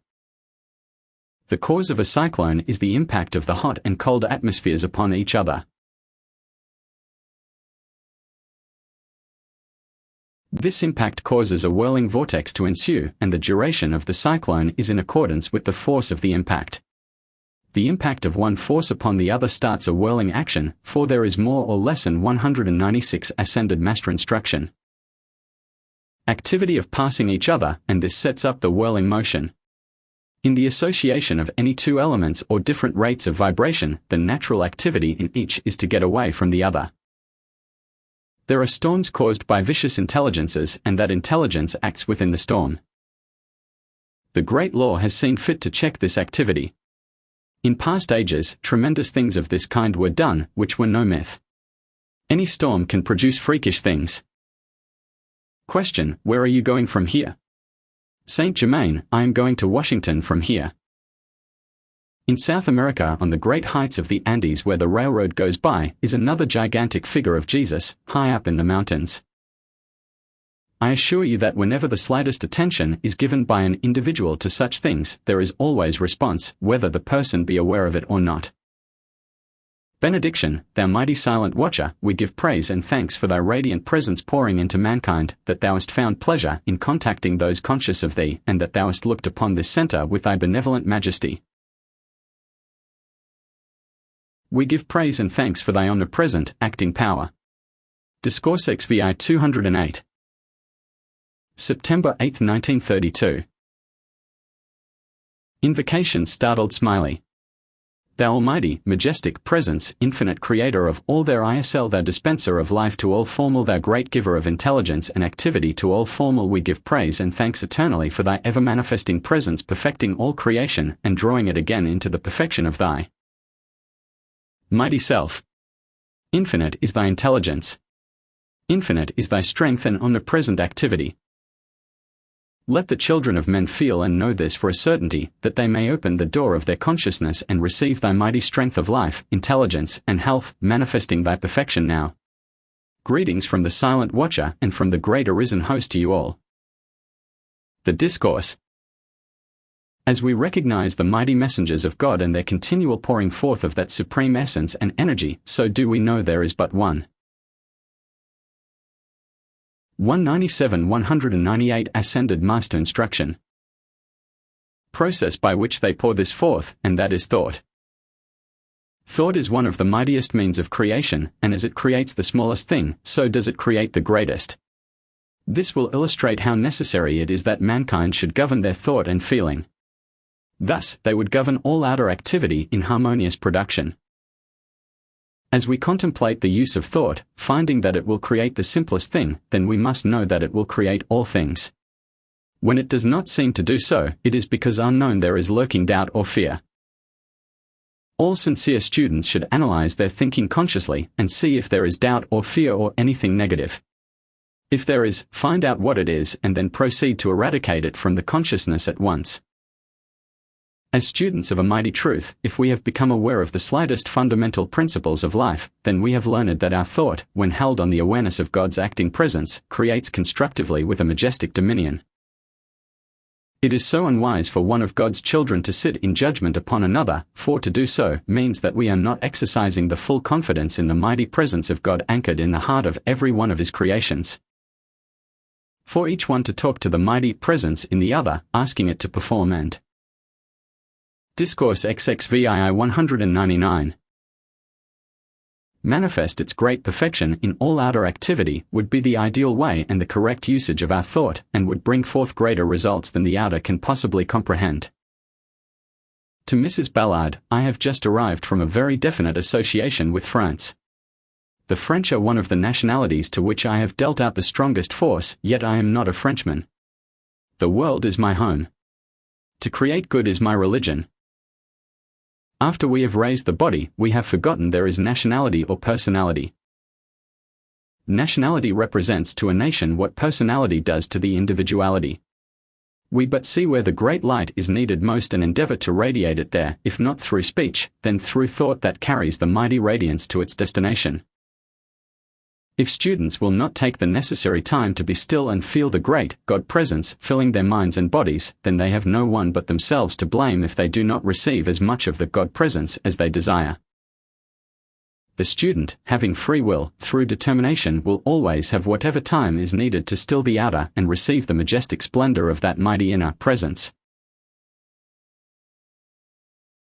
If one who has been physically laboring feels the necessity of rest, that one should first sit in a 200 ascended master instruction comfortable position and, entering into the joyous recognition of God's mighty energy, feel it flowing through his or her mind and body like a mighty cleansing stream. If the students would practice this simple exercise daily, they would shortly come to the place where they could call forth a mighty stream, so that in 3 to 5 minutes they would feel entirely refreshed. The assertion may sound absurd to you, but I assure you the sense of growing tired from outer activity is but a lack of joy in the thing you are doing. It may be something from racial thought or something from an inharmonious condition in the individual. Knowing the body of itself cannot grow tired, then we know the sense of being tired is a lack of joy or harmony in the consciousness somewhere. Naturally then, the first thing to do would be to still the outer and feel that mighty joy and peace filling the mind and body full to overflowing, just like you would see a pail of water full to overflowing, and that radiation would spread to those who need it. The first requisite to the use of exhaustless energy is a continuous happy, harmonious state of consciousness. Most individuals have a mistaken idea that this mighty energy of God is something they have to pump into activity or pull out from somewhere, but I assure you it is likened unto an artesian well.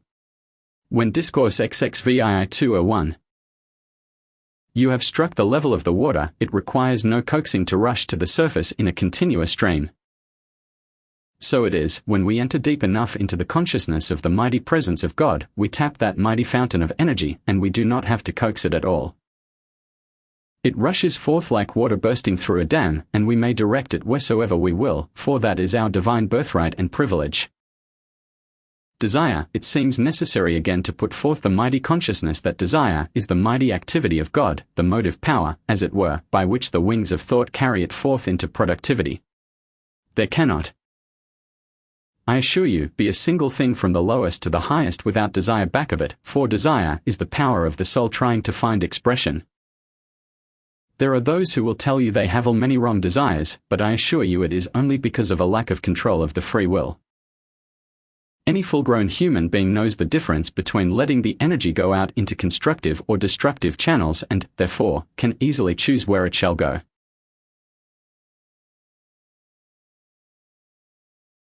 It is so vitally important for the student to have the correct understanding about desire. So much has been said, and falsely, about the supreme ideal being to kill out desire. To do so would be but to come into a state of apathy where you would open 202 ascended master instruction yourselves to all the destructive forces there are when you have a constructive desire backed by its twin sister, determination, knowing that each is but an attribute of God in action. That moment you have loosed the mightiest power for and of achievement. Every experience that comes to the individual serves a double purpose: first, to turn the attention to the only creative source, God; second, to make the individual aware that resting in that supreme consciousness is the solution, instantly at hand, of whatever needs to be known. We do not receive it by throwing up our hands and screaming for help, but by taking the opposite stand and becoming so still and quiet in the outer that there is not a ripple of disturbance upon our consciousness. Then we will quickly find a solution to whatsoever is required. In understanding the mighty power of creative thought, and thought is always creating one thing or another, one cannot help but at once feel a great freedom, for no one can prevent us thinking what we will. In the sincere recognition of the great intelligent God Self, we remove the possibility or power of the outer self of anyone to say or do anything that would be disturbing to us, for so long as we are resting in this supreme presence,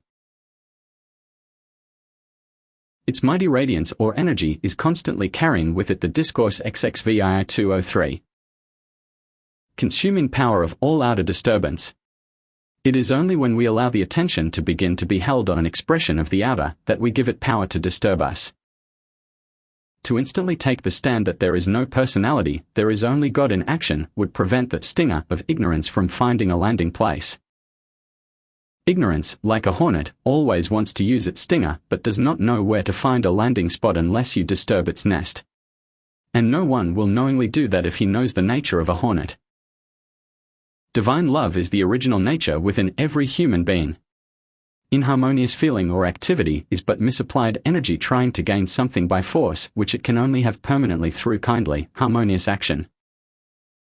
Love. If individuals could only recognize that God's love is the natural motive power of their being, they would see at once how their attempt to use energy not qualified by this mighty power of divine love must necessarily bring them just the opposite results from those which they wish.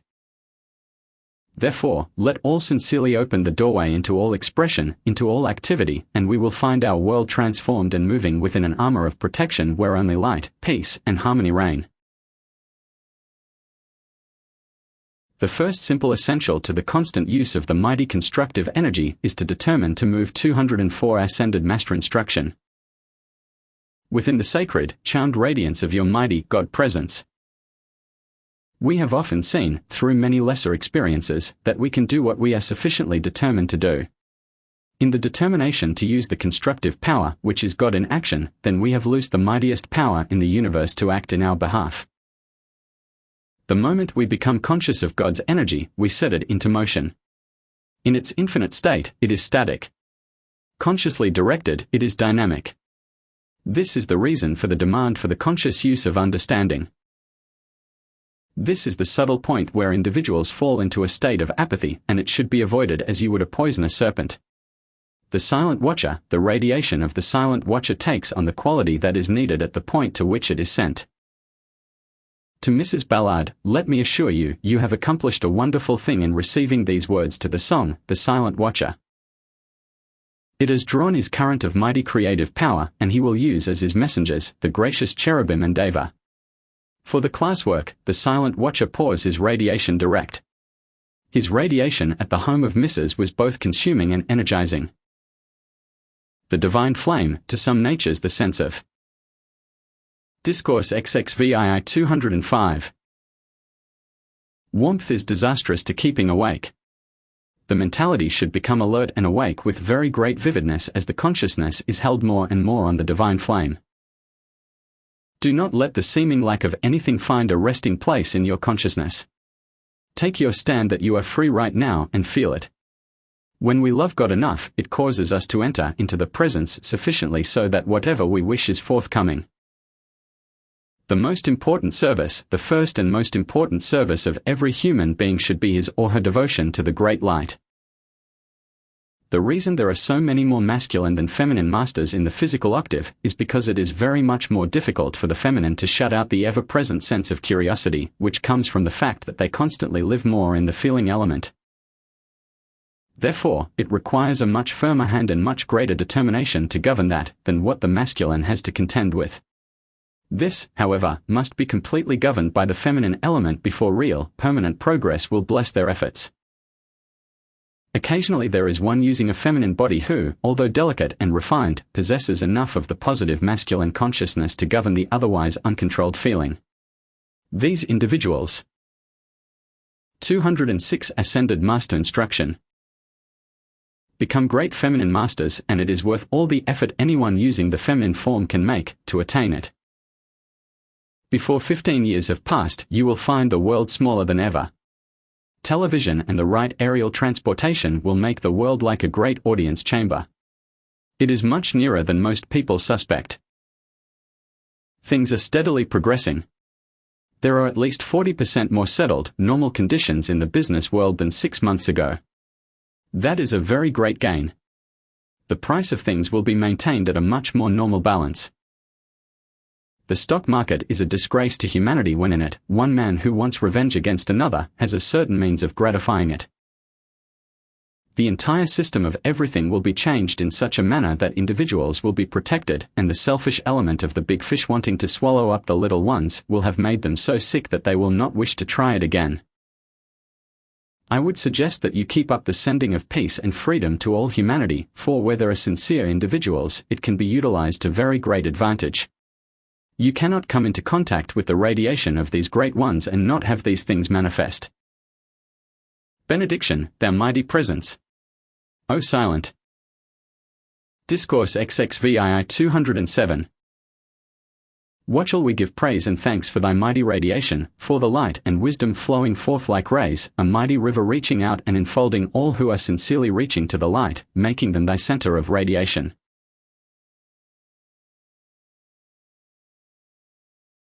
Strengthen thy great and loving messengers to go forth, conquering victoriously in the spreading of the great light to mankind. Draw to them those who can give them great light and the students who can receive that light. Thy love enfolds and thy peace sustains all mankind forever. Discourses VI 2:19. September 12, 1932. Invocation startled Smiley. Mighty Presence, we give praise and thanks, and rejoice in thy mighty radiant presence, that thou hast come forth to clothe America in thy mighty radiant presence and shed thy splendor o'er humanity. We rejoice that the cycles of time have moved forward, and this has enabled thee to come forth from thy secret chamber in the temple of light. Mighty One, in the majesty of thy splendor, peace, and power, look into the hearts of those who sincerely look to the light. Strengthen them, will give them courage. Enable them through thee, mighty God within, to hasten and come forth and be the messengers of the mighty God light. Speak to the hearts of the children of light. Strengthen them to stand and be sustained in thy great splendor. I bring you greetings from the great angelic being who has been caused to look upon this humble effort to give forth light, and who extends. 208 Discourses VI 209. Personal greetings to you all. The Discourse. With the entrance of each great cycle there come certain presiding beings of great import. You will know this presence as a being of great majesty, power, and light, through whom, at the height of all civilizations, has come the power of precipitation of jewels of all kinds and of liquid gold. This presence represents the all-seeing eye to the earth. Your request to know more of the great being has been granted.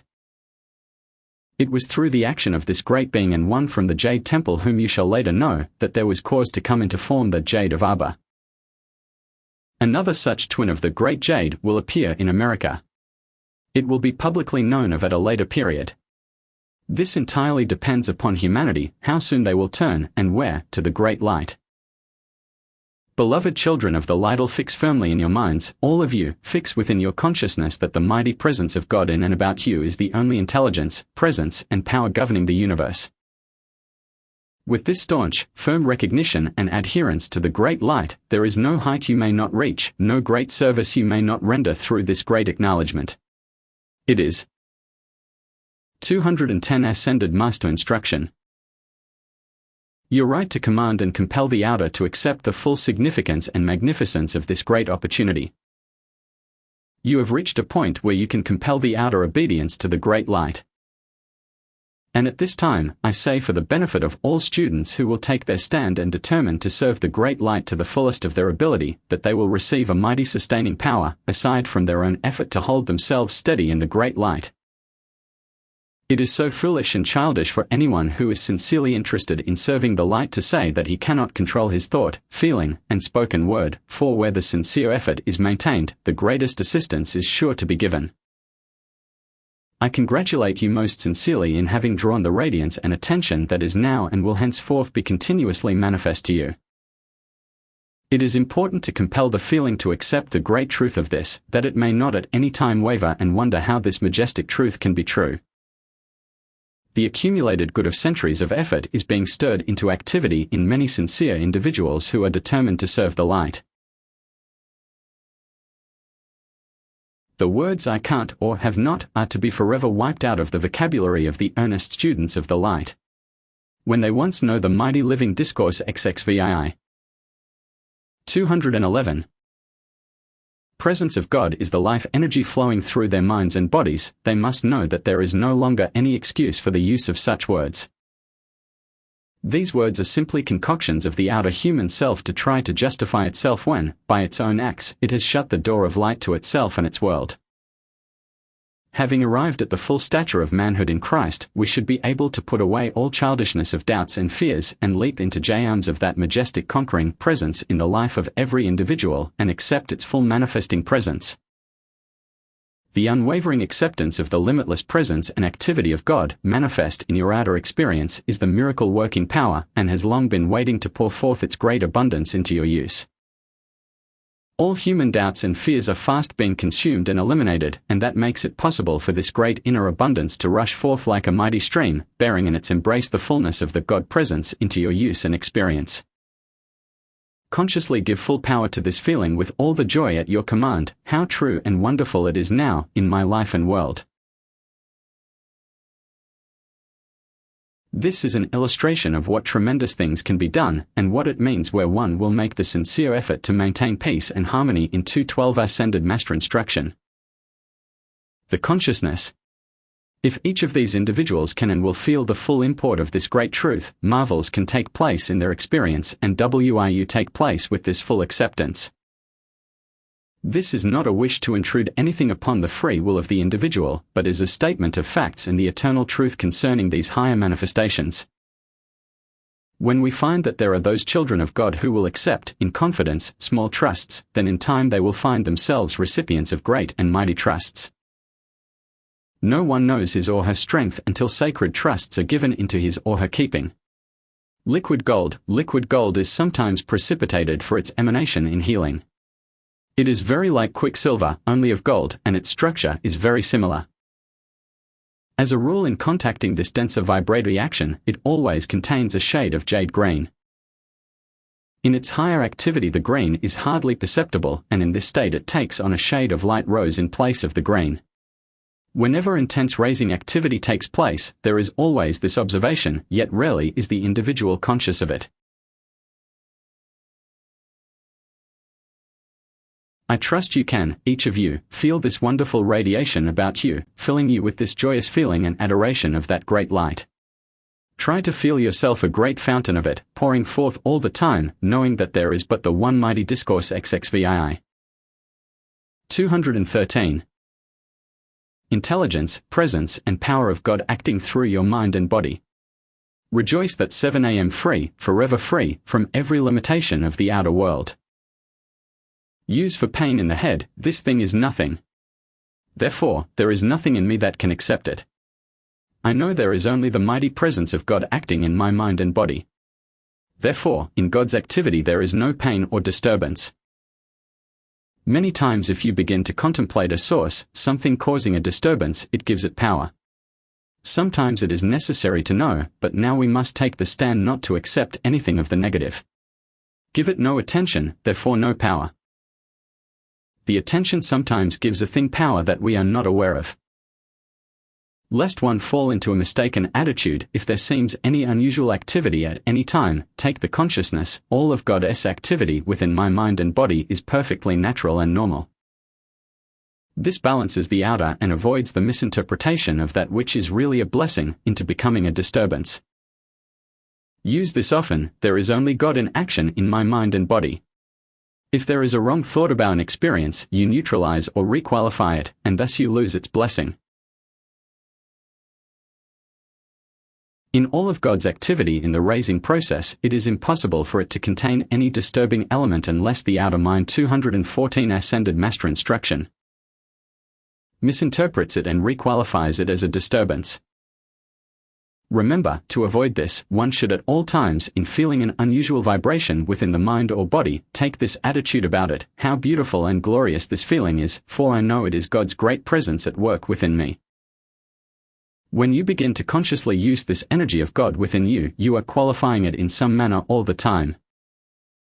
So it behoves the student to awaken to the fact that he cannot take anything for granted, for he is supposed to qualify whatever passes through the consciousness. This is why we suggested some time ago the use of a mighty truth: there is no personality. There is only God in action. At that time we did not think it wise to give this explanation. Question by Mrs. Ballard: the idea conveyed by mythology that there were, at one time on this earth, any such beings as the Cyclops is a mistake, is it not? Saint Germain: at no time have there ever been beings with the Spirit of God within them, with but a single eye. Such an idea was a distorted view concerning the former state of those beings who still retained the full function of the third eye or inner sight, like the X-ray. The all-seeing eye is the right conception of this state. There was a time when those which are known Discourse XXVII. 215. Today as the pineal gland and pituitary body were one. They were the all-seeing eye. The skull or brain structure, which was of denser substance, was in no wise any obstruction to the use and activity of this inner eye that really looks in all directions. To the all-seeing eye, no form is an obstruction to the vision. At all times the all-seeing eye has the form of an eye as you know it today. The greatly dimmed activity of that function, even today, causes you to sense a presence behind you as well as ahead of you. At this previous time as the soul DRPW into denser form, it required the activity of an arc, as it were, by which the two activities in conjunction step down the activity of this inner vision. This sparking broke the image of the vision, the same as an arc breaks up the current, and instead of a steady flow, it was in intermittent jumps. This causes the present intermittent activity.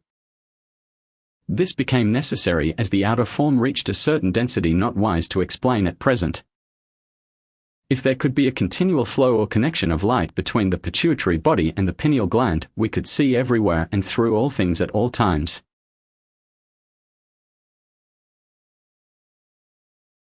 This is really the inner sight. This would be the same activity as when they were one, or in other words, unite them into their oneness again.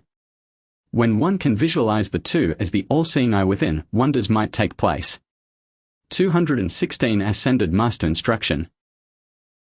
The child with the X-ray eyes, in this case the pulsation between the pineal gland and the pituitary body has become so frequent that the flow is almost continuous. In all forms where the power of the all-seeing eye is used, the shape of the human eye is retained as we have it today. In any thought of this, think of it always as the all-seeing eye, complete, in the top of the head, taking the place of the pineal gland and pituitary body, or as having these two organs within it. In this eye within is the perfect, eternal sight of Almighty God.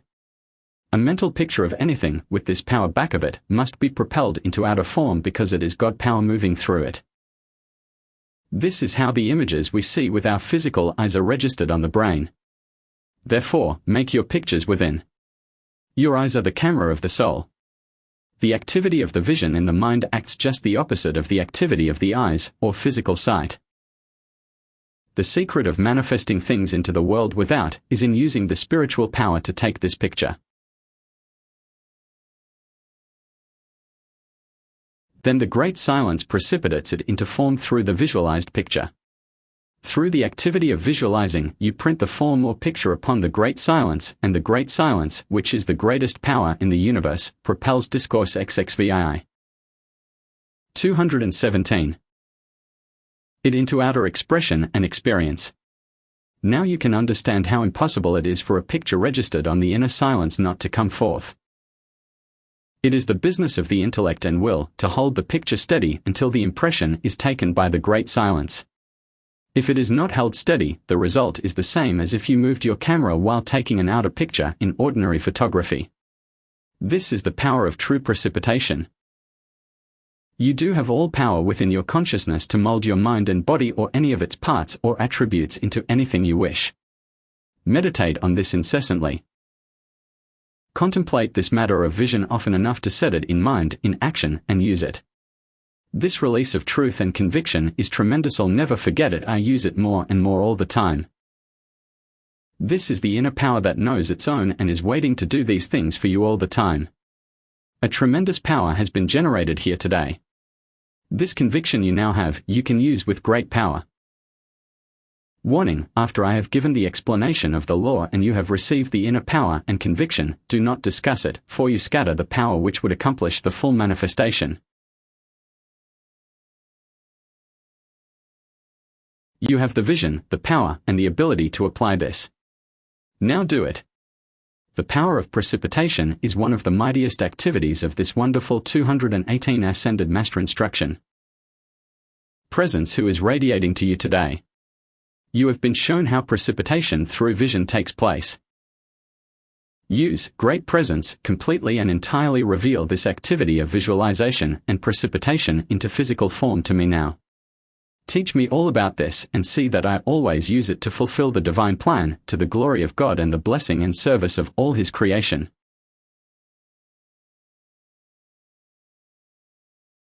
Benediction: Thou mighty Presence, we leap forth to Thee in great devotion and recognition of Thy presence with us.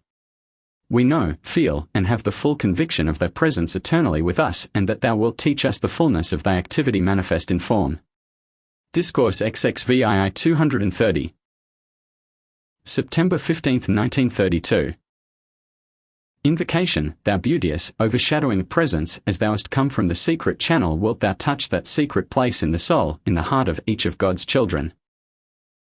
Strengthen, encourage, and lift them into the embrace of their own God self within, who through the centuries in infinite patience has watched over them, sustaining the outer form, which is gaining its great freedom from personal limitation. We give praise and thanks for thy overshadowing presence in America, governing every one on its surface and holding thy children in its embrace, making each one thy great messenger, to heal, to prosper their own world and America. O thou precious jewel on the brow of the great God presence, may thy scintillating, prismatic colors shine forth like the mighty rainbow of promise in the sky, filling the children of men, causing them to stand to the light eternally and be bathed in thy lifting radiance.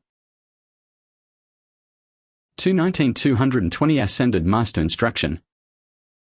Greetings from the great HBST, from the great radiant presence, Cyclopeia, watching in his mighty transcendent power, lightening the burdens that otherwise would rest upon some of the children of men in the coming readjustment of things. The Discourse. Oh, that individuals might center within and feel that great presence, the giver, the preserver, the solver of all things, that they might consciously anchor within that great presence with such certainty and assurance that doubts and fears could not beset them, enabling them to steadily rise in that great eternal victory which must sometime, somewhere be accomplished. I thank you exceedingly for the two pieces of music that are most useful to us for the attunement to the great height and for America whom we wish to bless. I would be pleased if those who are in complete harmony with you would hold that the individual who can best serve the Christ alone will be made president of the nation.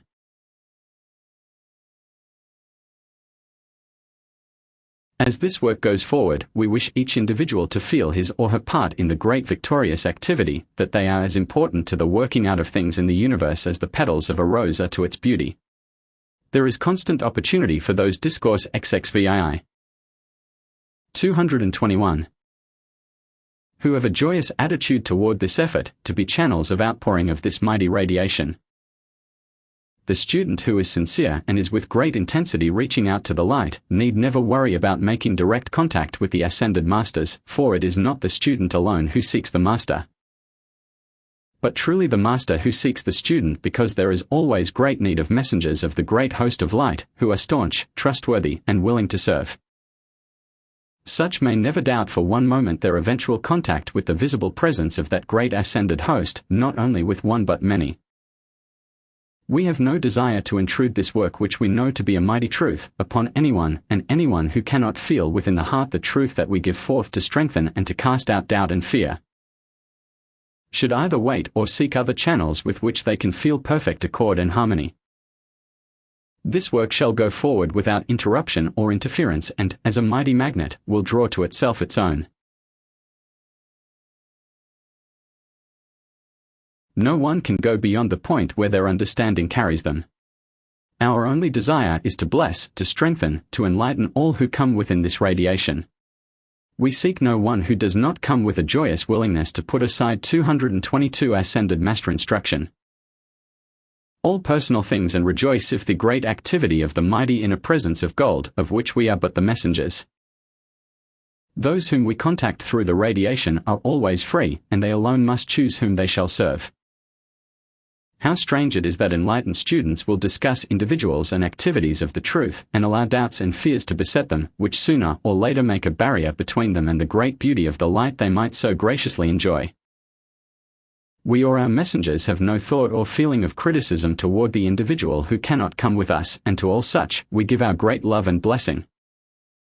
But this work we are doing must stand free from criticism, fear, and doubt, in order that what we are accomplishing may be done with the least outlay of energy and without unnecessary strain upon our messengers. Students, through the drawing power of the outer, allow themselves to discuss this presentation of the truth with those who know nothing about it, many times causing an obstruction to their own beautiful acceptance of this expression of the light. Each should know for the other that there is only the mighty presence of God in action in each one, in their speech, thought, and action, then they would avoid the subtle pitfalls that Discourses VII. 223. Are but breeders of disturbances. God in them. Show them the light unerringly. You might also know concerning the political activity that God's mighty love governs every channel of activity in this coming election, and God's mighty presence silences all outer action and expression, allowing the truth to manifest in its fullness. Cyclopeia especially wishes to utilize it as the outpouring of that mighty radiance to America and to her people. Calmly and silently know that the mighty radiance is spread over the entire country, touching all hearts and raising them into the receptivity of that mighty radiance. There has been an attempt to turn the tide against justice, and we trust this will prevent it.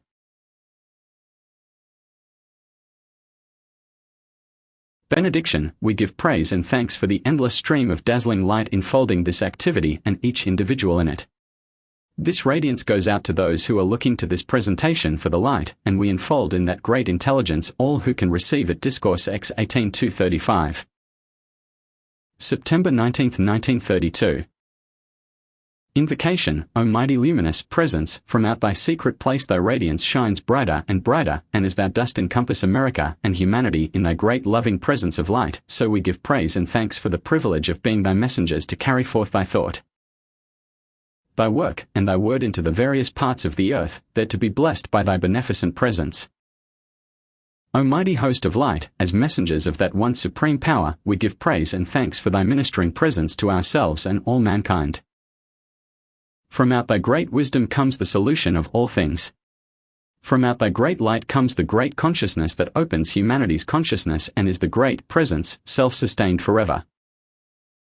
Greetings and love from the great host for establishing conditions in which they delight. There is a 224 Discourse XXVII 225 difference between musical peace and ordinary peace, as we term it. This music is harmony of the spheres and carries much higher and farther than other activities, except where the thought is sent, propelled, by conscious dynamic force. The discourse. The old seeming myths and legends were far more true than the humanity of today are willing to acknowledge. The gods and goddesses of the olden times were greatly enlightened beings whom the humanity of that period looked upon as too superior in wisdom and light to ever dream of becoming like them.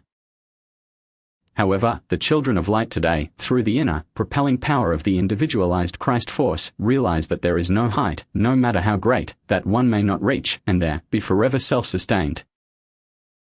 Reminder, I wish again to call your attention to what was given last week on visualization and ask that you read it daily so that you get the true conception of visualizing.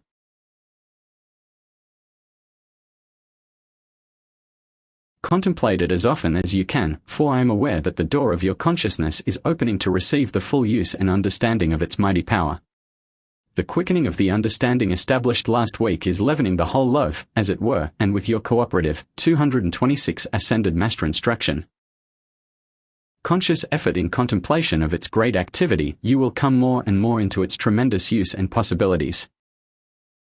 The activity of the light is consciously drawn about you, and the radiation that goes forth is reaching a point of saturation, chemically speaking, at which its radiance runs over, as it were, like a pail of water filled to overflowing. This becomes a fountain of ever-pouring light, illumination, substance and power governed by wisdom enfolded in its cloak of divine love.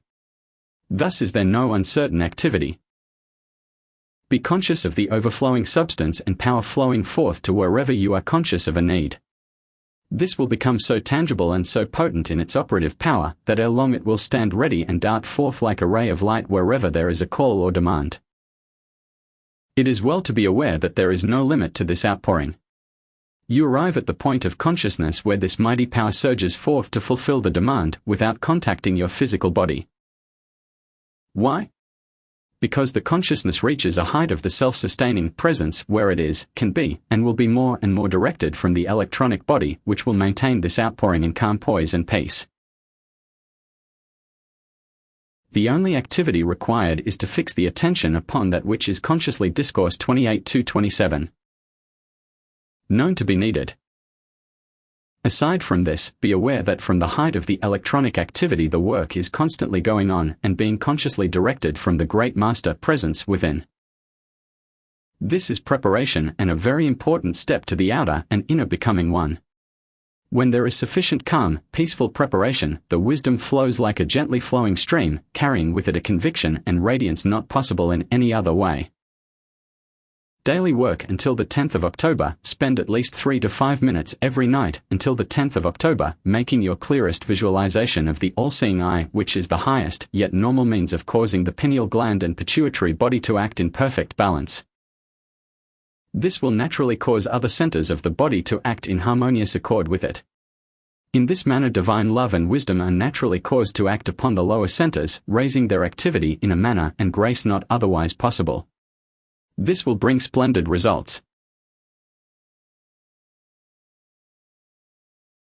Each student should, for 5 minutes in perfect quiet sometime during the day, claim the full power of perception and its full activity in his or her life and world. This will enable everyone to have insight and foresight concerning their activity and affairs. 228 Ascended Master Instruction, which are activities that all students need and really crave very much. One should contemplate that one has right now the full God power of projection and precipitation and the power of molding and manifesting the inner substance into whatever form is desired. This may be applied by all of you. Here is a secret not conceived of or known except in the retreats, which is an exact opposite of what is ordinarily understood from the general activity of the outer. When the inner has raised the outer to a certain point of recognition, the outer begins to rejoice exceedingly in its cooperative action. From this point on, the conscious effort to hold fast to the joyous desire to act within the magic circle makes it far easier than I can explain to you in words. Several of you are reaching this point, for which I rejoice with you. Warning: each one of you should take a firm, determined stand that no thought of criticism, judgment, or condemnation should at any time find lodgment in your consciousness. I am enfolded in the mantle of the Master Christ, therefore I maintain my thought, feeling, and words free from all criticism and judgment. This maintained will open doors of wonderful light and activity. With this, take the stand that when you have done the best you can for an individual through instruction or Discourse 28-29. Radiation or both, you place that one in God's hands and insist that your outer self remain free from the contemplation of the subject. This will give a power, activity, and use of the inner presence that will many times amaze you. Hints to the group: we feel greatly encouraged over the unusual harmony manifested within the individuals yesterday. If this great loving, joyous feeling of one student to another and to their instruction is maintained, wonders may occur at any time in their midst. Several have sought the visible presence of one or more of the ascended host. This attitude maintained might enable such a desire to be fulfilled for the group. If each can enter joyously into the acceptance of this idea, it will be well indeed. In contemplating the use of the true vision, let each one demand of his or her inner self unwavering conviction in its use, for when the vision has placed the picture desired within the great silence, it is positively certain to be propelled forth into visible form, the moment it has registered there with sufficient clearness.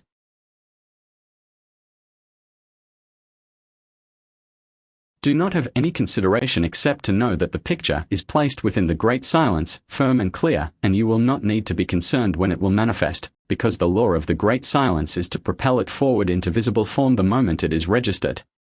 230 Ascended Master Instruction.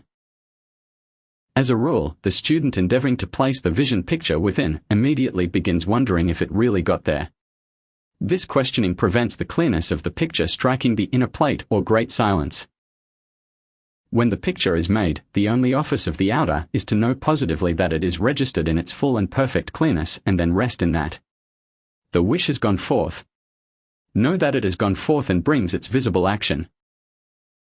The disappearance of animals from earth, one of the most amazing things perhaps in all manifestation, is the tremendous power that the love of an individual has to lift the consciousness of an animal, as is so beautifully illustrated in Unveiled Mysteries. It is a beautiful illustration of how the intense love of mankind for animals will soon remove all animals from the outer expression.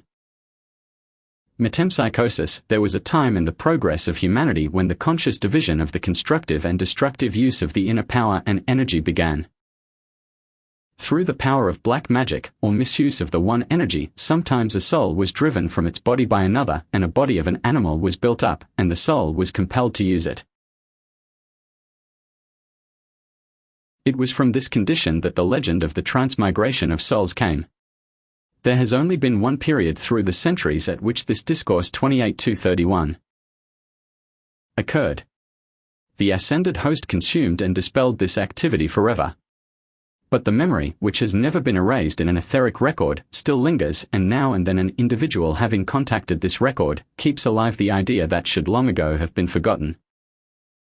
Dominion over the body, people can, if they will only realize it, talk to the organs or parts of the physical body just like they would to a child from whom they wished obedience. They can say, now you get into perfect normal activity and see that you maintain it. During the time that the life is maintained within the form, there are innumerable little workers whose duty it is to rebuild the atomic structure of the form and maintain it in perfect order. Again, one can say to that part of the life activity, see that my body is supple, perfect in form, and beautiful, that my hair, eyes, and every part of me glows with the light of the inner activity. The fact and eternal truth is that the consciousness is absolute master of every activity of the body and can mold it into perfect activity and form.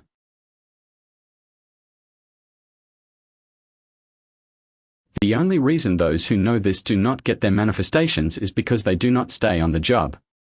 If a disobedient child were destroying something beautiful and valuable in your home, you would certainly put a stop to it. The time has come for you to 232 ascended master instruction. Do permanent work OIR your bodies. The work of repairing and perfecting the body is done through the electron. Say to the intelligent workers in your entire body, get to work and see that every particle of this structure is replaced with God's perfection. Do this especially at night before going to sleep. Realize that you are setting to work intelligent beings who obey you. The consciousness must be impressed upon the workers that the perfection is permanent. The electron is a focus of perfect energy from which the workers draw their perfection. Instead of knowing that everything we place within the body is God's pure substance, most of us have the idea that some of God's substance can be harmful. The idea that any of God's substance is naturally harmful and inharmonious to man is absolute nonsense. To meat eaters, the reason that flesh food does not belong in the human body is because there is a certain animal quality in the natural structure of the flesh, and this automatically acts from its own trained environment of activity. Question: what causes the change in desire for food? Saint Germain: it comes through the raising of the consciousness, and this quickens the activity of the atomic workers. Discourse 28-233.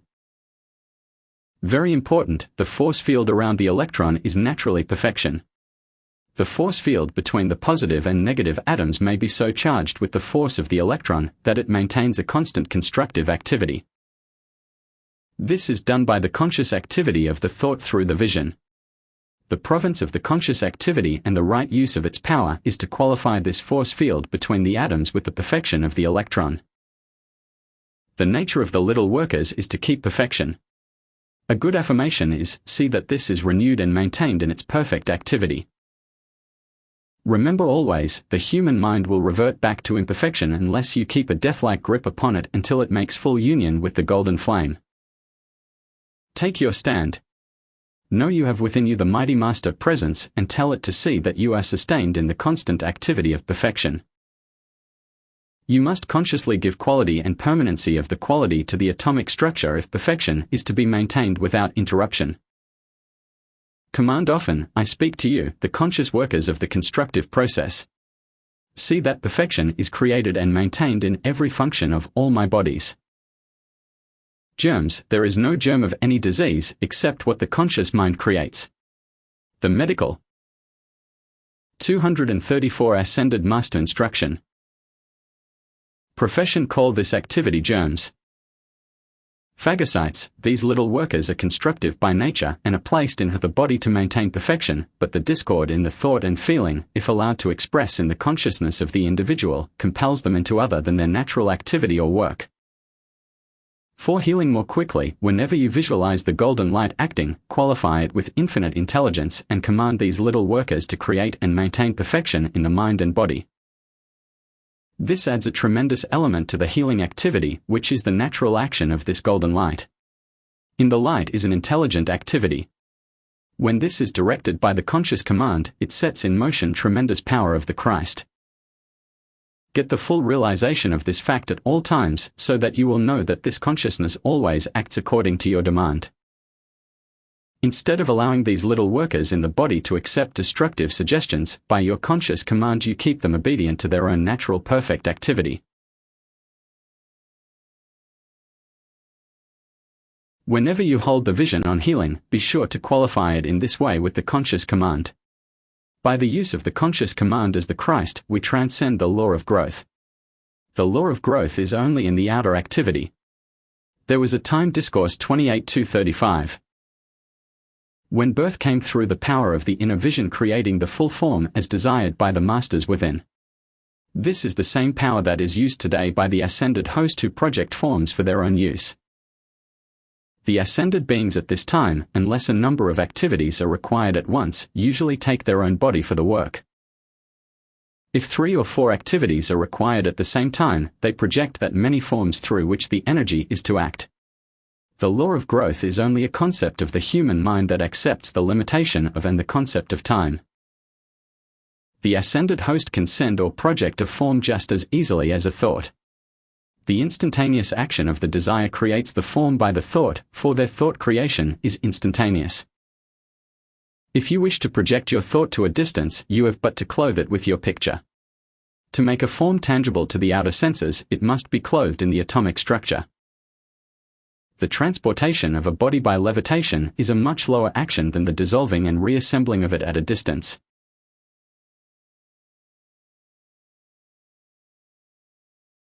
The latter is a much more rapid process. The manner of transporting the objects from the temple at Mitla to the royal Teton was by the disassembling process. This was the method used for all in the retreat except the portraits.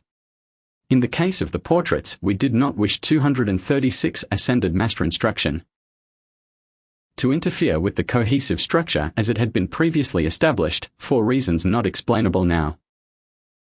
In passing through solid objects, things are disassembled and reassembled on the other side. In this way we keep the inner blueprint intact and reassemble the article again according to that perfect pattern. Benediction, thou mighty infinite presence, we give praise and thanks for the clearness of thought and understanding today, and that thy mighty intelligence is now acting in the minds and bodies of these thy students, eternally sustained in its fullness and activity. Discourses Volume 248. September 22, 1932. Invocation, by the sign of the heart and head, which is thy symbol of love and light, we greet thee, O silent watcher. In the depths of thy great peace and silence, we reach forth and receive thy mighty radiance filling our lives, homes, and worlds with the conquering activity of thy mighty presence. Out of the fullness of thy active presence comes the quickening cooperative action of the outer and inner life into full expression in the life of each one. We offer eternal praise and thanks for that eternal contact with thee, and that we know that evermore thy master presence is giving of itself every assistance required in maintaining the perfect contact with the mighty God self in each, so that we may live, move, and reap the great reward of eternal peace, eternal vigilance, eternally receiving that great light more strongly each day in our lives. 238 Ascended Master Instruction. The Discourse. Within the consciousness of each one is that eternal vigilance on guard which warns the outer to refrain from anything that would create destructive activity if the individual will only listen to its prompting. For any student to yield and lower himself to vicious gossip is a violent retarding process to his or her growth. It matters not what may seem to be the appearance, no one shall sit in judgment upon another.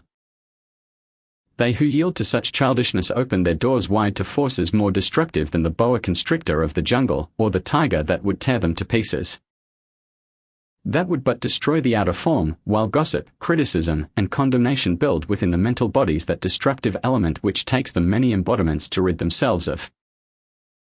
If students receiving these instructions cannot resist the vicious onslaught of these accumulated elements, they should withdraw from the classes until such time as they can conquer themselves and are able to send love, peace, harmony, and goodwill to one another.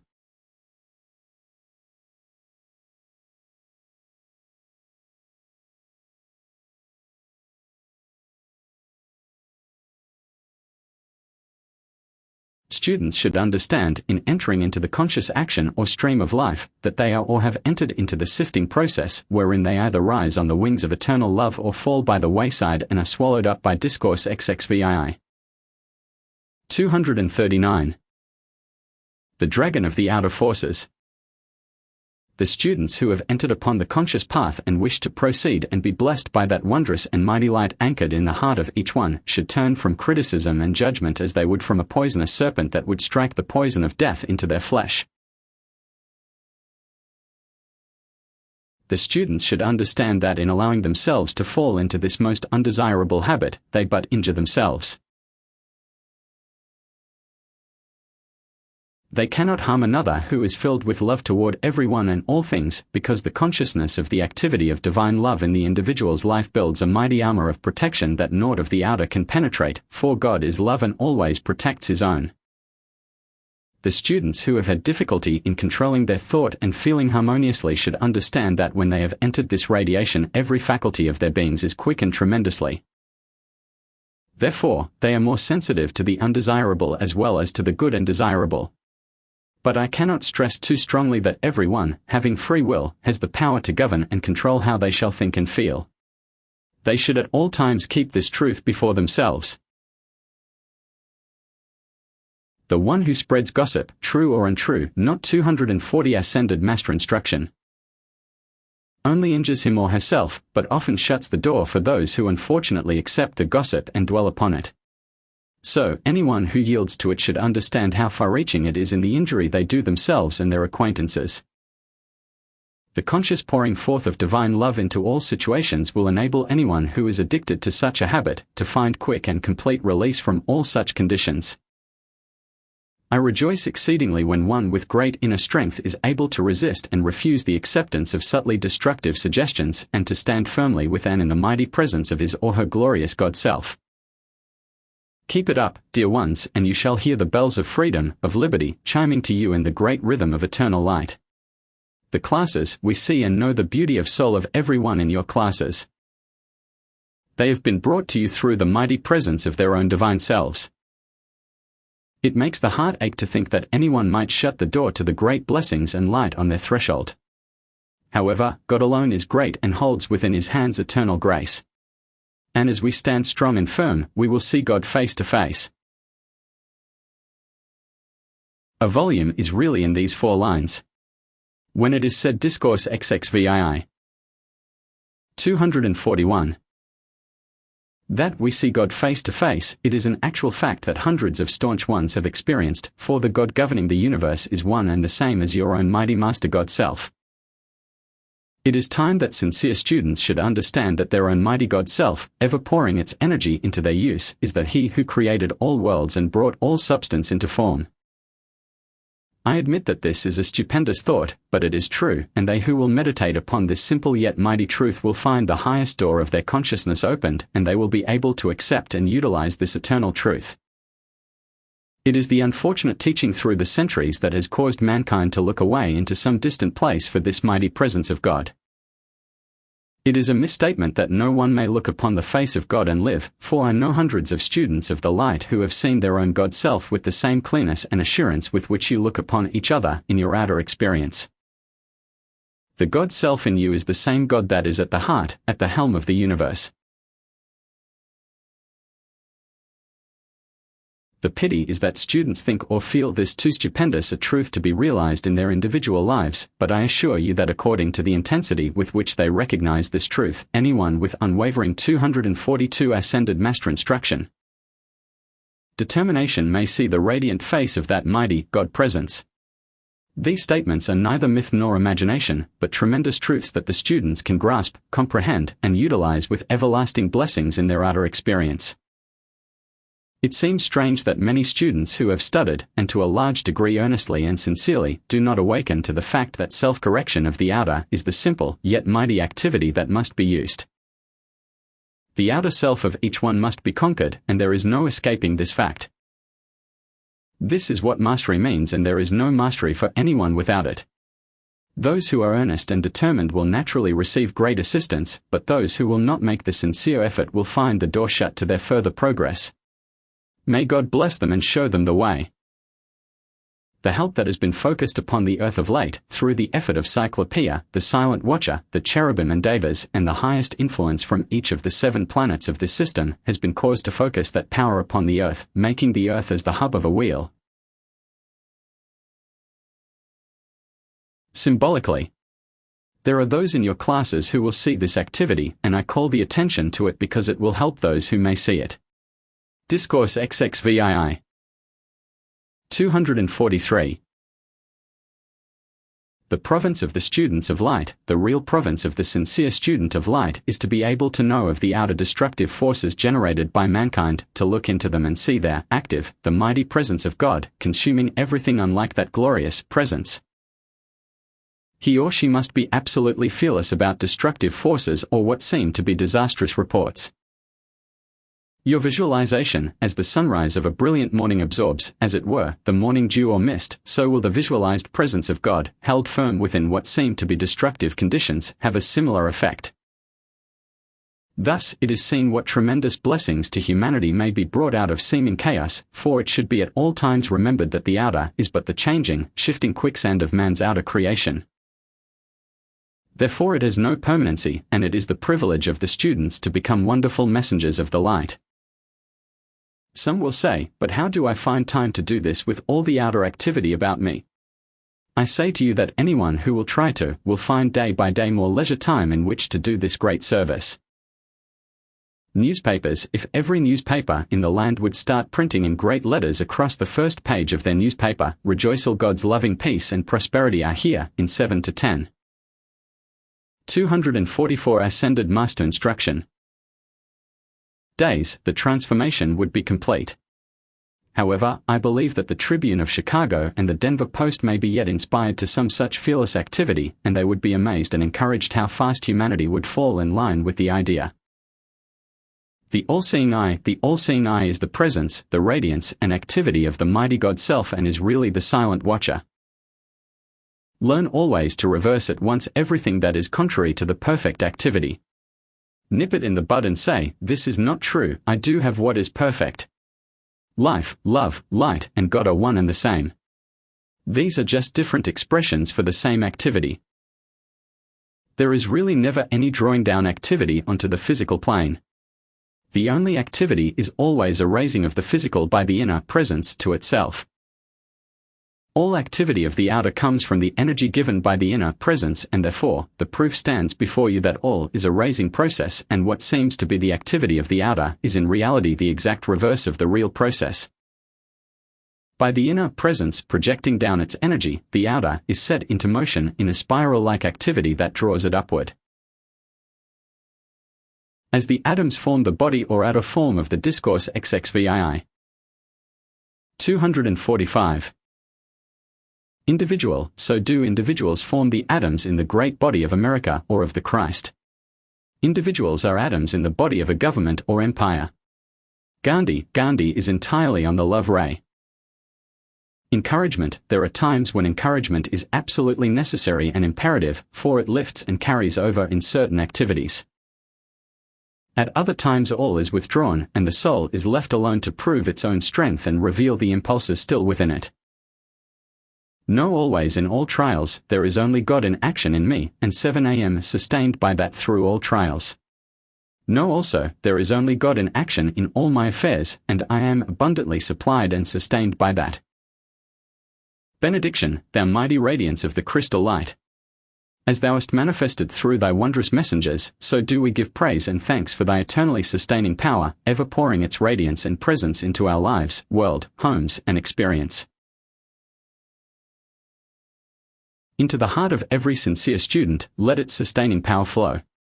Discourses Volume 257. September 26, 1932. Invocation, thou great star of light and love, we are filled with great rejoicing that thou dost again, after so long a time, project thy penetrating rays of light upon the earth. Through thy mighty quality and power will the mighty light of the Christ, the mighty I Am presence, find entrance into the hearts of humanity, holding thy anchorage there. So that thou mayest hold and sustain the attention, until the fullness of the Christ finds dominion in the hearts of the children of earth. We give praise with great rejoicing, that the mighty Creator of all things and thou have seen fit to shed thy added radiance to the children of earth once again. I bring you greetings from new friends. I bring you greetings and hope from the new radiance. I bring you love and greetings from the great host of light always. 246 Discourse XX6I 247. The Discourse. One of the first things that all students should fix firmly in their consciousness is the truth that they cannot divest their thought, feeling, and spoken word of their creative quality and power. This, firmly held before the consciousness of individuals, will do much and will explain why it is so important that they control their thought, feeling, and spoken word. Mankind through the centuries has made the great mistake of focusing the attention upon the human accumulation instead of the principle of life within the individual, the mighty I Am presence, which each one really is. Even from outer observation, all who stop to think seriously must know that this principle of life, which we see everywhere manifest, is eternal and is the activity of God, the Creator of all things visible and invisible.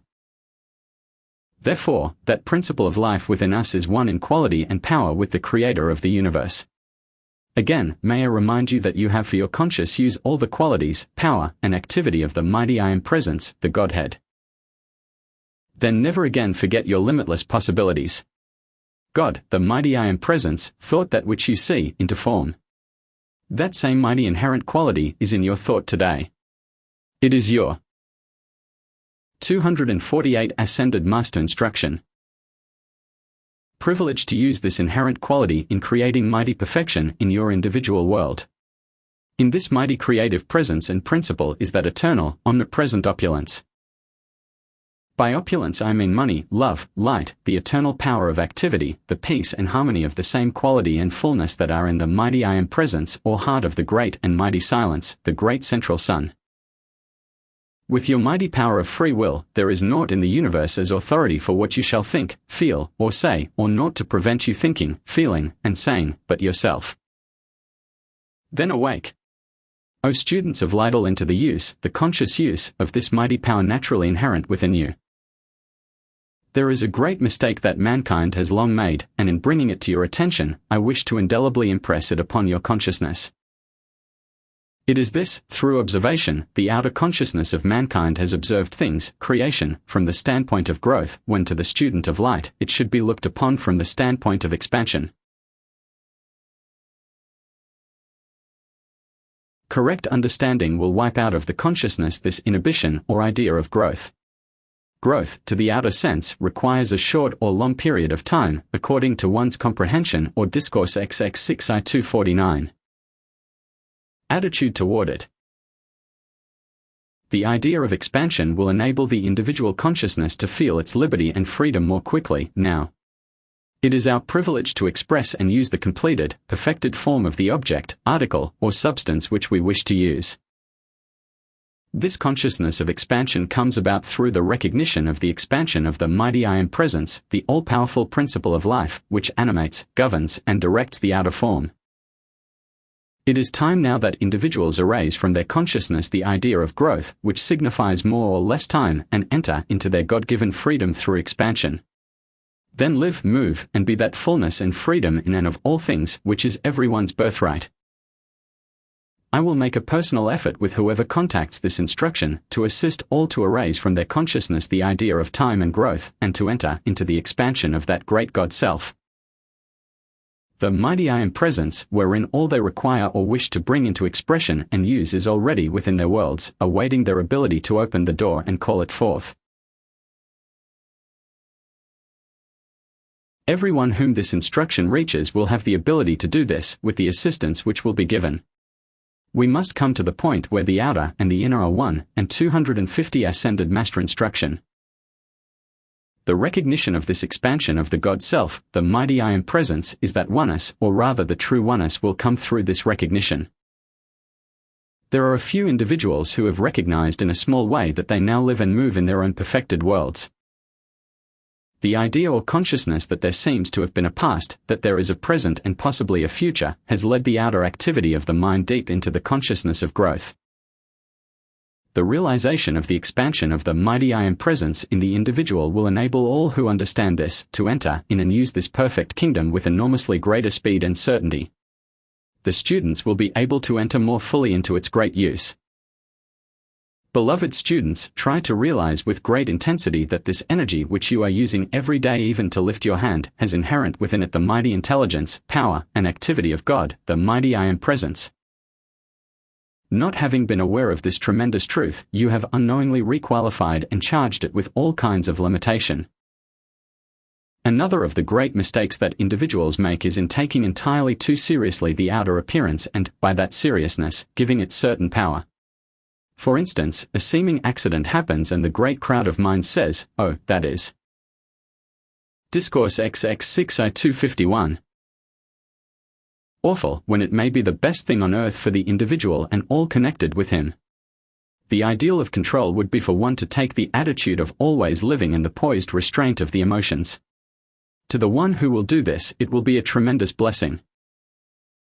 The love star, today for the first time in 2000 years, the love star, created and sent forth to this system of worlds by the intelligence of the great central sun, has begun to shed the rays of its radiance upon the earth, and today, the first rays have touched the earth. This radiance was present at the birth of Jesus and during his ministry, and withdrew at his ascension. It has again appeared and will remain for more than 1,000 years. I assure you this is an activity the astronomers will not detect with their physical instruments, nor will there be any astrological records of it whatsoever, but it is nonetheless tangible in spite of that. Before, when this star appeared, it held principally or dominant in its outpouring the element of love. This time its radiance holds in perfect balance love, wisdom, and power, and this is a part of the explanation of why we have said repeatedly that the Christ power will almost seem to intrude itself, but only because of the quickening activity that has 252 ascended master instruction entered and will enter into the individual's consciousness. This is why those who misuse the great energy and privilege they possess will find a tremendously quick reaction. This will become so noticeable that even the newspapers will speak of it, let alone the individual's recognition of it. This which I am voicing to you today is broadcast o'er the land by our secret radio of the Middle Way. Why do I say the Middle Way? Because it holds in firm grasp the balance of the outer and inner activities. All who grasp and make sincere effort to utilize this will find amazing experiences awaiting them, not for the gratification of any curiosity but for great rejoicing that they at last recognize the use of their supreme heritage. Those who can recognize that which has been stated relating to the love star and who meditate on its mighty presence will find themselves at times as though held in the embrace of a great individualized being. This will bring such a consciousness and sustaining uplift that many times they will scarcely feel their feet touching the ground. Do not misunderstand this statement. This will not make them less equal to cope with problems of experience, but rather the opposite, for this added Discourses XX6 253. Sustaining power will often be of great astonishment to them. This is but a small illustration of how tremendously the power from the love star can be used to solve all things and make that solving permanent. Furthermore, when the conscious power of divine love is used to counteract and consume that which is unlike itself, it is the mighty presence and power of God acting. Mrs. Ballard, I saw the rays from a star focused upon me while resting. What was the outpouring? Saint Germain, it was a mighty reality and no mistake, because of the incoming of this love star, for you had been holding fast to the activity of divine love. Mrs. Ballard, why did I receive such a strong current and outpouring of light when I was calling for divine love as the healing action, and also when I used the phrase, Venus, the love planet? Saint Germain, because you had been holding your attention upon the high power of Venus, or the Great One who has charge of Venus. He already knew of this and was cognizant of the love star.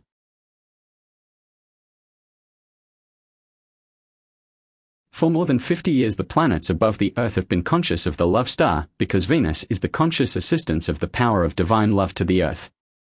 This directing activity will affect many, many things. It will cause a dissolving 254 ascended master instruction of the discordant element on this Earth, and in no way will it intensify the disturbing reactions. There are those who pray, beg, and plead with God when all about them is all his opulence to pour forth into their midst. They do not receive it because they, in their ignorance, do not know that it requires conscious preparation. Those who do not consciously prepare themselves will only receive a fragmentary part of that which those receive who have made the preparation. Mrs. Ballard, what is the color of the outpouring from the love star? Saint Germain, the activity of its light is almost like the play of a searchlight on the lens of which you place various colors. Its own individual color is liquid or molten gold, but the controlling intelligence is constantly qualifying it according to the demand in the various localities. This is the first time its activity has ever played over all the earth. 2,000 years ago, its outpouring only included Judea, of which Bethlehem was the central focus. Mrs. Ballard, will this star pour out a still greater power at Christmas? Saint Germain, yes, because the consciousness of mankind is raised at Christmas, and this, through long activity, has caused humanity to feel peace and Discourses Volume 255. A radiance pouring through them at this time of the year. So it is a tremendous opportunity to utilize any additional force that is at hand. Mrs. Ballard, was this the star that led the three wise men? Saint Germain, no. The star visible to the wise men was a radiance from the divine self of Jesus, which at the moment of the ascension caught up the outer form in its eternal embrace. Mrs. Ballard, was Jesus' manifestation to this earth only a small part of his work? Saint Germain, I think it well to give a much-needed explanation, which your question brings out. According to the intensity of the individualization of every great master presence, does that one draw from the great fountainhead all the power, authority, wisdom, love, and activity that is required at a given point of action? The question might readily be asked, why did the star appear to the wise men, so-called? Because in a previous dispensation, they had been associate messengers of the light and their recognition was indispensable to the work that was to be done. You will notice that there were three wise men and Jesus made four, which was the cosmic squaring of the circle for that dispensation to the earth. 256 Ascended Master Instruction. This enabled that activity to take place without interruption. There are those questioning minds that will say, if God is all and omnipresent, why are these manifestations mentioned of added assistance? Because of all the fears, doubts, and unbeliefs of the outer shell, built up by humanity. Thus they would have greatly delayed the cosmic progress intended, by the use of their own free will. This cosmic progress must and does at all times come through on cosmic schedule. An individual in his upward progress without the assistance of an ascended master may poke along indefinitely, not knowing that he may reach up and, through his mighty I Am presence, contact those great ascended masters who have won the eternal victory over the earth and its activity. One of the great privileges and provinces of the ascended host is to aid those who discover their presence and the great masses of humanity who do not. But those who do not have the certain knowledge of their presence can only receive a fractional part of that which comes to those who do have certain conscious knowledge of their existence and assistance to the earth. Again, let me call the attention of the students to the truth that in looking to an ascended master for Discourses Volume 257 assistance, it is exactly the same as looking to your own mighty I Am presence, except that those who have passed this way and attained full victory and mastery, have the conscious knowledge of that victory with which to assist the one not yet ascended. The following is a point very little understood, which so often creates fear on the part of the student concerning the masters of light. The masters at no time intrude themselves in any way upon the individual, but do respond in a wonderful manner when the attention of the student is focused upon them. Their entire work with every individual, be he a conscious student or not, is to help him feel a much quicker and more personal contact with his own mighty I Am presence, his divine master. When a student is fortunate enough to have conscious knowledge of the ascended masters of light and wisdom and works with them in conscious cooperation, it enables him or her to easily accomplish in 1, 2, or 3 embodiments what might otherwise take 12 or more to attain.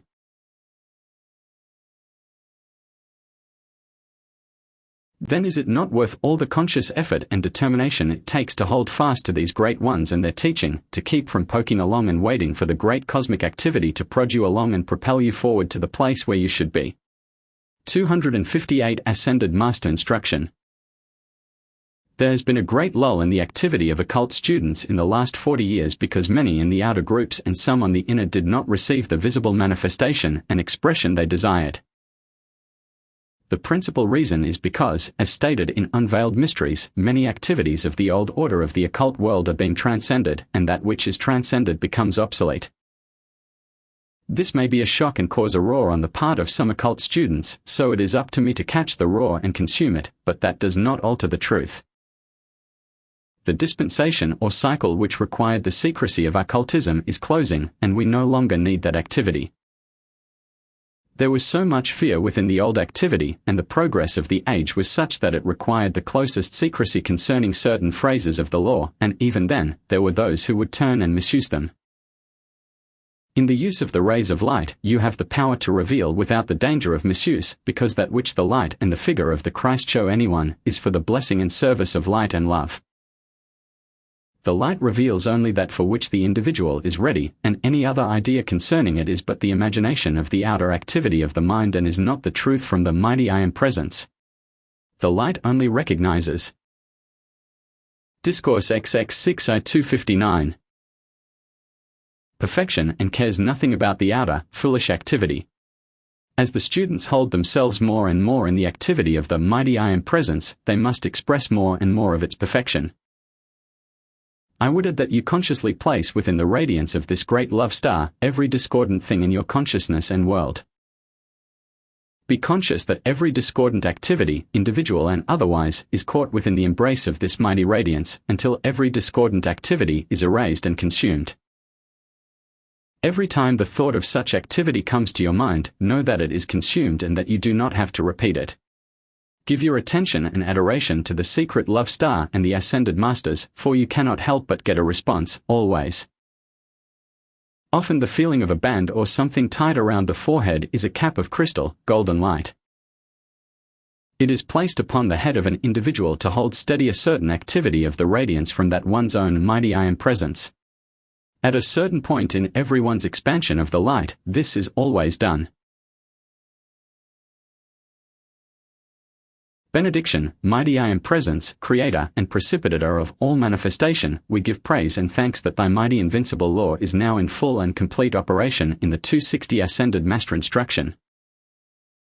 Consciousness of these, thy messengers, and that all feel the full import of this. Hold each in thy mighty embrace until he or she experiences the full conscious use of thy love, wisdom, and power. Discourses VI 272. September 29, 1932. Invocation startled Smiley. Mighty majestic presence. Thou mighty active principle of God, forever endeavoring to press forward into action, into expression. Thou wondrous presence, thou eternal light and boundless wisdom, we give praise and thanks that we now and forever firmly recognize thy all-pervading presence in our minds, worlds, homes, and affairs. No matter what appears, let us stand firm in the recognition of thy wondrous presence. I bring greetings from the great host to you all. The Discourse.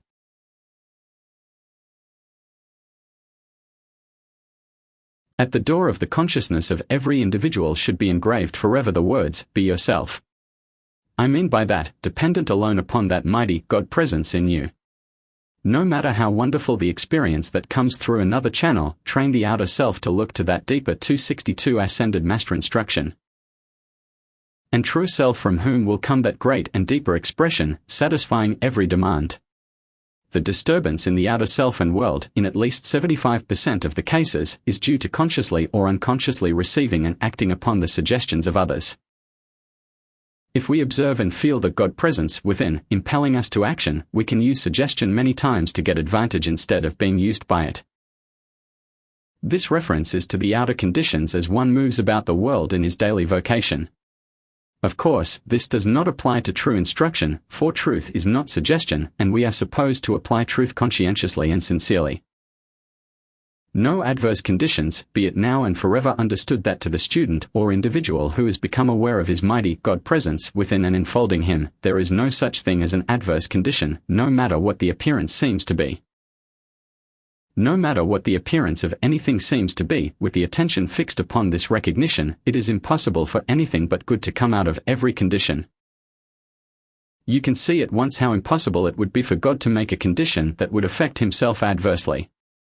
No student can attain and maintain his or her freedom from limitation without recognizing and applying this. Discourses V 263.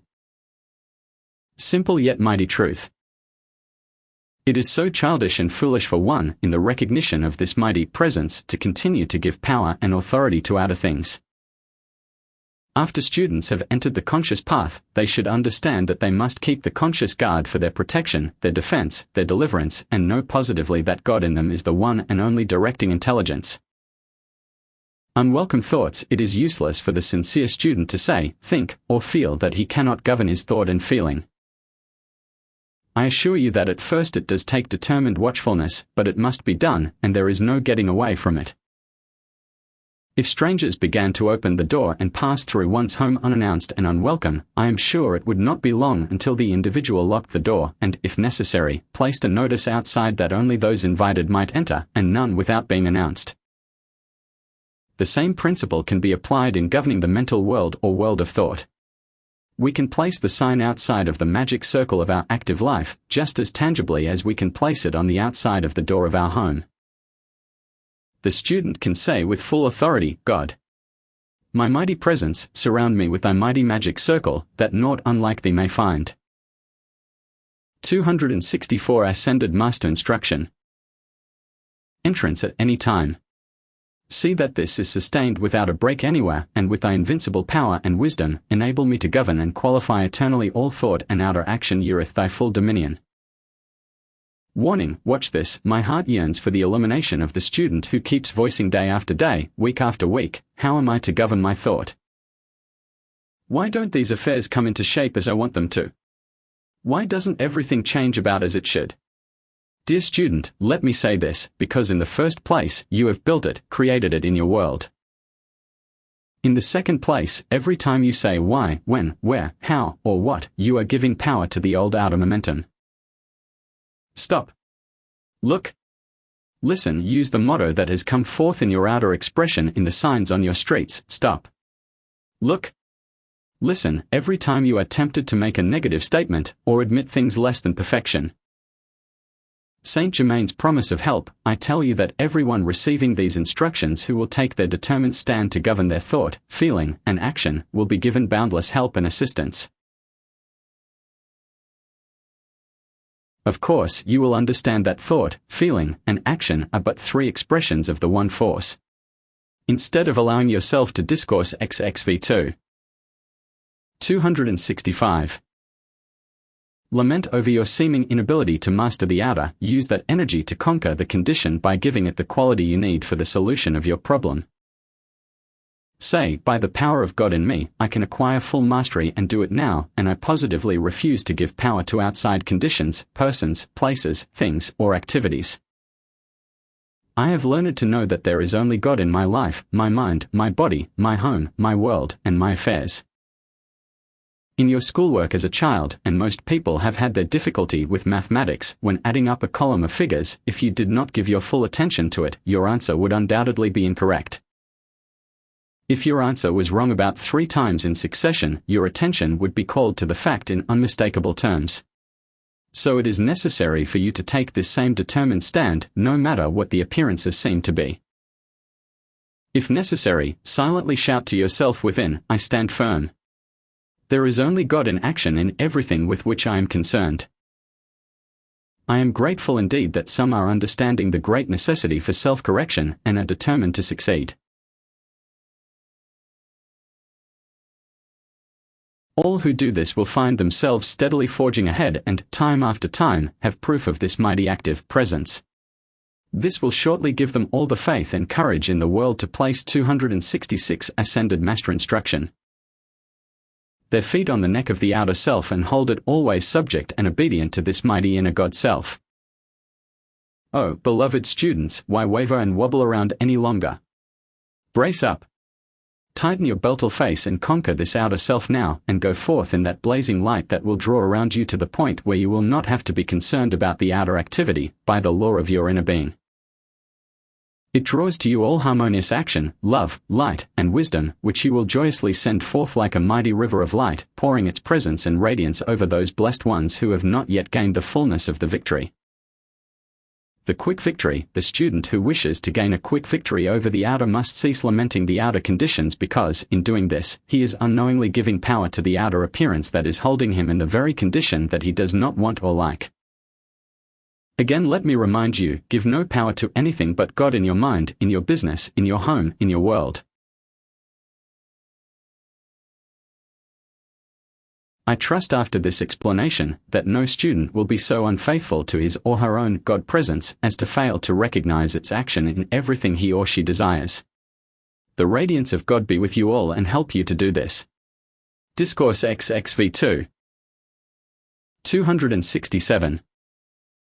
Phagocytes. It will not be long until the students of this work will settle down to commanding the little workers in every part of the body to enable them to do wonderful things in the body. It might be a very powerful expression to use, mighty master self within will command and direct the little inner workers of my mind and body, and see that they produce perfection in every organ and part, and see that this constant, constructive process is sustained and maintained continuously. Renewal of the body. With this understanding, it should be very easy for each one to experience complete renewal of the body within a year. The fact is that there is no imperfection in any part or organ of the body which you have not placed there through your thought. Therefore, you see how easy it is to stop that wrong thought activity and change it into building the perfection instead of the imperfection. Now here we come to a most vital point. The natural, inherent tendency within the life principle of the individual is perfection, therefore constructive. So when you turn your attention to the constructive principle, you return again to the building of that perfection which you had left, and therefore have 100-to-1 odds in your favor for its accomplishment. Resentment. Where there is resentment toward a 268 Ascended Master Instruction. Person, place, condition, or thing in the outer, you are but heaping fuel on the fire and binding it closer to you. The minute people resent, criticize, condemn, hate, or blame, they are creating with tremendous speed more of the same thing to chain them that much longer in the bedraggled garments of limitation. Gossip. This is an urgent warning. I am going to say something to you, dear students, that to some may be shocking, but it must be said. Could individuals see how they clothe themselves when they wallow in vicious or unkind thought or gossip, they would scream for deliverance, for I assure you, I would not stain the consciousness of your great God presence by attempting to voice such a description. If we really know that there is only God in action in all our outer experience, we can readily see how perfectly ridiculous it is for anyone to permit the outer to lament about anything.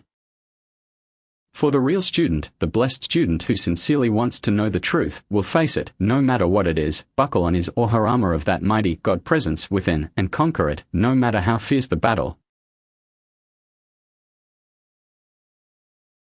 But if at all points he keeps himself reminded that there is only God in action here all the time, he will find the otherwise great struggle diminished 1,000-fold.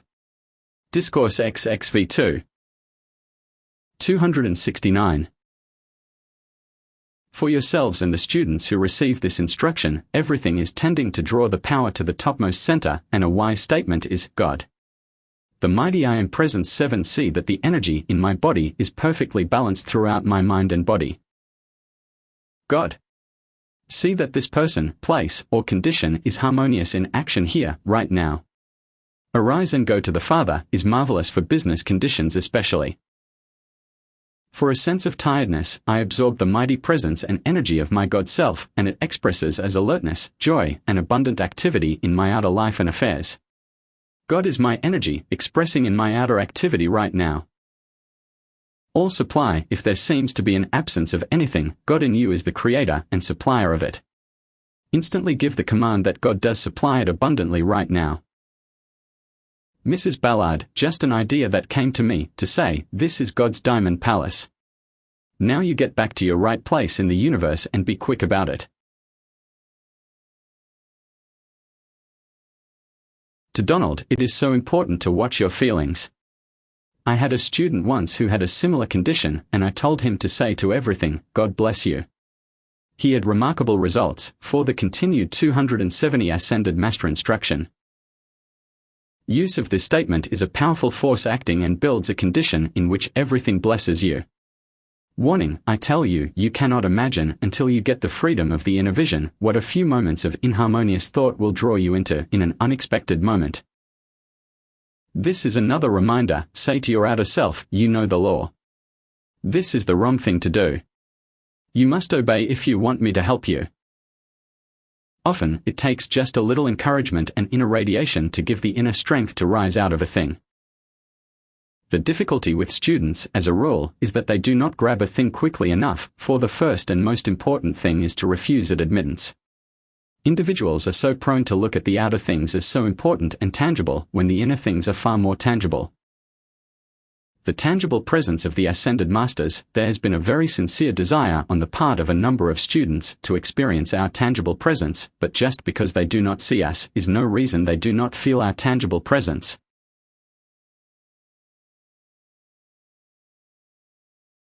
We are just as tangible as you are to each other, but the students do not qualify the idea of us with that same tangibility. We are here, but it is your consciousness that has not yet opened the door. When you enter the conscious path, you must have more faith. You Discourses V 271. Must have conscious knowing, conscious qualifying, for you are the one at the helm. Mastery, get this hint, when one feels the presence, if one would instantly qualify that feeling with the idea of the tangible, visible presence, it might do wonders. No mastership is ever gained without this. There is a constant need of recognizing that each one is the person who is qualifying this energy. Mastery means continual conscious command of perfection. You must take the reins now. There is no reason in the world that you should not all have perfection in your physical bodies right now. For any human being on earth to think that God will intrude his perfection when the individual is constantly generating and using negative and destructive forces is perfectly preposterous. Destructive force is a form of positive force, while negative force but opens the door to some other destructive force than what one has generated for oneself. The destructive force is intensely dynamic. Constructive force is always dynamic and is 1,000 times more powerful, for that is its natural element and activity.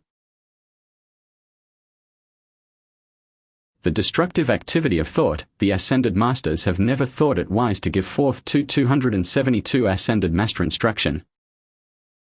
Much of what takes place through the destructive activity of thought, but I think you and your students are strong enough to withstand it, and I will say this much, you have all seen the golden sparks in the air. In a fit of anger, resentment, or intense condemnation, the thought clothes that atomic structure about the individual, and nature propels it forth with great force, affecting persons who might unknowingly have their doors open, charging conditions and things to an extent of which they have little conception. This force generated goes out, and while fragments of it may find lodgment, its accumulation, through momentum, returns and hovers within the etheric atmosphere of its creator. When the above condition is about an individual, is it any wonder that things go wrong with him? That is how some great wrong or crime committed in an environment registers there with great vividness, and is why sensitive individuals going into the place or environment often feel or see, or both, the condition left there.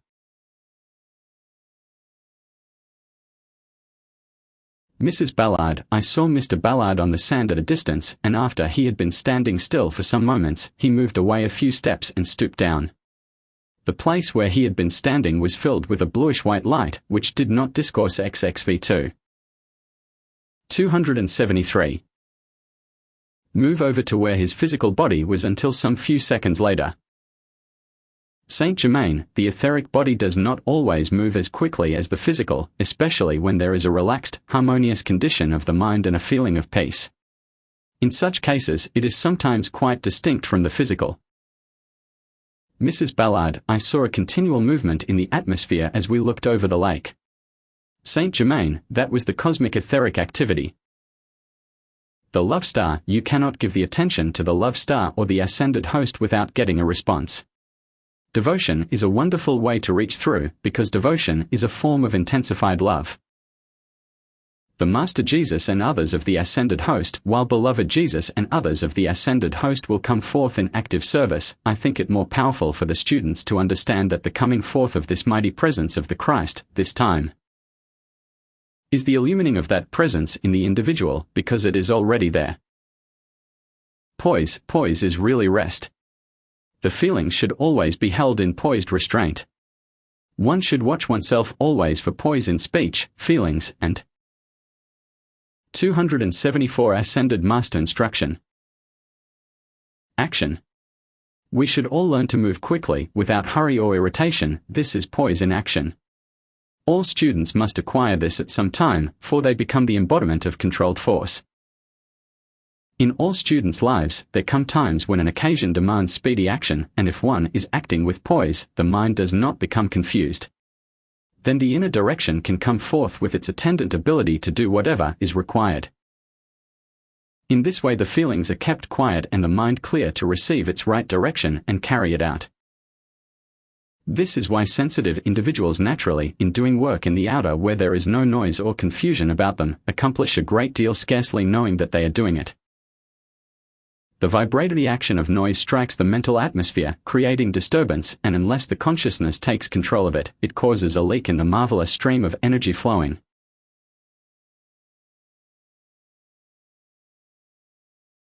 Benediction, mighty presence of God. We give praise and thanks for thy gracious outpouring today, for the radiant host that are giving of their life, healing, poise, wisdom, and power in great unending streams to the sincere students who are looking to the light. We thank thee. Discourses VII 286. Arcturus Semi-Annual Visit. July 4, 1933. Invocation, thou infinite presence of all love, power, and freedom, we bow before thy great majestic throne. This symbolizes America's freedom, the freedom of all children of the earth in the cosmic radiation of the mighty I Am Presence, whose seed is being planted in the minds of mankind. So shall all be raised into that higher consciousness of true freedom, unselfishness, love, and adoration to God for the great privilege of life.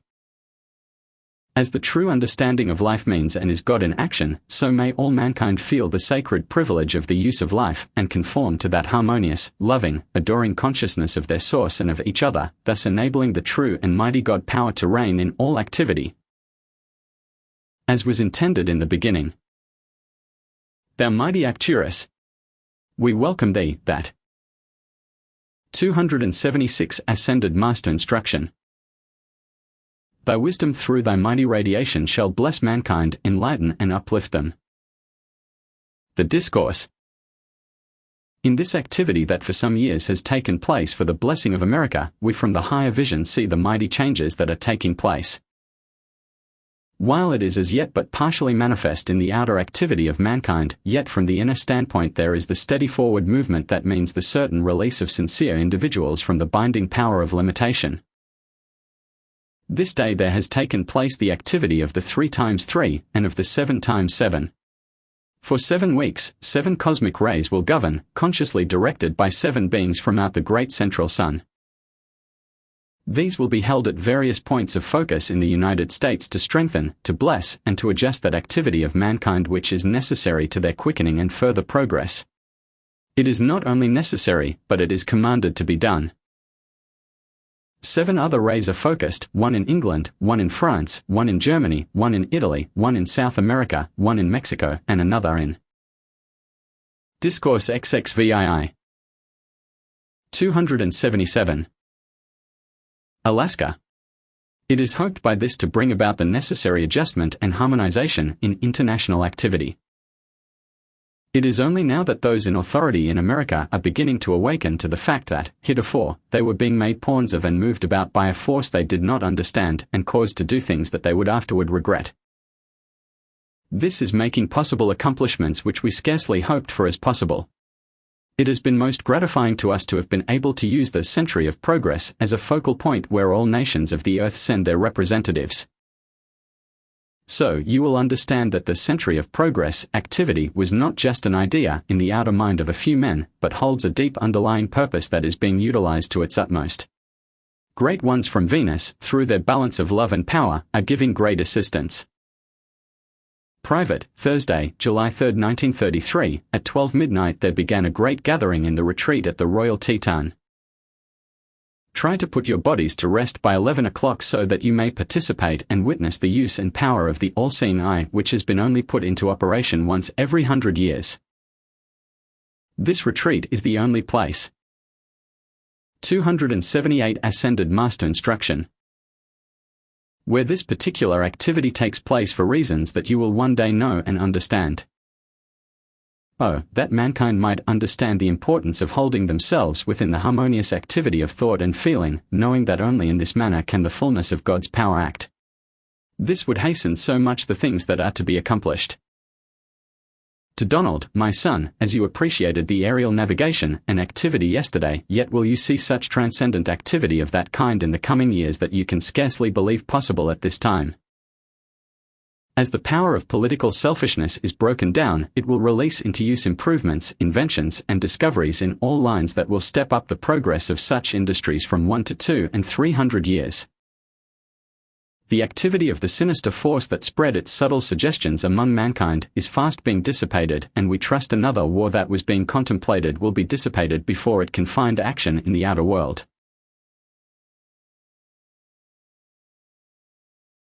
Never in the history of mankind has such power for good been placed in humanity's hands to use as the power from the mighty I Am Presence.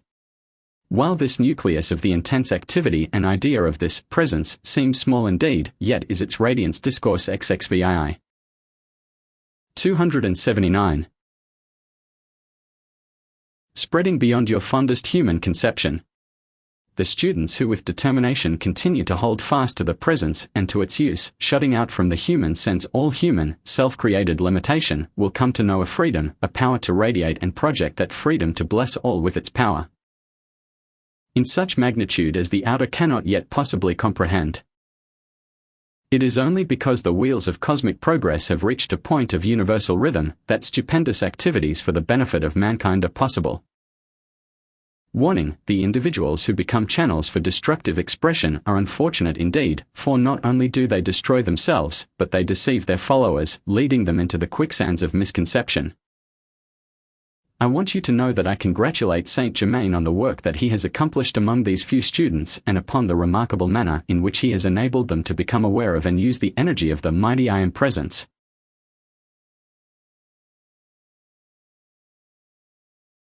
He said it would be accomplished, and he is proving it true. How the students are blessed who are receiving this knowledge. I trust they may fully appreciate and comprehend it. How unfortunate are those who doubt its reality or authenticity. More and more necessary is it for you 280 Ascended Master Instruction. To draw the seal of harmony about yourselves and your home, so that the loving harmony keeps the channel clear. Great changes are taking place within the currents of the waters of the earth, and for the first time within the history of its creation it is possible to harmonize the activity of the waters and the land. Each of these bodies gives forth a vibratory action as yet not understood, but which will ere long come to be known and utilized, and truly can it be said now, more than ever before, that all things are truly working together for good. Their mighty 7 cosmic rays that are doing their work within the sphere of earth. In their radiance of pure love, fill all the earth, its waters, its air, its ethers, consuming the mental creation of mankind which they have generated for so many centuries, cycles of time, so that the humanity of earth may find its outer mind freed from the impact of its own creation, so that they may turn and go forth in adoration of their own great light, the mighty I Am Presence, and they receive into themselves peace on earth, goodwill to man. With all the love of my being I send this forth, not only in this record but in the singing record of the ethers, to reach the heart of mankind and lift it in harmony to its source, that it may bless and be a blessing. Discourse XXVII. 281. I am very pleased to have been with you again and to see how it is possible for you to generate enough love and determination to stand against the impact of the outer world and voice the truth that makes all free. You know you must acknowledge a thing before you can receive it. Put all doubts of the outer mind aside and whip the human into obedience, and you will see abundant progress. The outer self of human beings is the most stubborn of creatures. The human creation, by its demand for attention to the outer mind and body, holds its control, and this stubbornness has to be broken up. Each has within his or her I Am presence the power to put down all human creation and compel it into obedience to the I Am presence. I shall now turn the ray over to your beloved Master and shall be with you again the first of the year. My radiation is a balancing of the heart and the head, or love and power. It is quite similar to Chananda's. In regard to the class, my work is cosmic while his is individual.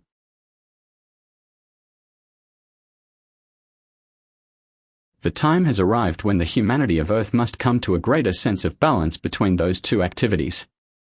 The intellect of mankind in official positions has run away more and more, shutting out the feeling of the heart that would enable them to consider it, and 282 Ascended Master Instruction I. Enable greater justice to be done. Chananda's work with the students in assisting to balance this activity will enable them to become invincible against the impact of the outer world. No words can possibly estimate the value of such an accomplishment. Question: what relation do the constellations have to the Elohim? Saint Germain, a constellation is, of course, much less than the power of the Elohim. It is, in other words, much stepped down from their activity. But an advanced, consciously operating being or individual from any one of the spheres of activity is consciously in contact with the Elohim. The individuals or students who will hold steadfast enough to the I Am presence will find themselves able to go forth, observe these greater inner activities, and bring them forth consciously into their use. When you see through the activity of a thing, you then have a full comprehension of it. The I Am presence has the fullness of all activity within its consciousness, but in order to bring it forth, the individual must, in most cases, have some use of the inner vision to release the fullness of its activity. Discourses Volume 283. Use the I Am statements of Jesus often. I am the open door to all revelation. 7 I am the resurrection and the life. So if I am the resurrection and the life, what else is there to take place in your life? If you can enter into this with steady, calm certainty, you will find definite changes taking place. 7 I am the all-revealing presence of the great I Am. 7 I am the light that lighteth every room I go into. 7 I am the discriminating activity of the great I Am presence. We have long since learned not to pay any attention to appearances, but to go into the heart of things and their rest. Use often. 7 I am the ever-present healing power consuming all things that tend toward discord. 7 I am the invincible presence and protection about her or him, wherever the body is. I shall leave my love and blessing sizzling all about you. The all-seeing eye activity at the retreat. It is a tremendous combined activity at the retreat. You may know it is of very great importance because of the shorter length of time between the outpourings.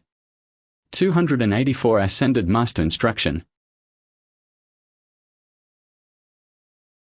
Benediction. Beloved Nada, Chara, Chananda, Lido, and Chara's mother send their love and blessings to you and also to the class. Discourses Volume 296. Arcturus Discourse Musical Festival at Soldier Field. August 19, 1934. It is Saint Germain's request that I voice to you the mighty accomplishment at the music festival last night. May I first refer to my own humble efforts in conjunction with those at the Royal Teton on New Year's Day 2 years ago. It was then decreed that the Century of Progress exposition should be a focus for a constructive activity which should ever expand and increase in intensity during the next 100 years. The opening and lighting of it was the initiatory step that is to usher in the beautiful, magnificent golden age which is signalized in that activity. This has made Soldier Field sacred ground, a sacred altar of divine activity in the Western world, and so far as humanity at large is concerned, the hub of the whole of America. 286 Ascended Master Instruction. A volume could be written on all that took place and that which led up to last evening, but owing to the human sense of time, this must be greatly condensed and but an outline given. Before proceeding with this description, I wish to call your attention to the unparalleled number of pageants of all kinds, of many nationalities, that are being held in Soldier Field this summer. These cover the period from the ascension of Jesus down to the present time. They give acknowledgement to the ascension, which is the most vital thing and the culmination of all human experience. These pageants from the human standpoint are a calling forth of the latent memory in humanity at large and are a raising of the essence of that activity. How easy it is for humanity to pass over transcendent activities because of their unbelief, their lack of acknowledgement or acceptance of the true perfection of life, for all life in manifestation is God in action. Unfortunately, however, it is more often colored by human concepts of limitation and destructive qualities which, through the individual's power of free will, everyone is at liberty to do. This ere long, however, will be greatly remedied by the setting aside of the greater part of the human free will, as it is known today. This will enable much of humanity to be awakened and saved from Discourse 28. 287. Its own destruction. Here may I say that the students who think they can play with the great law, because of their unwillingness to give the necessary self-discipline, will find themselves unfortunate indeed if they attempt it when once having entered upon the conscious path. The great law, which does not discriminate, takes individuals at their words and feelings. Those who think they can escape this are but deceiving themselves. The coming pageant of the Celts is really of great importance, for it enters into the vibratory action from the time of Jesus up to the present. The inner activity within and above Soldier Field last night was one of the most divine activities since the advent of the Kumaras into the presence of the earth. Circle upon circle rose above the surface of the earth and those seated within the field. The first circle was formed by the members of the Great White Brotherhood in their golden robes, being those whose outer forms have not yet made the ascension. Next came the ascended host of masters who have made the ascension. Then came the angel Devas and 7 of the cherubim. The circle above them contained 4 of the gods of the mountains, 3 of whom you know, the other you shall know. Around these were the archangels of whom the 288 ascended master instruction. Archangel Michael was the director. Surrounding the core of light within the center of the field, extending for 200 feet within the earth and to 5,000 feet above, were Saint Germain, Jesus, the tall master from Venus, and the great divine director. They were the dispensers of the mighty currents of energy sent to all parts of the earth to do their work with no uncertainty.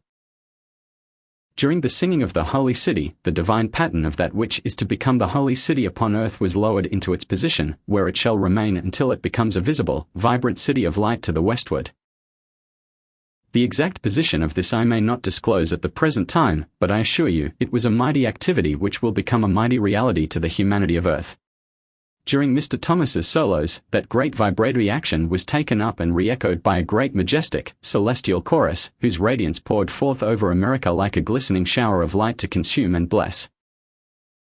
During the singing of the Hallelujah chorus, the entire activity was turned over to the direct dispensation of Jesus himself.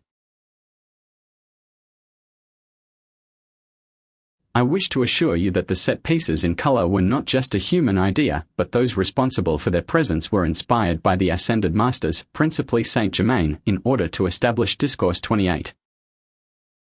289. Their renewed, powerful activity which was intensified 1,000-fold or more to again act within the life, the soul, the light, from the heart to the periphery of America and the world. The representation of signing the Declaration of Independence was to bring before the conscious attention of the earth and especially America, its unparalleled activity upon the earth, and to call it to the attention of the people of America, that they might hold close to and stand by the original Constitution of the United States, which was and is a divine creation, until such time as the complete ascended master Constitution of the United States of America shall come forth, as the advance of the Golden Age proceeds. The Golden Eagle and the Shield represent the height of divine protection for America again re-established. The Bell of Liberty in the power color of blue represents the glorious liberty and freedom forever for America and the earth, from all human selfishness, the instigator of which in every case is private profit. The cause has been the same throughout the ages. The 4 powerful blue rays that formed a canopy over the field, thought to be ordinary by the mass of humanity, represented the 4th dimensional activity brought into visibility upon earth, and if it be 290 ascended master instruction. necessary for the protection of America, the jewel in the heart of God, then that blazing light as of 1,000 suns shall descend upon earth and consume all human inharmony and selfishness from the planet. The fan of pink light at the beginning was qualified to serve in the entire activity, and the great love star stood above all, shedding its rays through tier above tier of great beams. I congratulate you and this good brother and those many students of our beloved Saint Germain, and I thank you all for your earnest, sincere work on behalf of the freedom of America. May the activity of these beloved students of light ever continue to expand until from this nucleus, the light of its radiance covers America. I also congratulate our beloved Saint Germain for his great accomplishment in establishing this nucleus and focus in America, and for his wonderful love, his light, his work for America for nearly 200 years, which ere long will begin to bear fruit of such perfect kind as has not been heretofore in any civilization. I bow in acknowledgement of his great love, wisdom, and strength. I congratulate you, my beloved sister and brother, for your love, steadfastness, patience, and activity for the students that have been Discourse 28. 291. And those that are to follow. Ever know that I am the only acting presence, and you will find that all activity will conform to the perfection of that presence. I bid you adieu but not goodbye. Your attention last night was called to an activity of the Great White Brotherhood in which the Eucharistic Congress was used as an example for that which may follow many times in the future. The representative of the Pope, Cardinal Bonzano of Rome, did make the ascension from Soldier Field in 1926 in a way not heretofore described. However, it is hoped that this description may be given in the next year or possibly 2 years. Cardinal Bonzano was and had been for many years the representative of the Great White Brotherhood. The golden light never affected anyone's brain except in a harmonious manner and to illumine and perfect it. It is time to take the nonsense out of the human. There cannot be two masters. Always use the golden light on the brain. Everybody's brain needs a light bath every day. The average individual only uses about 5% of his or her brain. When you begin to call forth your eternal divine memory, then the vastness of infinity is in your 292 Ascended Master Instruction. Grasp. If you want conscious association with the Ascended Masters, this human has to obey. You have to clean house and not give it its own way under any circumstances. You have to flay it alive until it does only the will of the mighty I Am Presence. Treat the brain for the eternal divine memory. If you forget something, it is because there is not enough light in the brain. Treat the mind for clear, calm Ascended Master comprehension. It is you who must take your mind in hand and tell it how to behave. If you will let it, it wastes tons of energy. Take your brain in hand and command it to be filled with my Ascended Master consciousness, the eternal divine memory of God. One with God is the law. Move forward and walk in it. You will have a tremendous sense of freedom within yourself if you will do this. Take about 10 minutes each day, sit down, and talk to your mighty I Am Presence, something like this: Mighty I Am Presence, listen, you take out of me all criticism, condemning, blame, resistance, judging, rebellion, jealousy, self-pity, pride, selfishness, doubt, and fear. Take them out of me and annihilate them, and put Saint Germain's self-control and dominion in their place. Be as faithful as you can to the healing of the distress of the physical body, but remember to spend most of your time on healing the wounds of hate. Discourse 28. 293. 7 of the ascended host, acting from the violet temple of light, sent forth its mighty rays, commanding obedience to the inner activity of forces everywhere acting on the physical plane. Those who can joyously accept the truth of this great activity will receive very great benefit. All acceptance of the mighty truth by the student must always be voluntary. The more intense the joyous reaching out for light and understanding, the more is it hastened into activity in the individual's life and world. The more one accepts the inner truth as a reality, the more that one can be used as a mighty messenger of the light. Much is to be given of this inner truth that will strain the credulity of even the most sincere student, so that nothing but the inner prompting of the individual's own God within will make it possible for him or her to accept it. Nothing will be given except verifiable truth, yet there will be many who will think some things far-fetched, but that is unfortunate for them. No longer in the mighty radiation of this inner presence is the growth of the individual to be considered, but the radiation will pour forth, clothing humanity in its radiation and holding even those without conscious understanding in its close embrace. When you command as the Christ, you cause the 294 ascended master instruction. Inner activity to take place which shuts out the outer. As you continue to fill your mind and body full of God, you are building an invincible armor. The radiation from the blue costumes at the music festival was very powerful because the blue ray was used intensely. The blue ray is always used to disintegrate the coarser or lower human element. Lanto is always in charge of the retreat at the Royal Teton. You will find during the next 7 years specific activity among the ascended masters. Those having special qualities will be called upon for specific activity because of their own natural quality. Notes to the students by Mrs. Ballard say, "Mighty I Am Presence, take me to one of the great music temples. Let me hear the music of the spheres and see that I record it and bring it back in the morning." Mr. Ballard, there is only one thing to be concerned about. Know the TAM is so marvelous that only its perfection can express. With all the love of the great presence I say, bless these loved ones that they may be enabled to make within their own mental and feeling world, that condition which is required that will give them, if only once, a manifestation that will forever satisfy them fully. I want to say a word right here.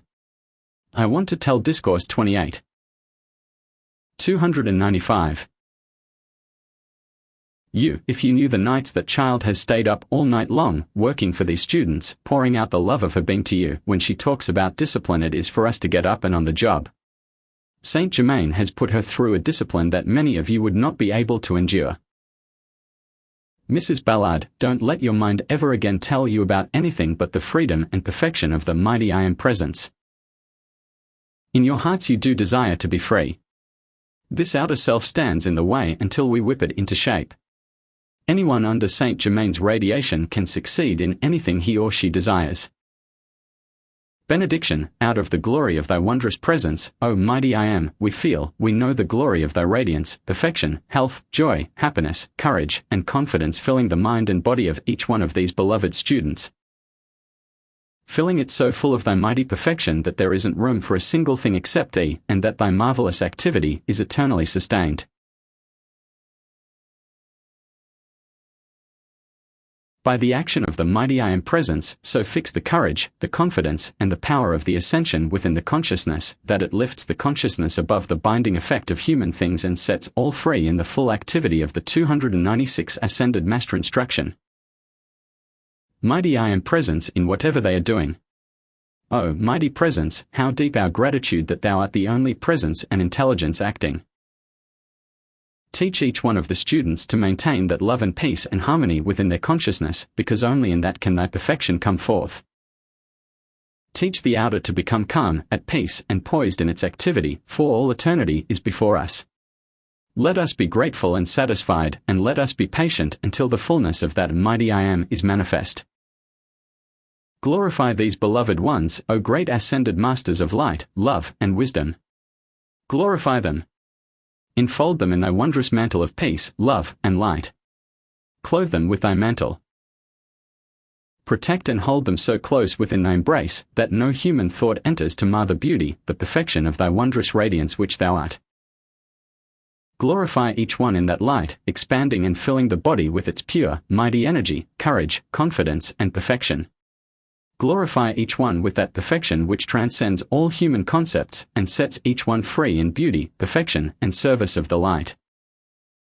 Unveiled Mysteries. Volume 1 by Godfr6 Ray King. The Magic Presence.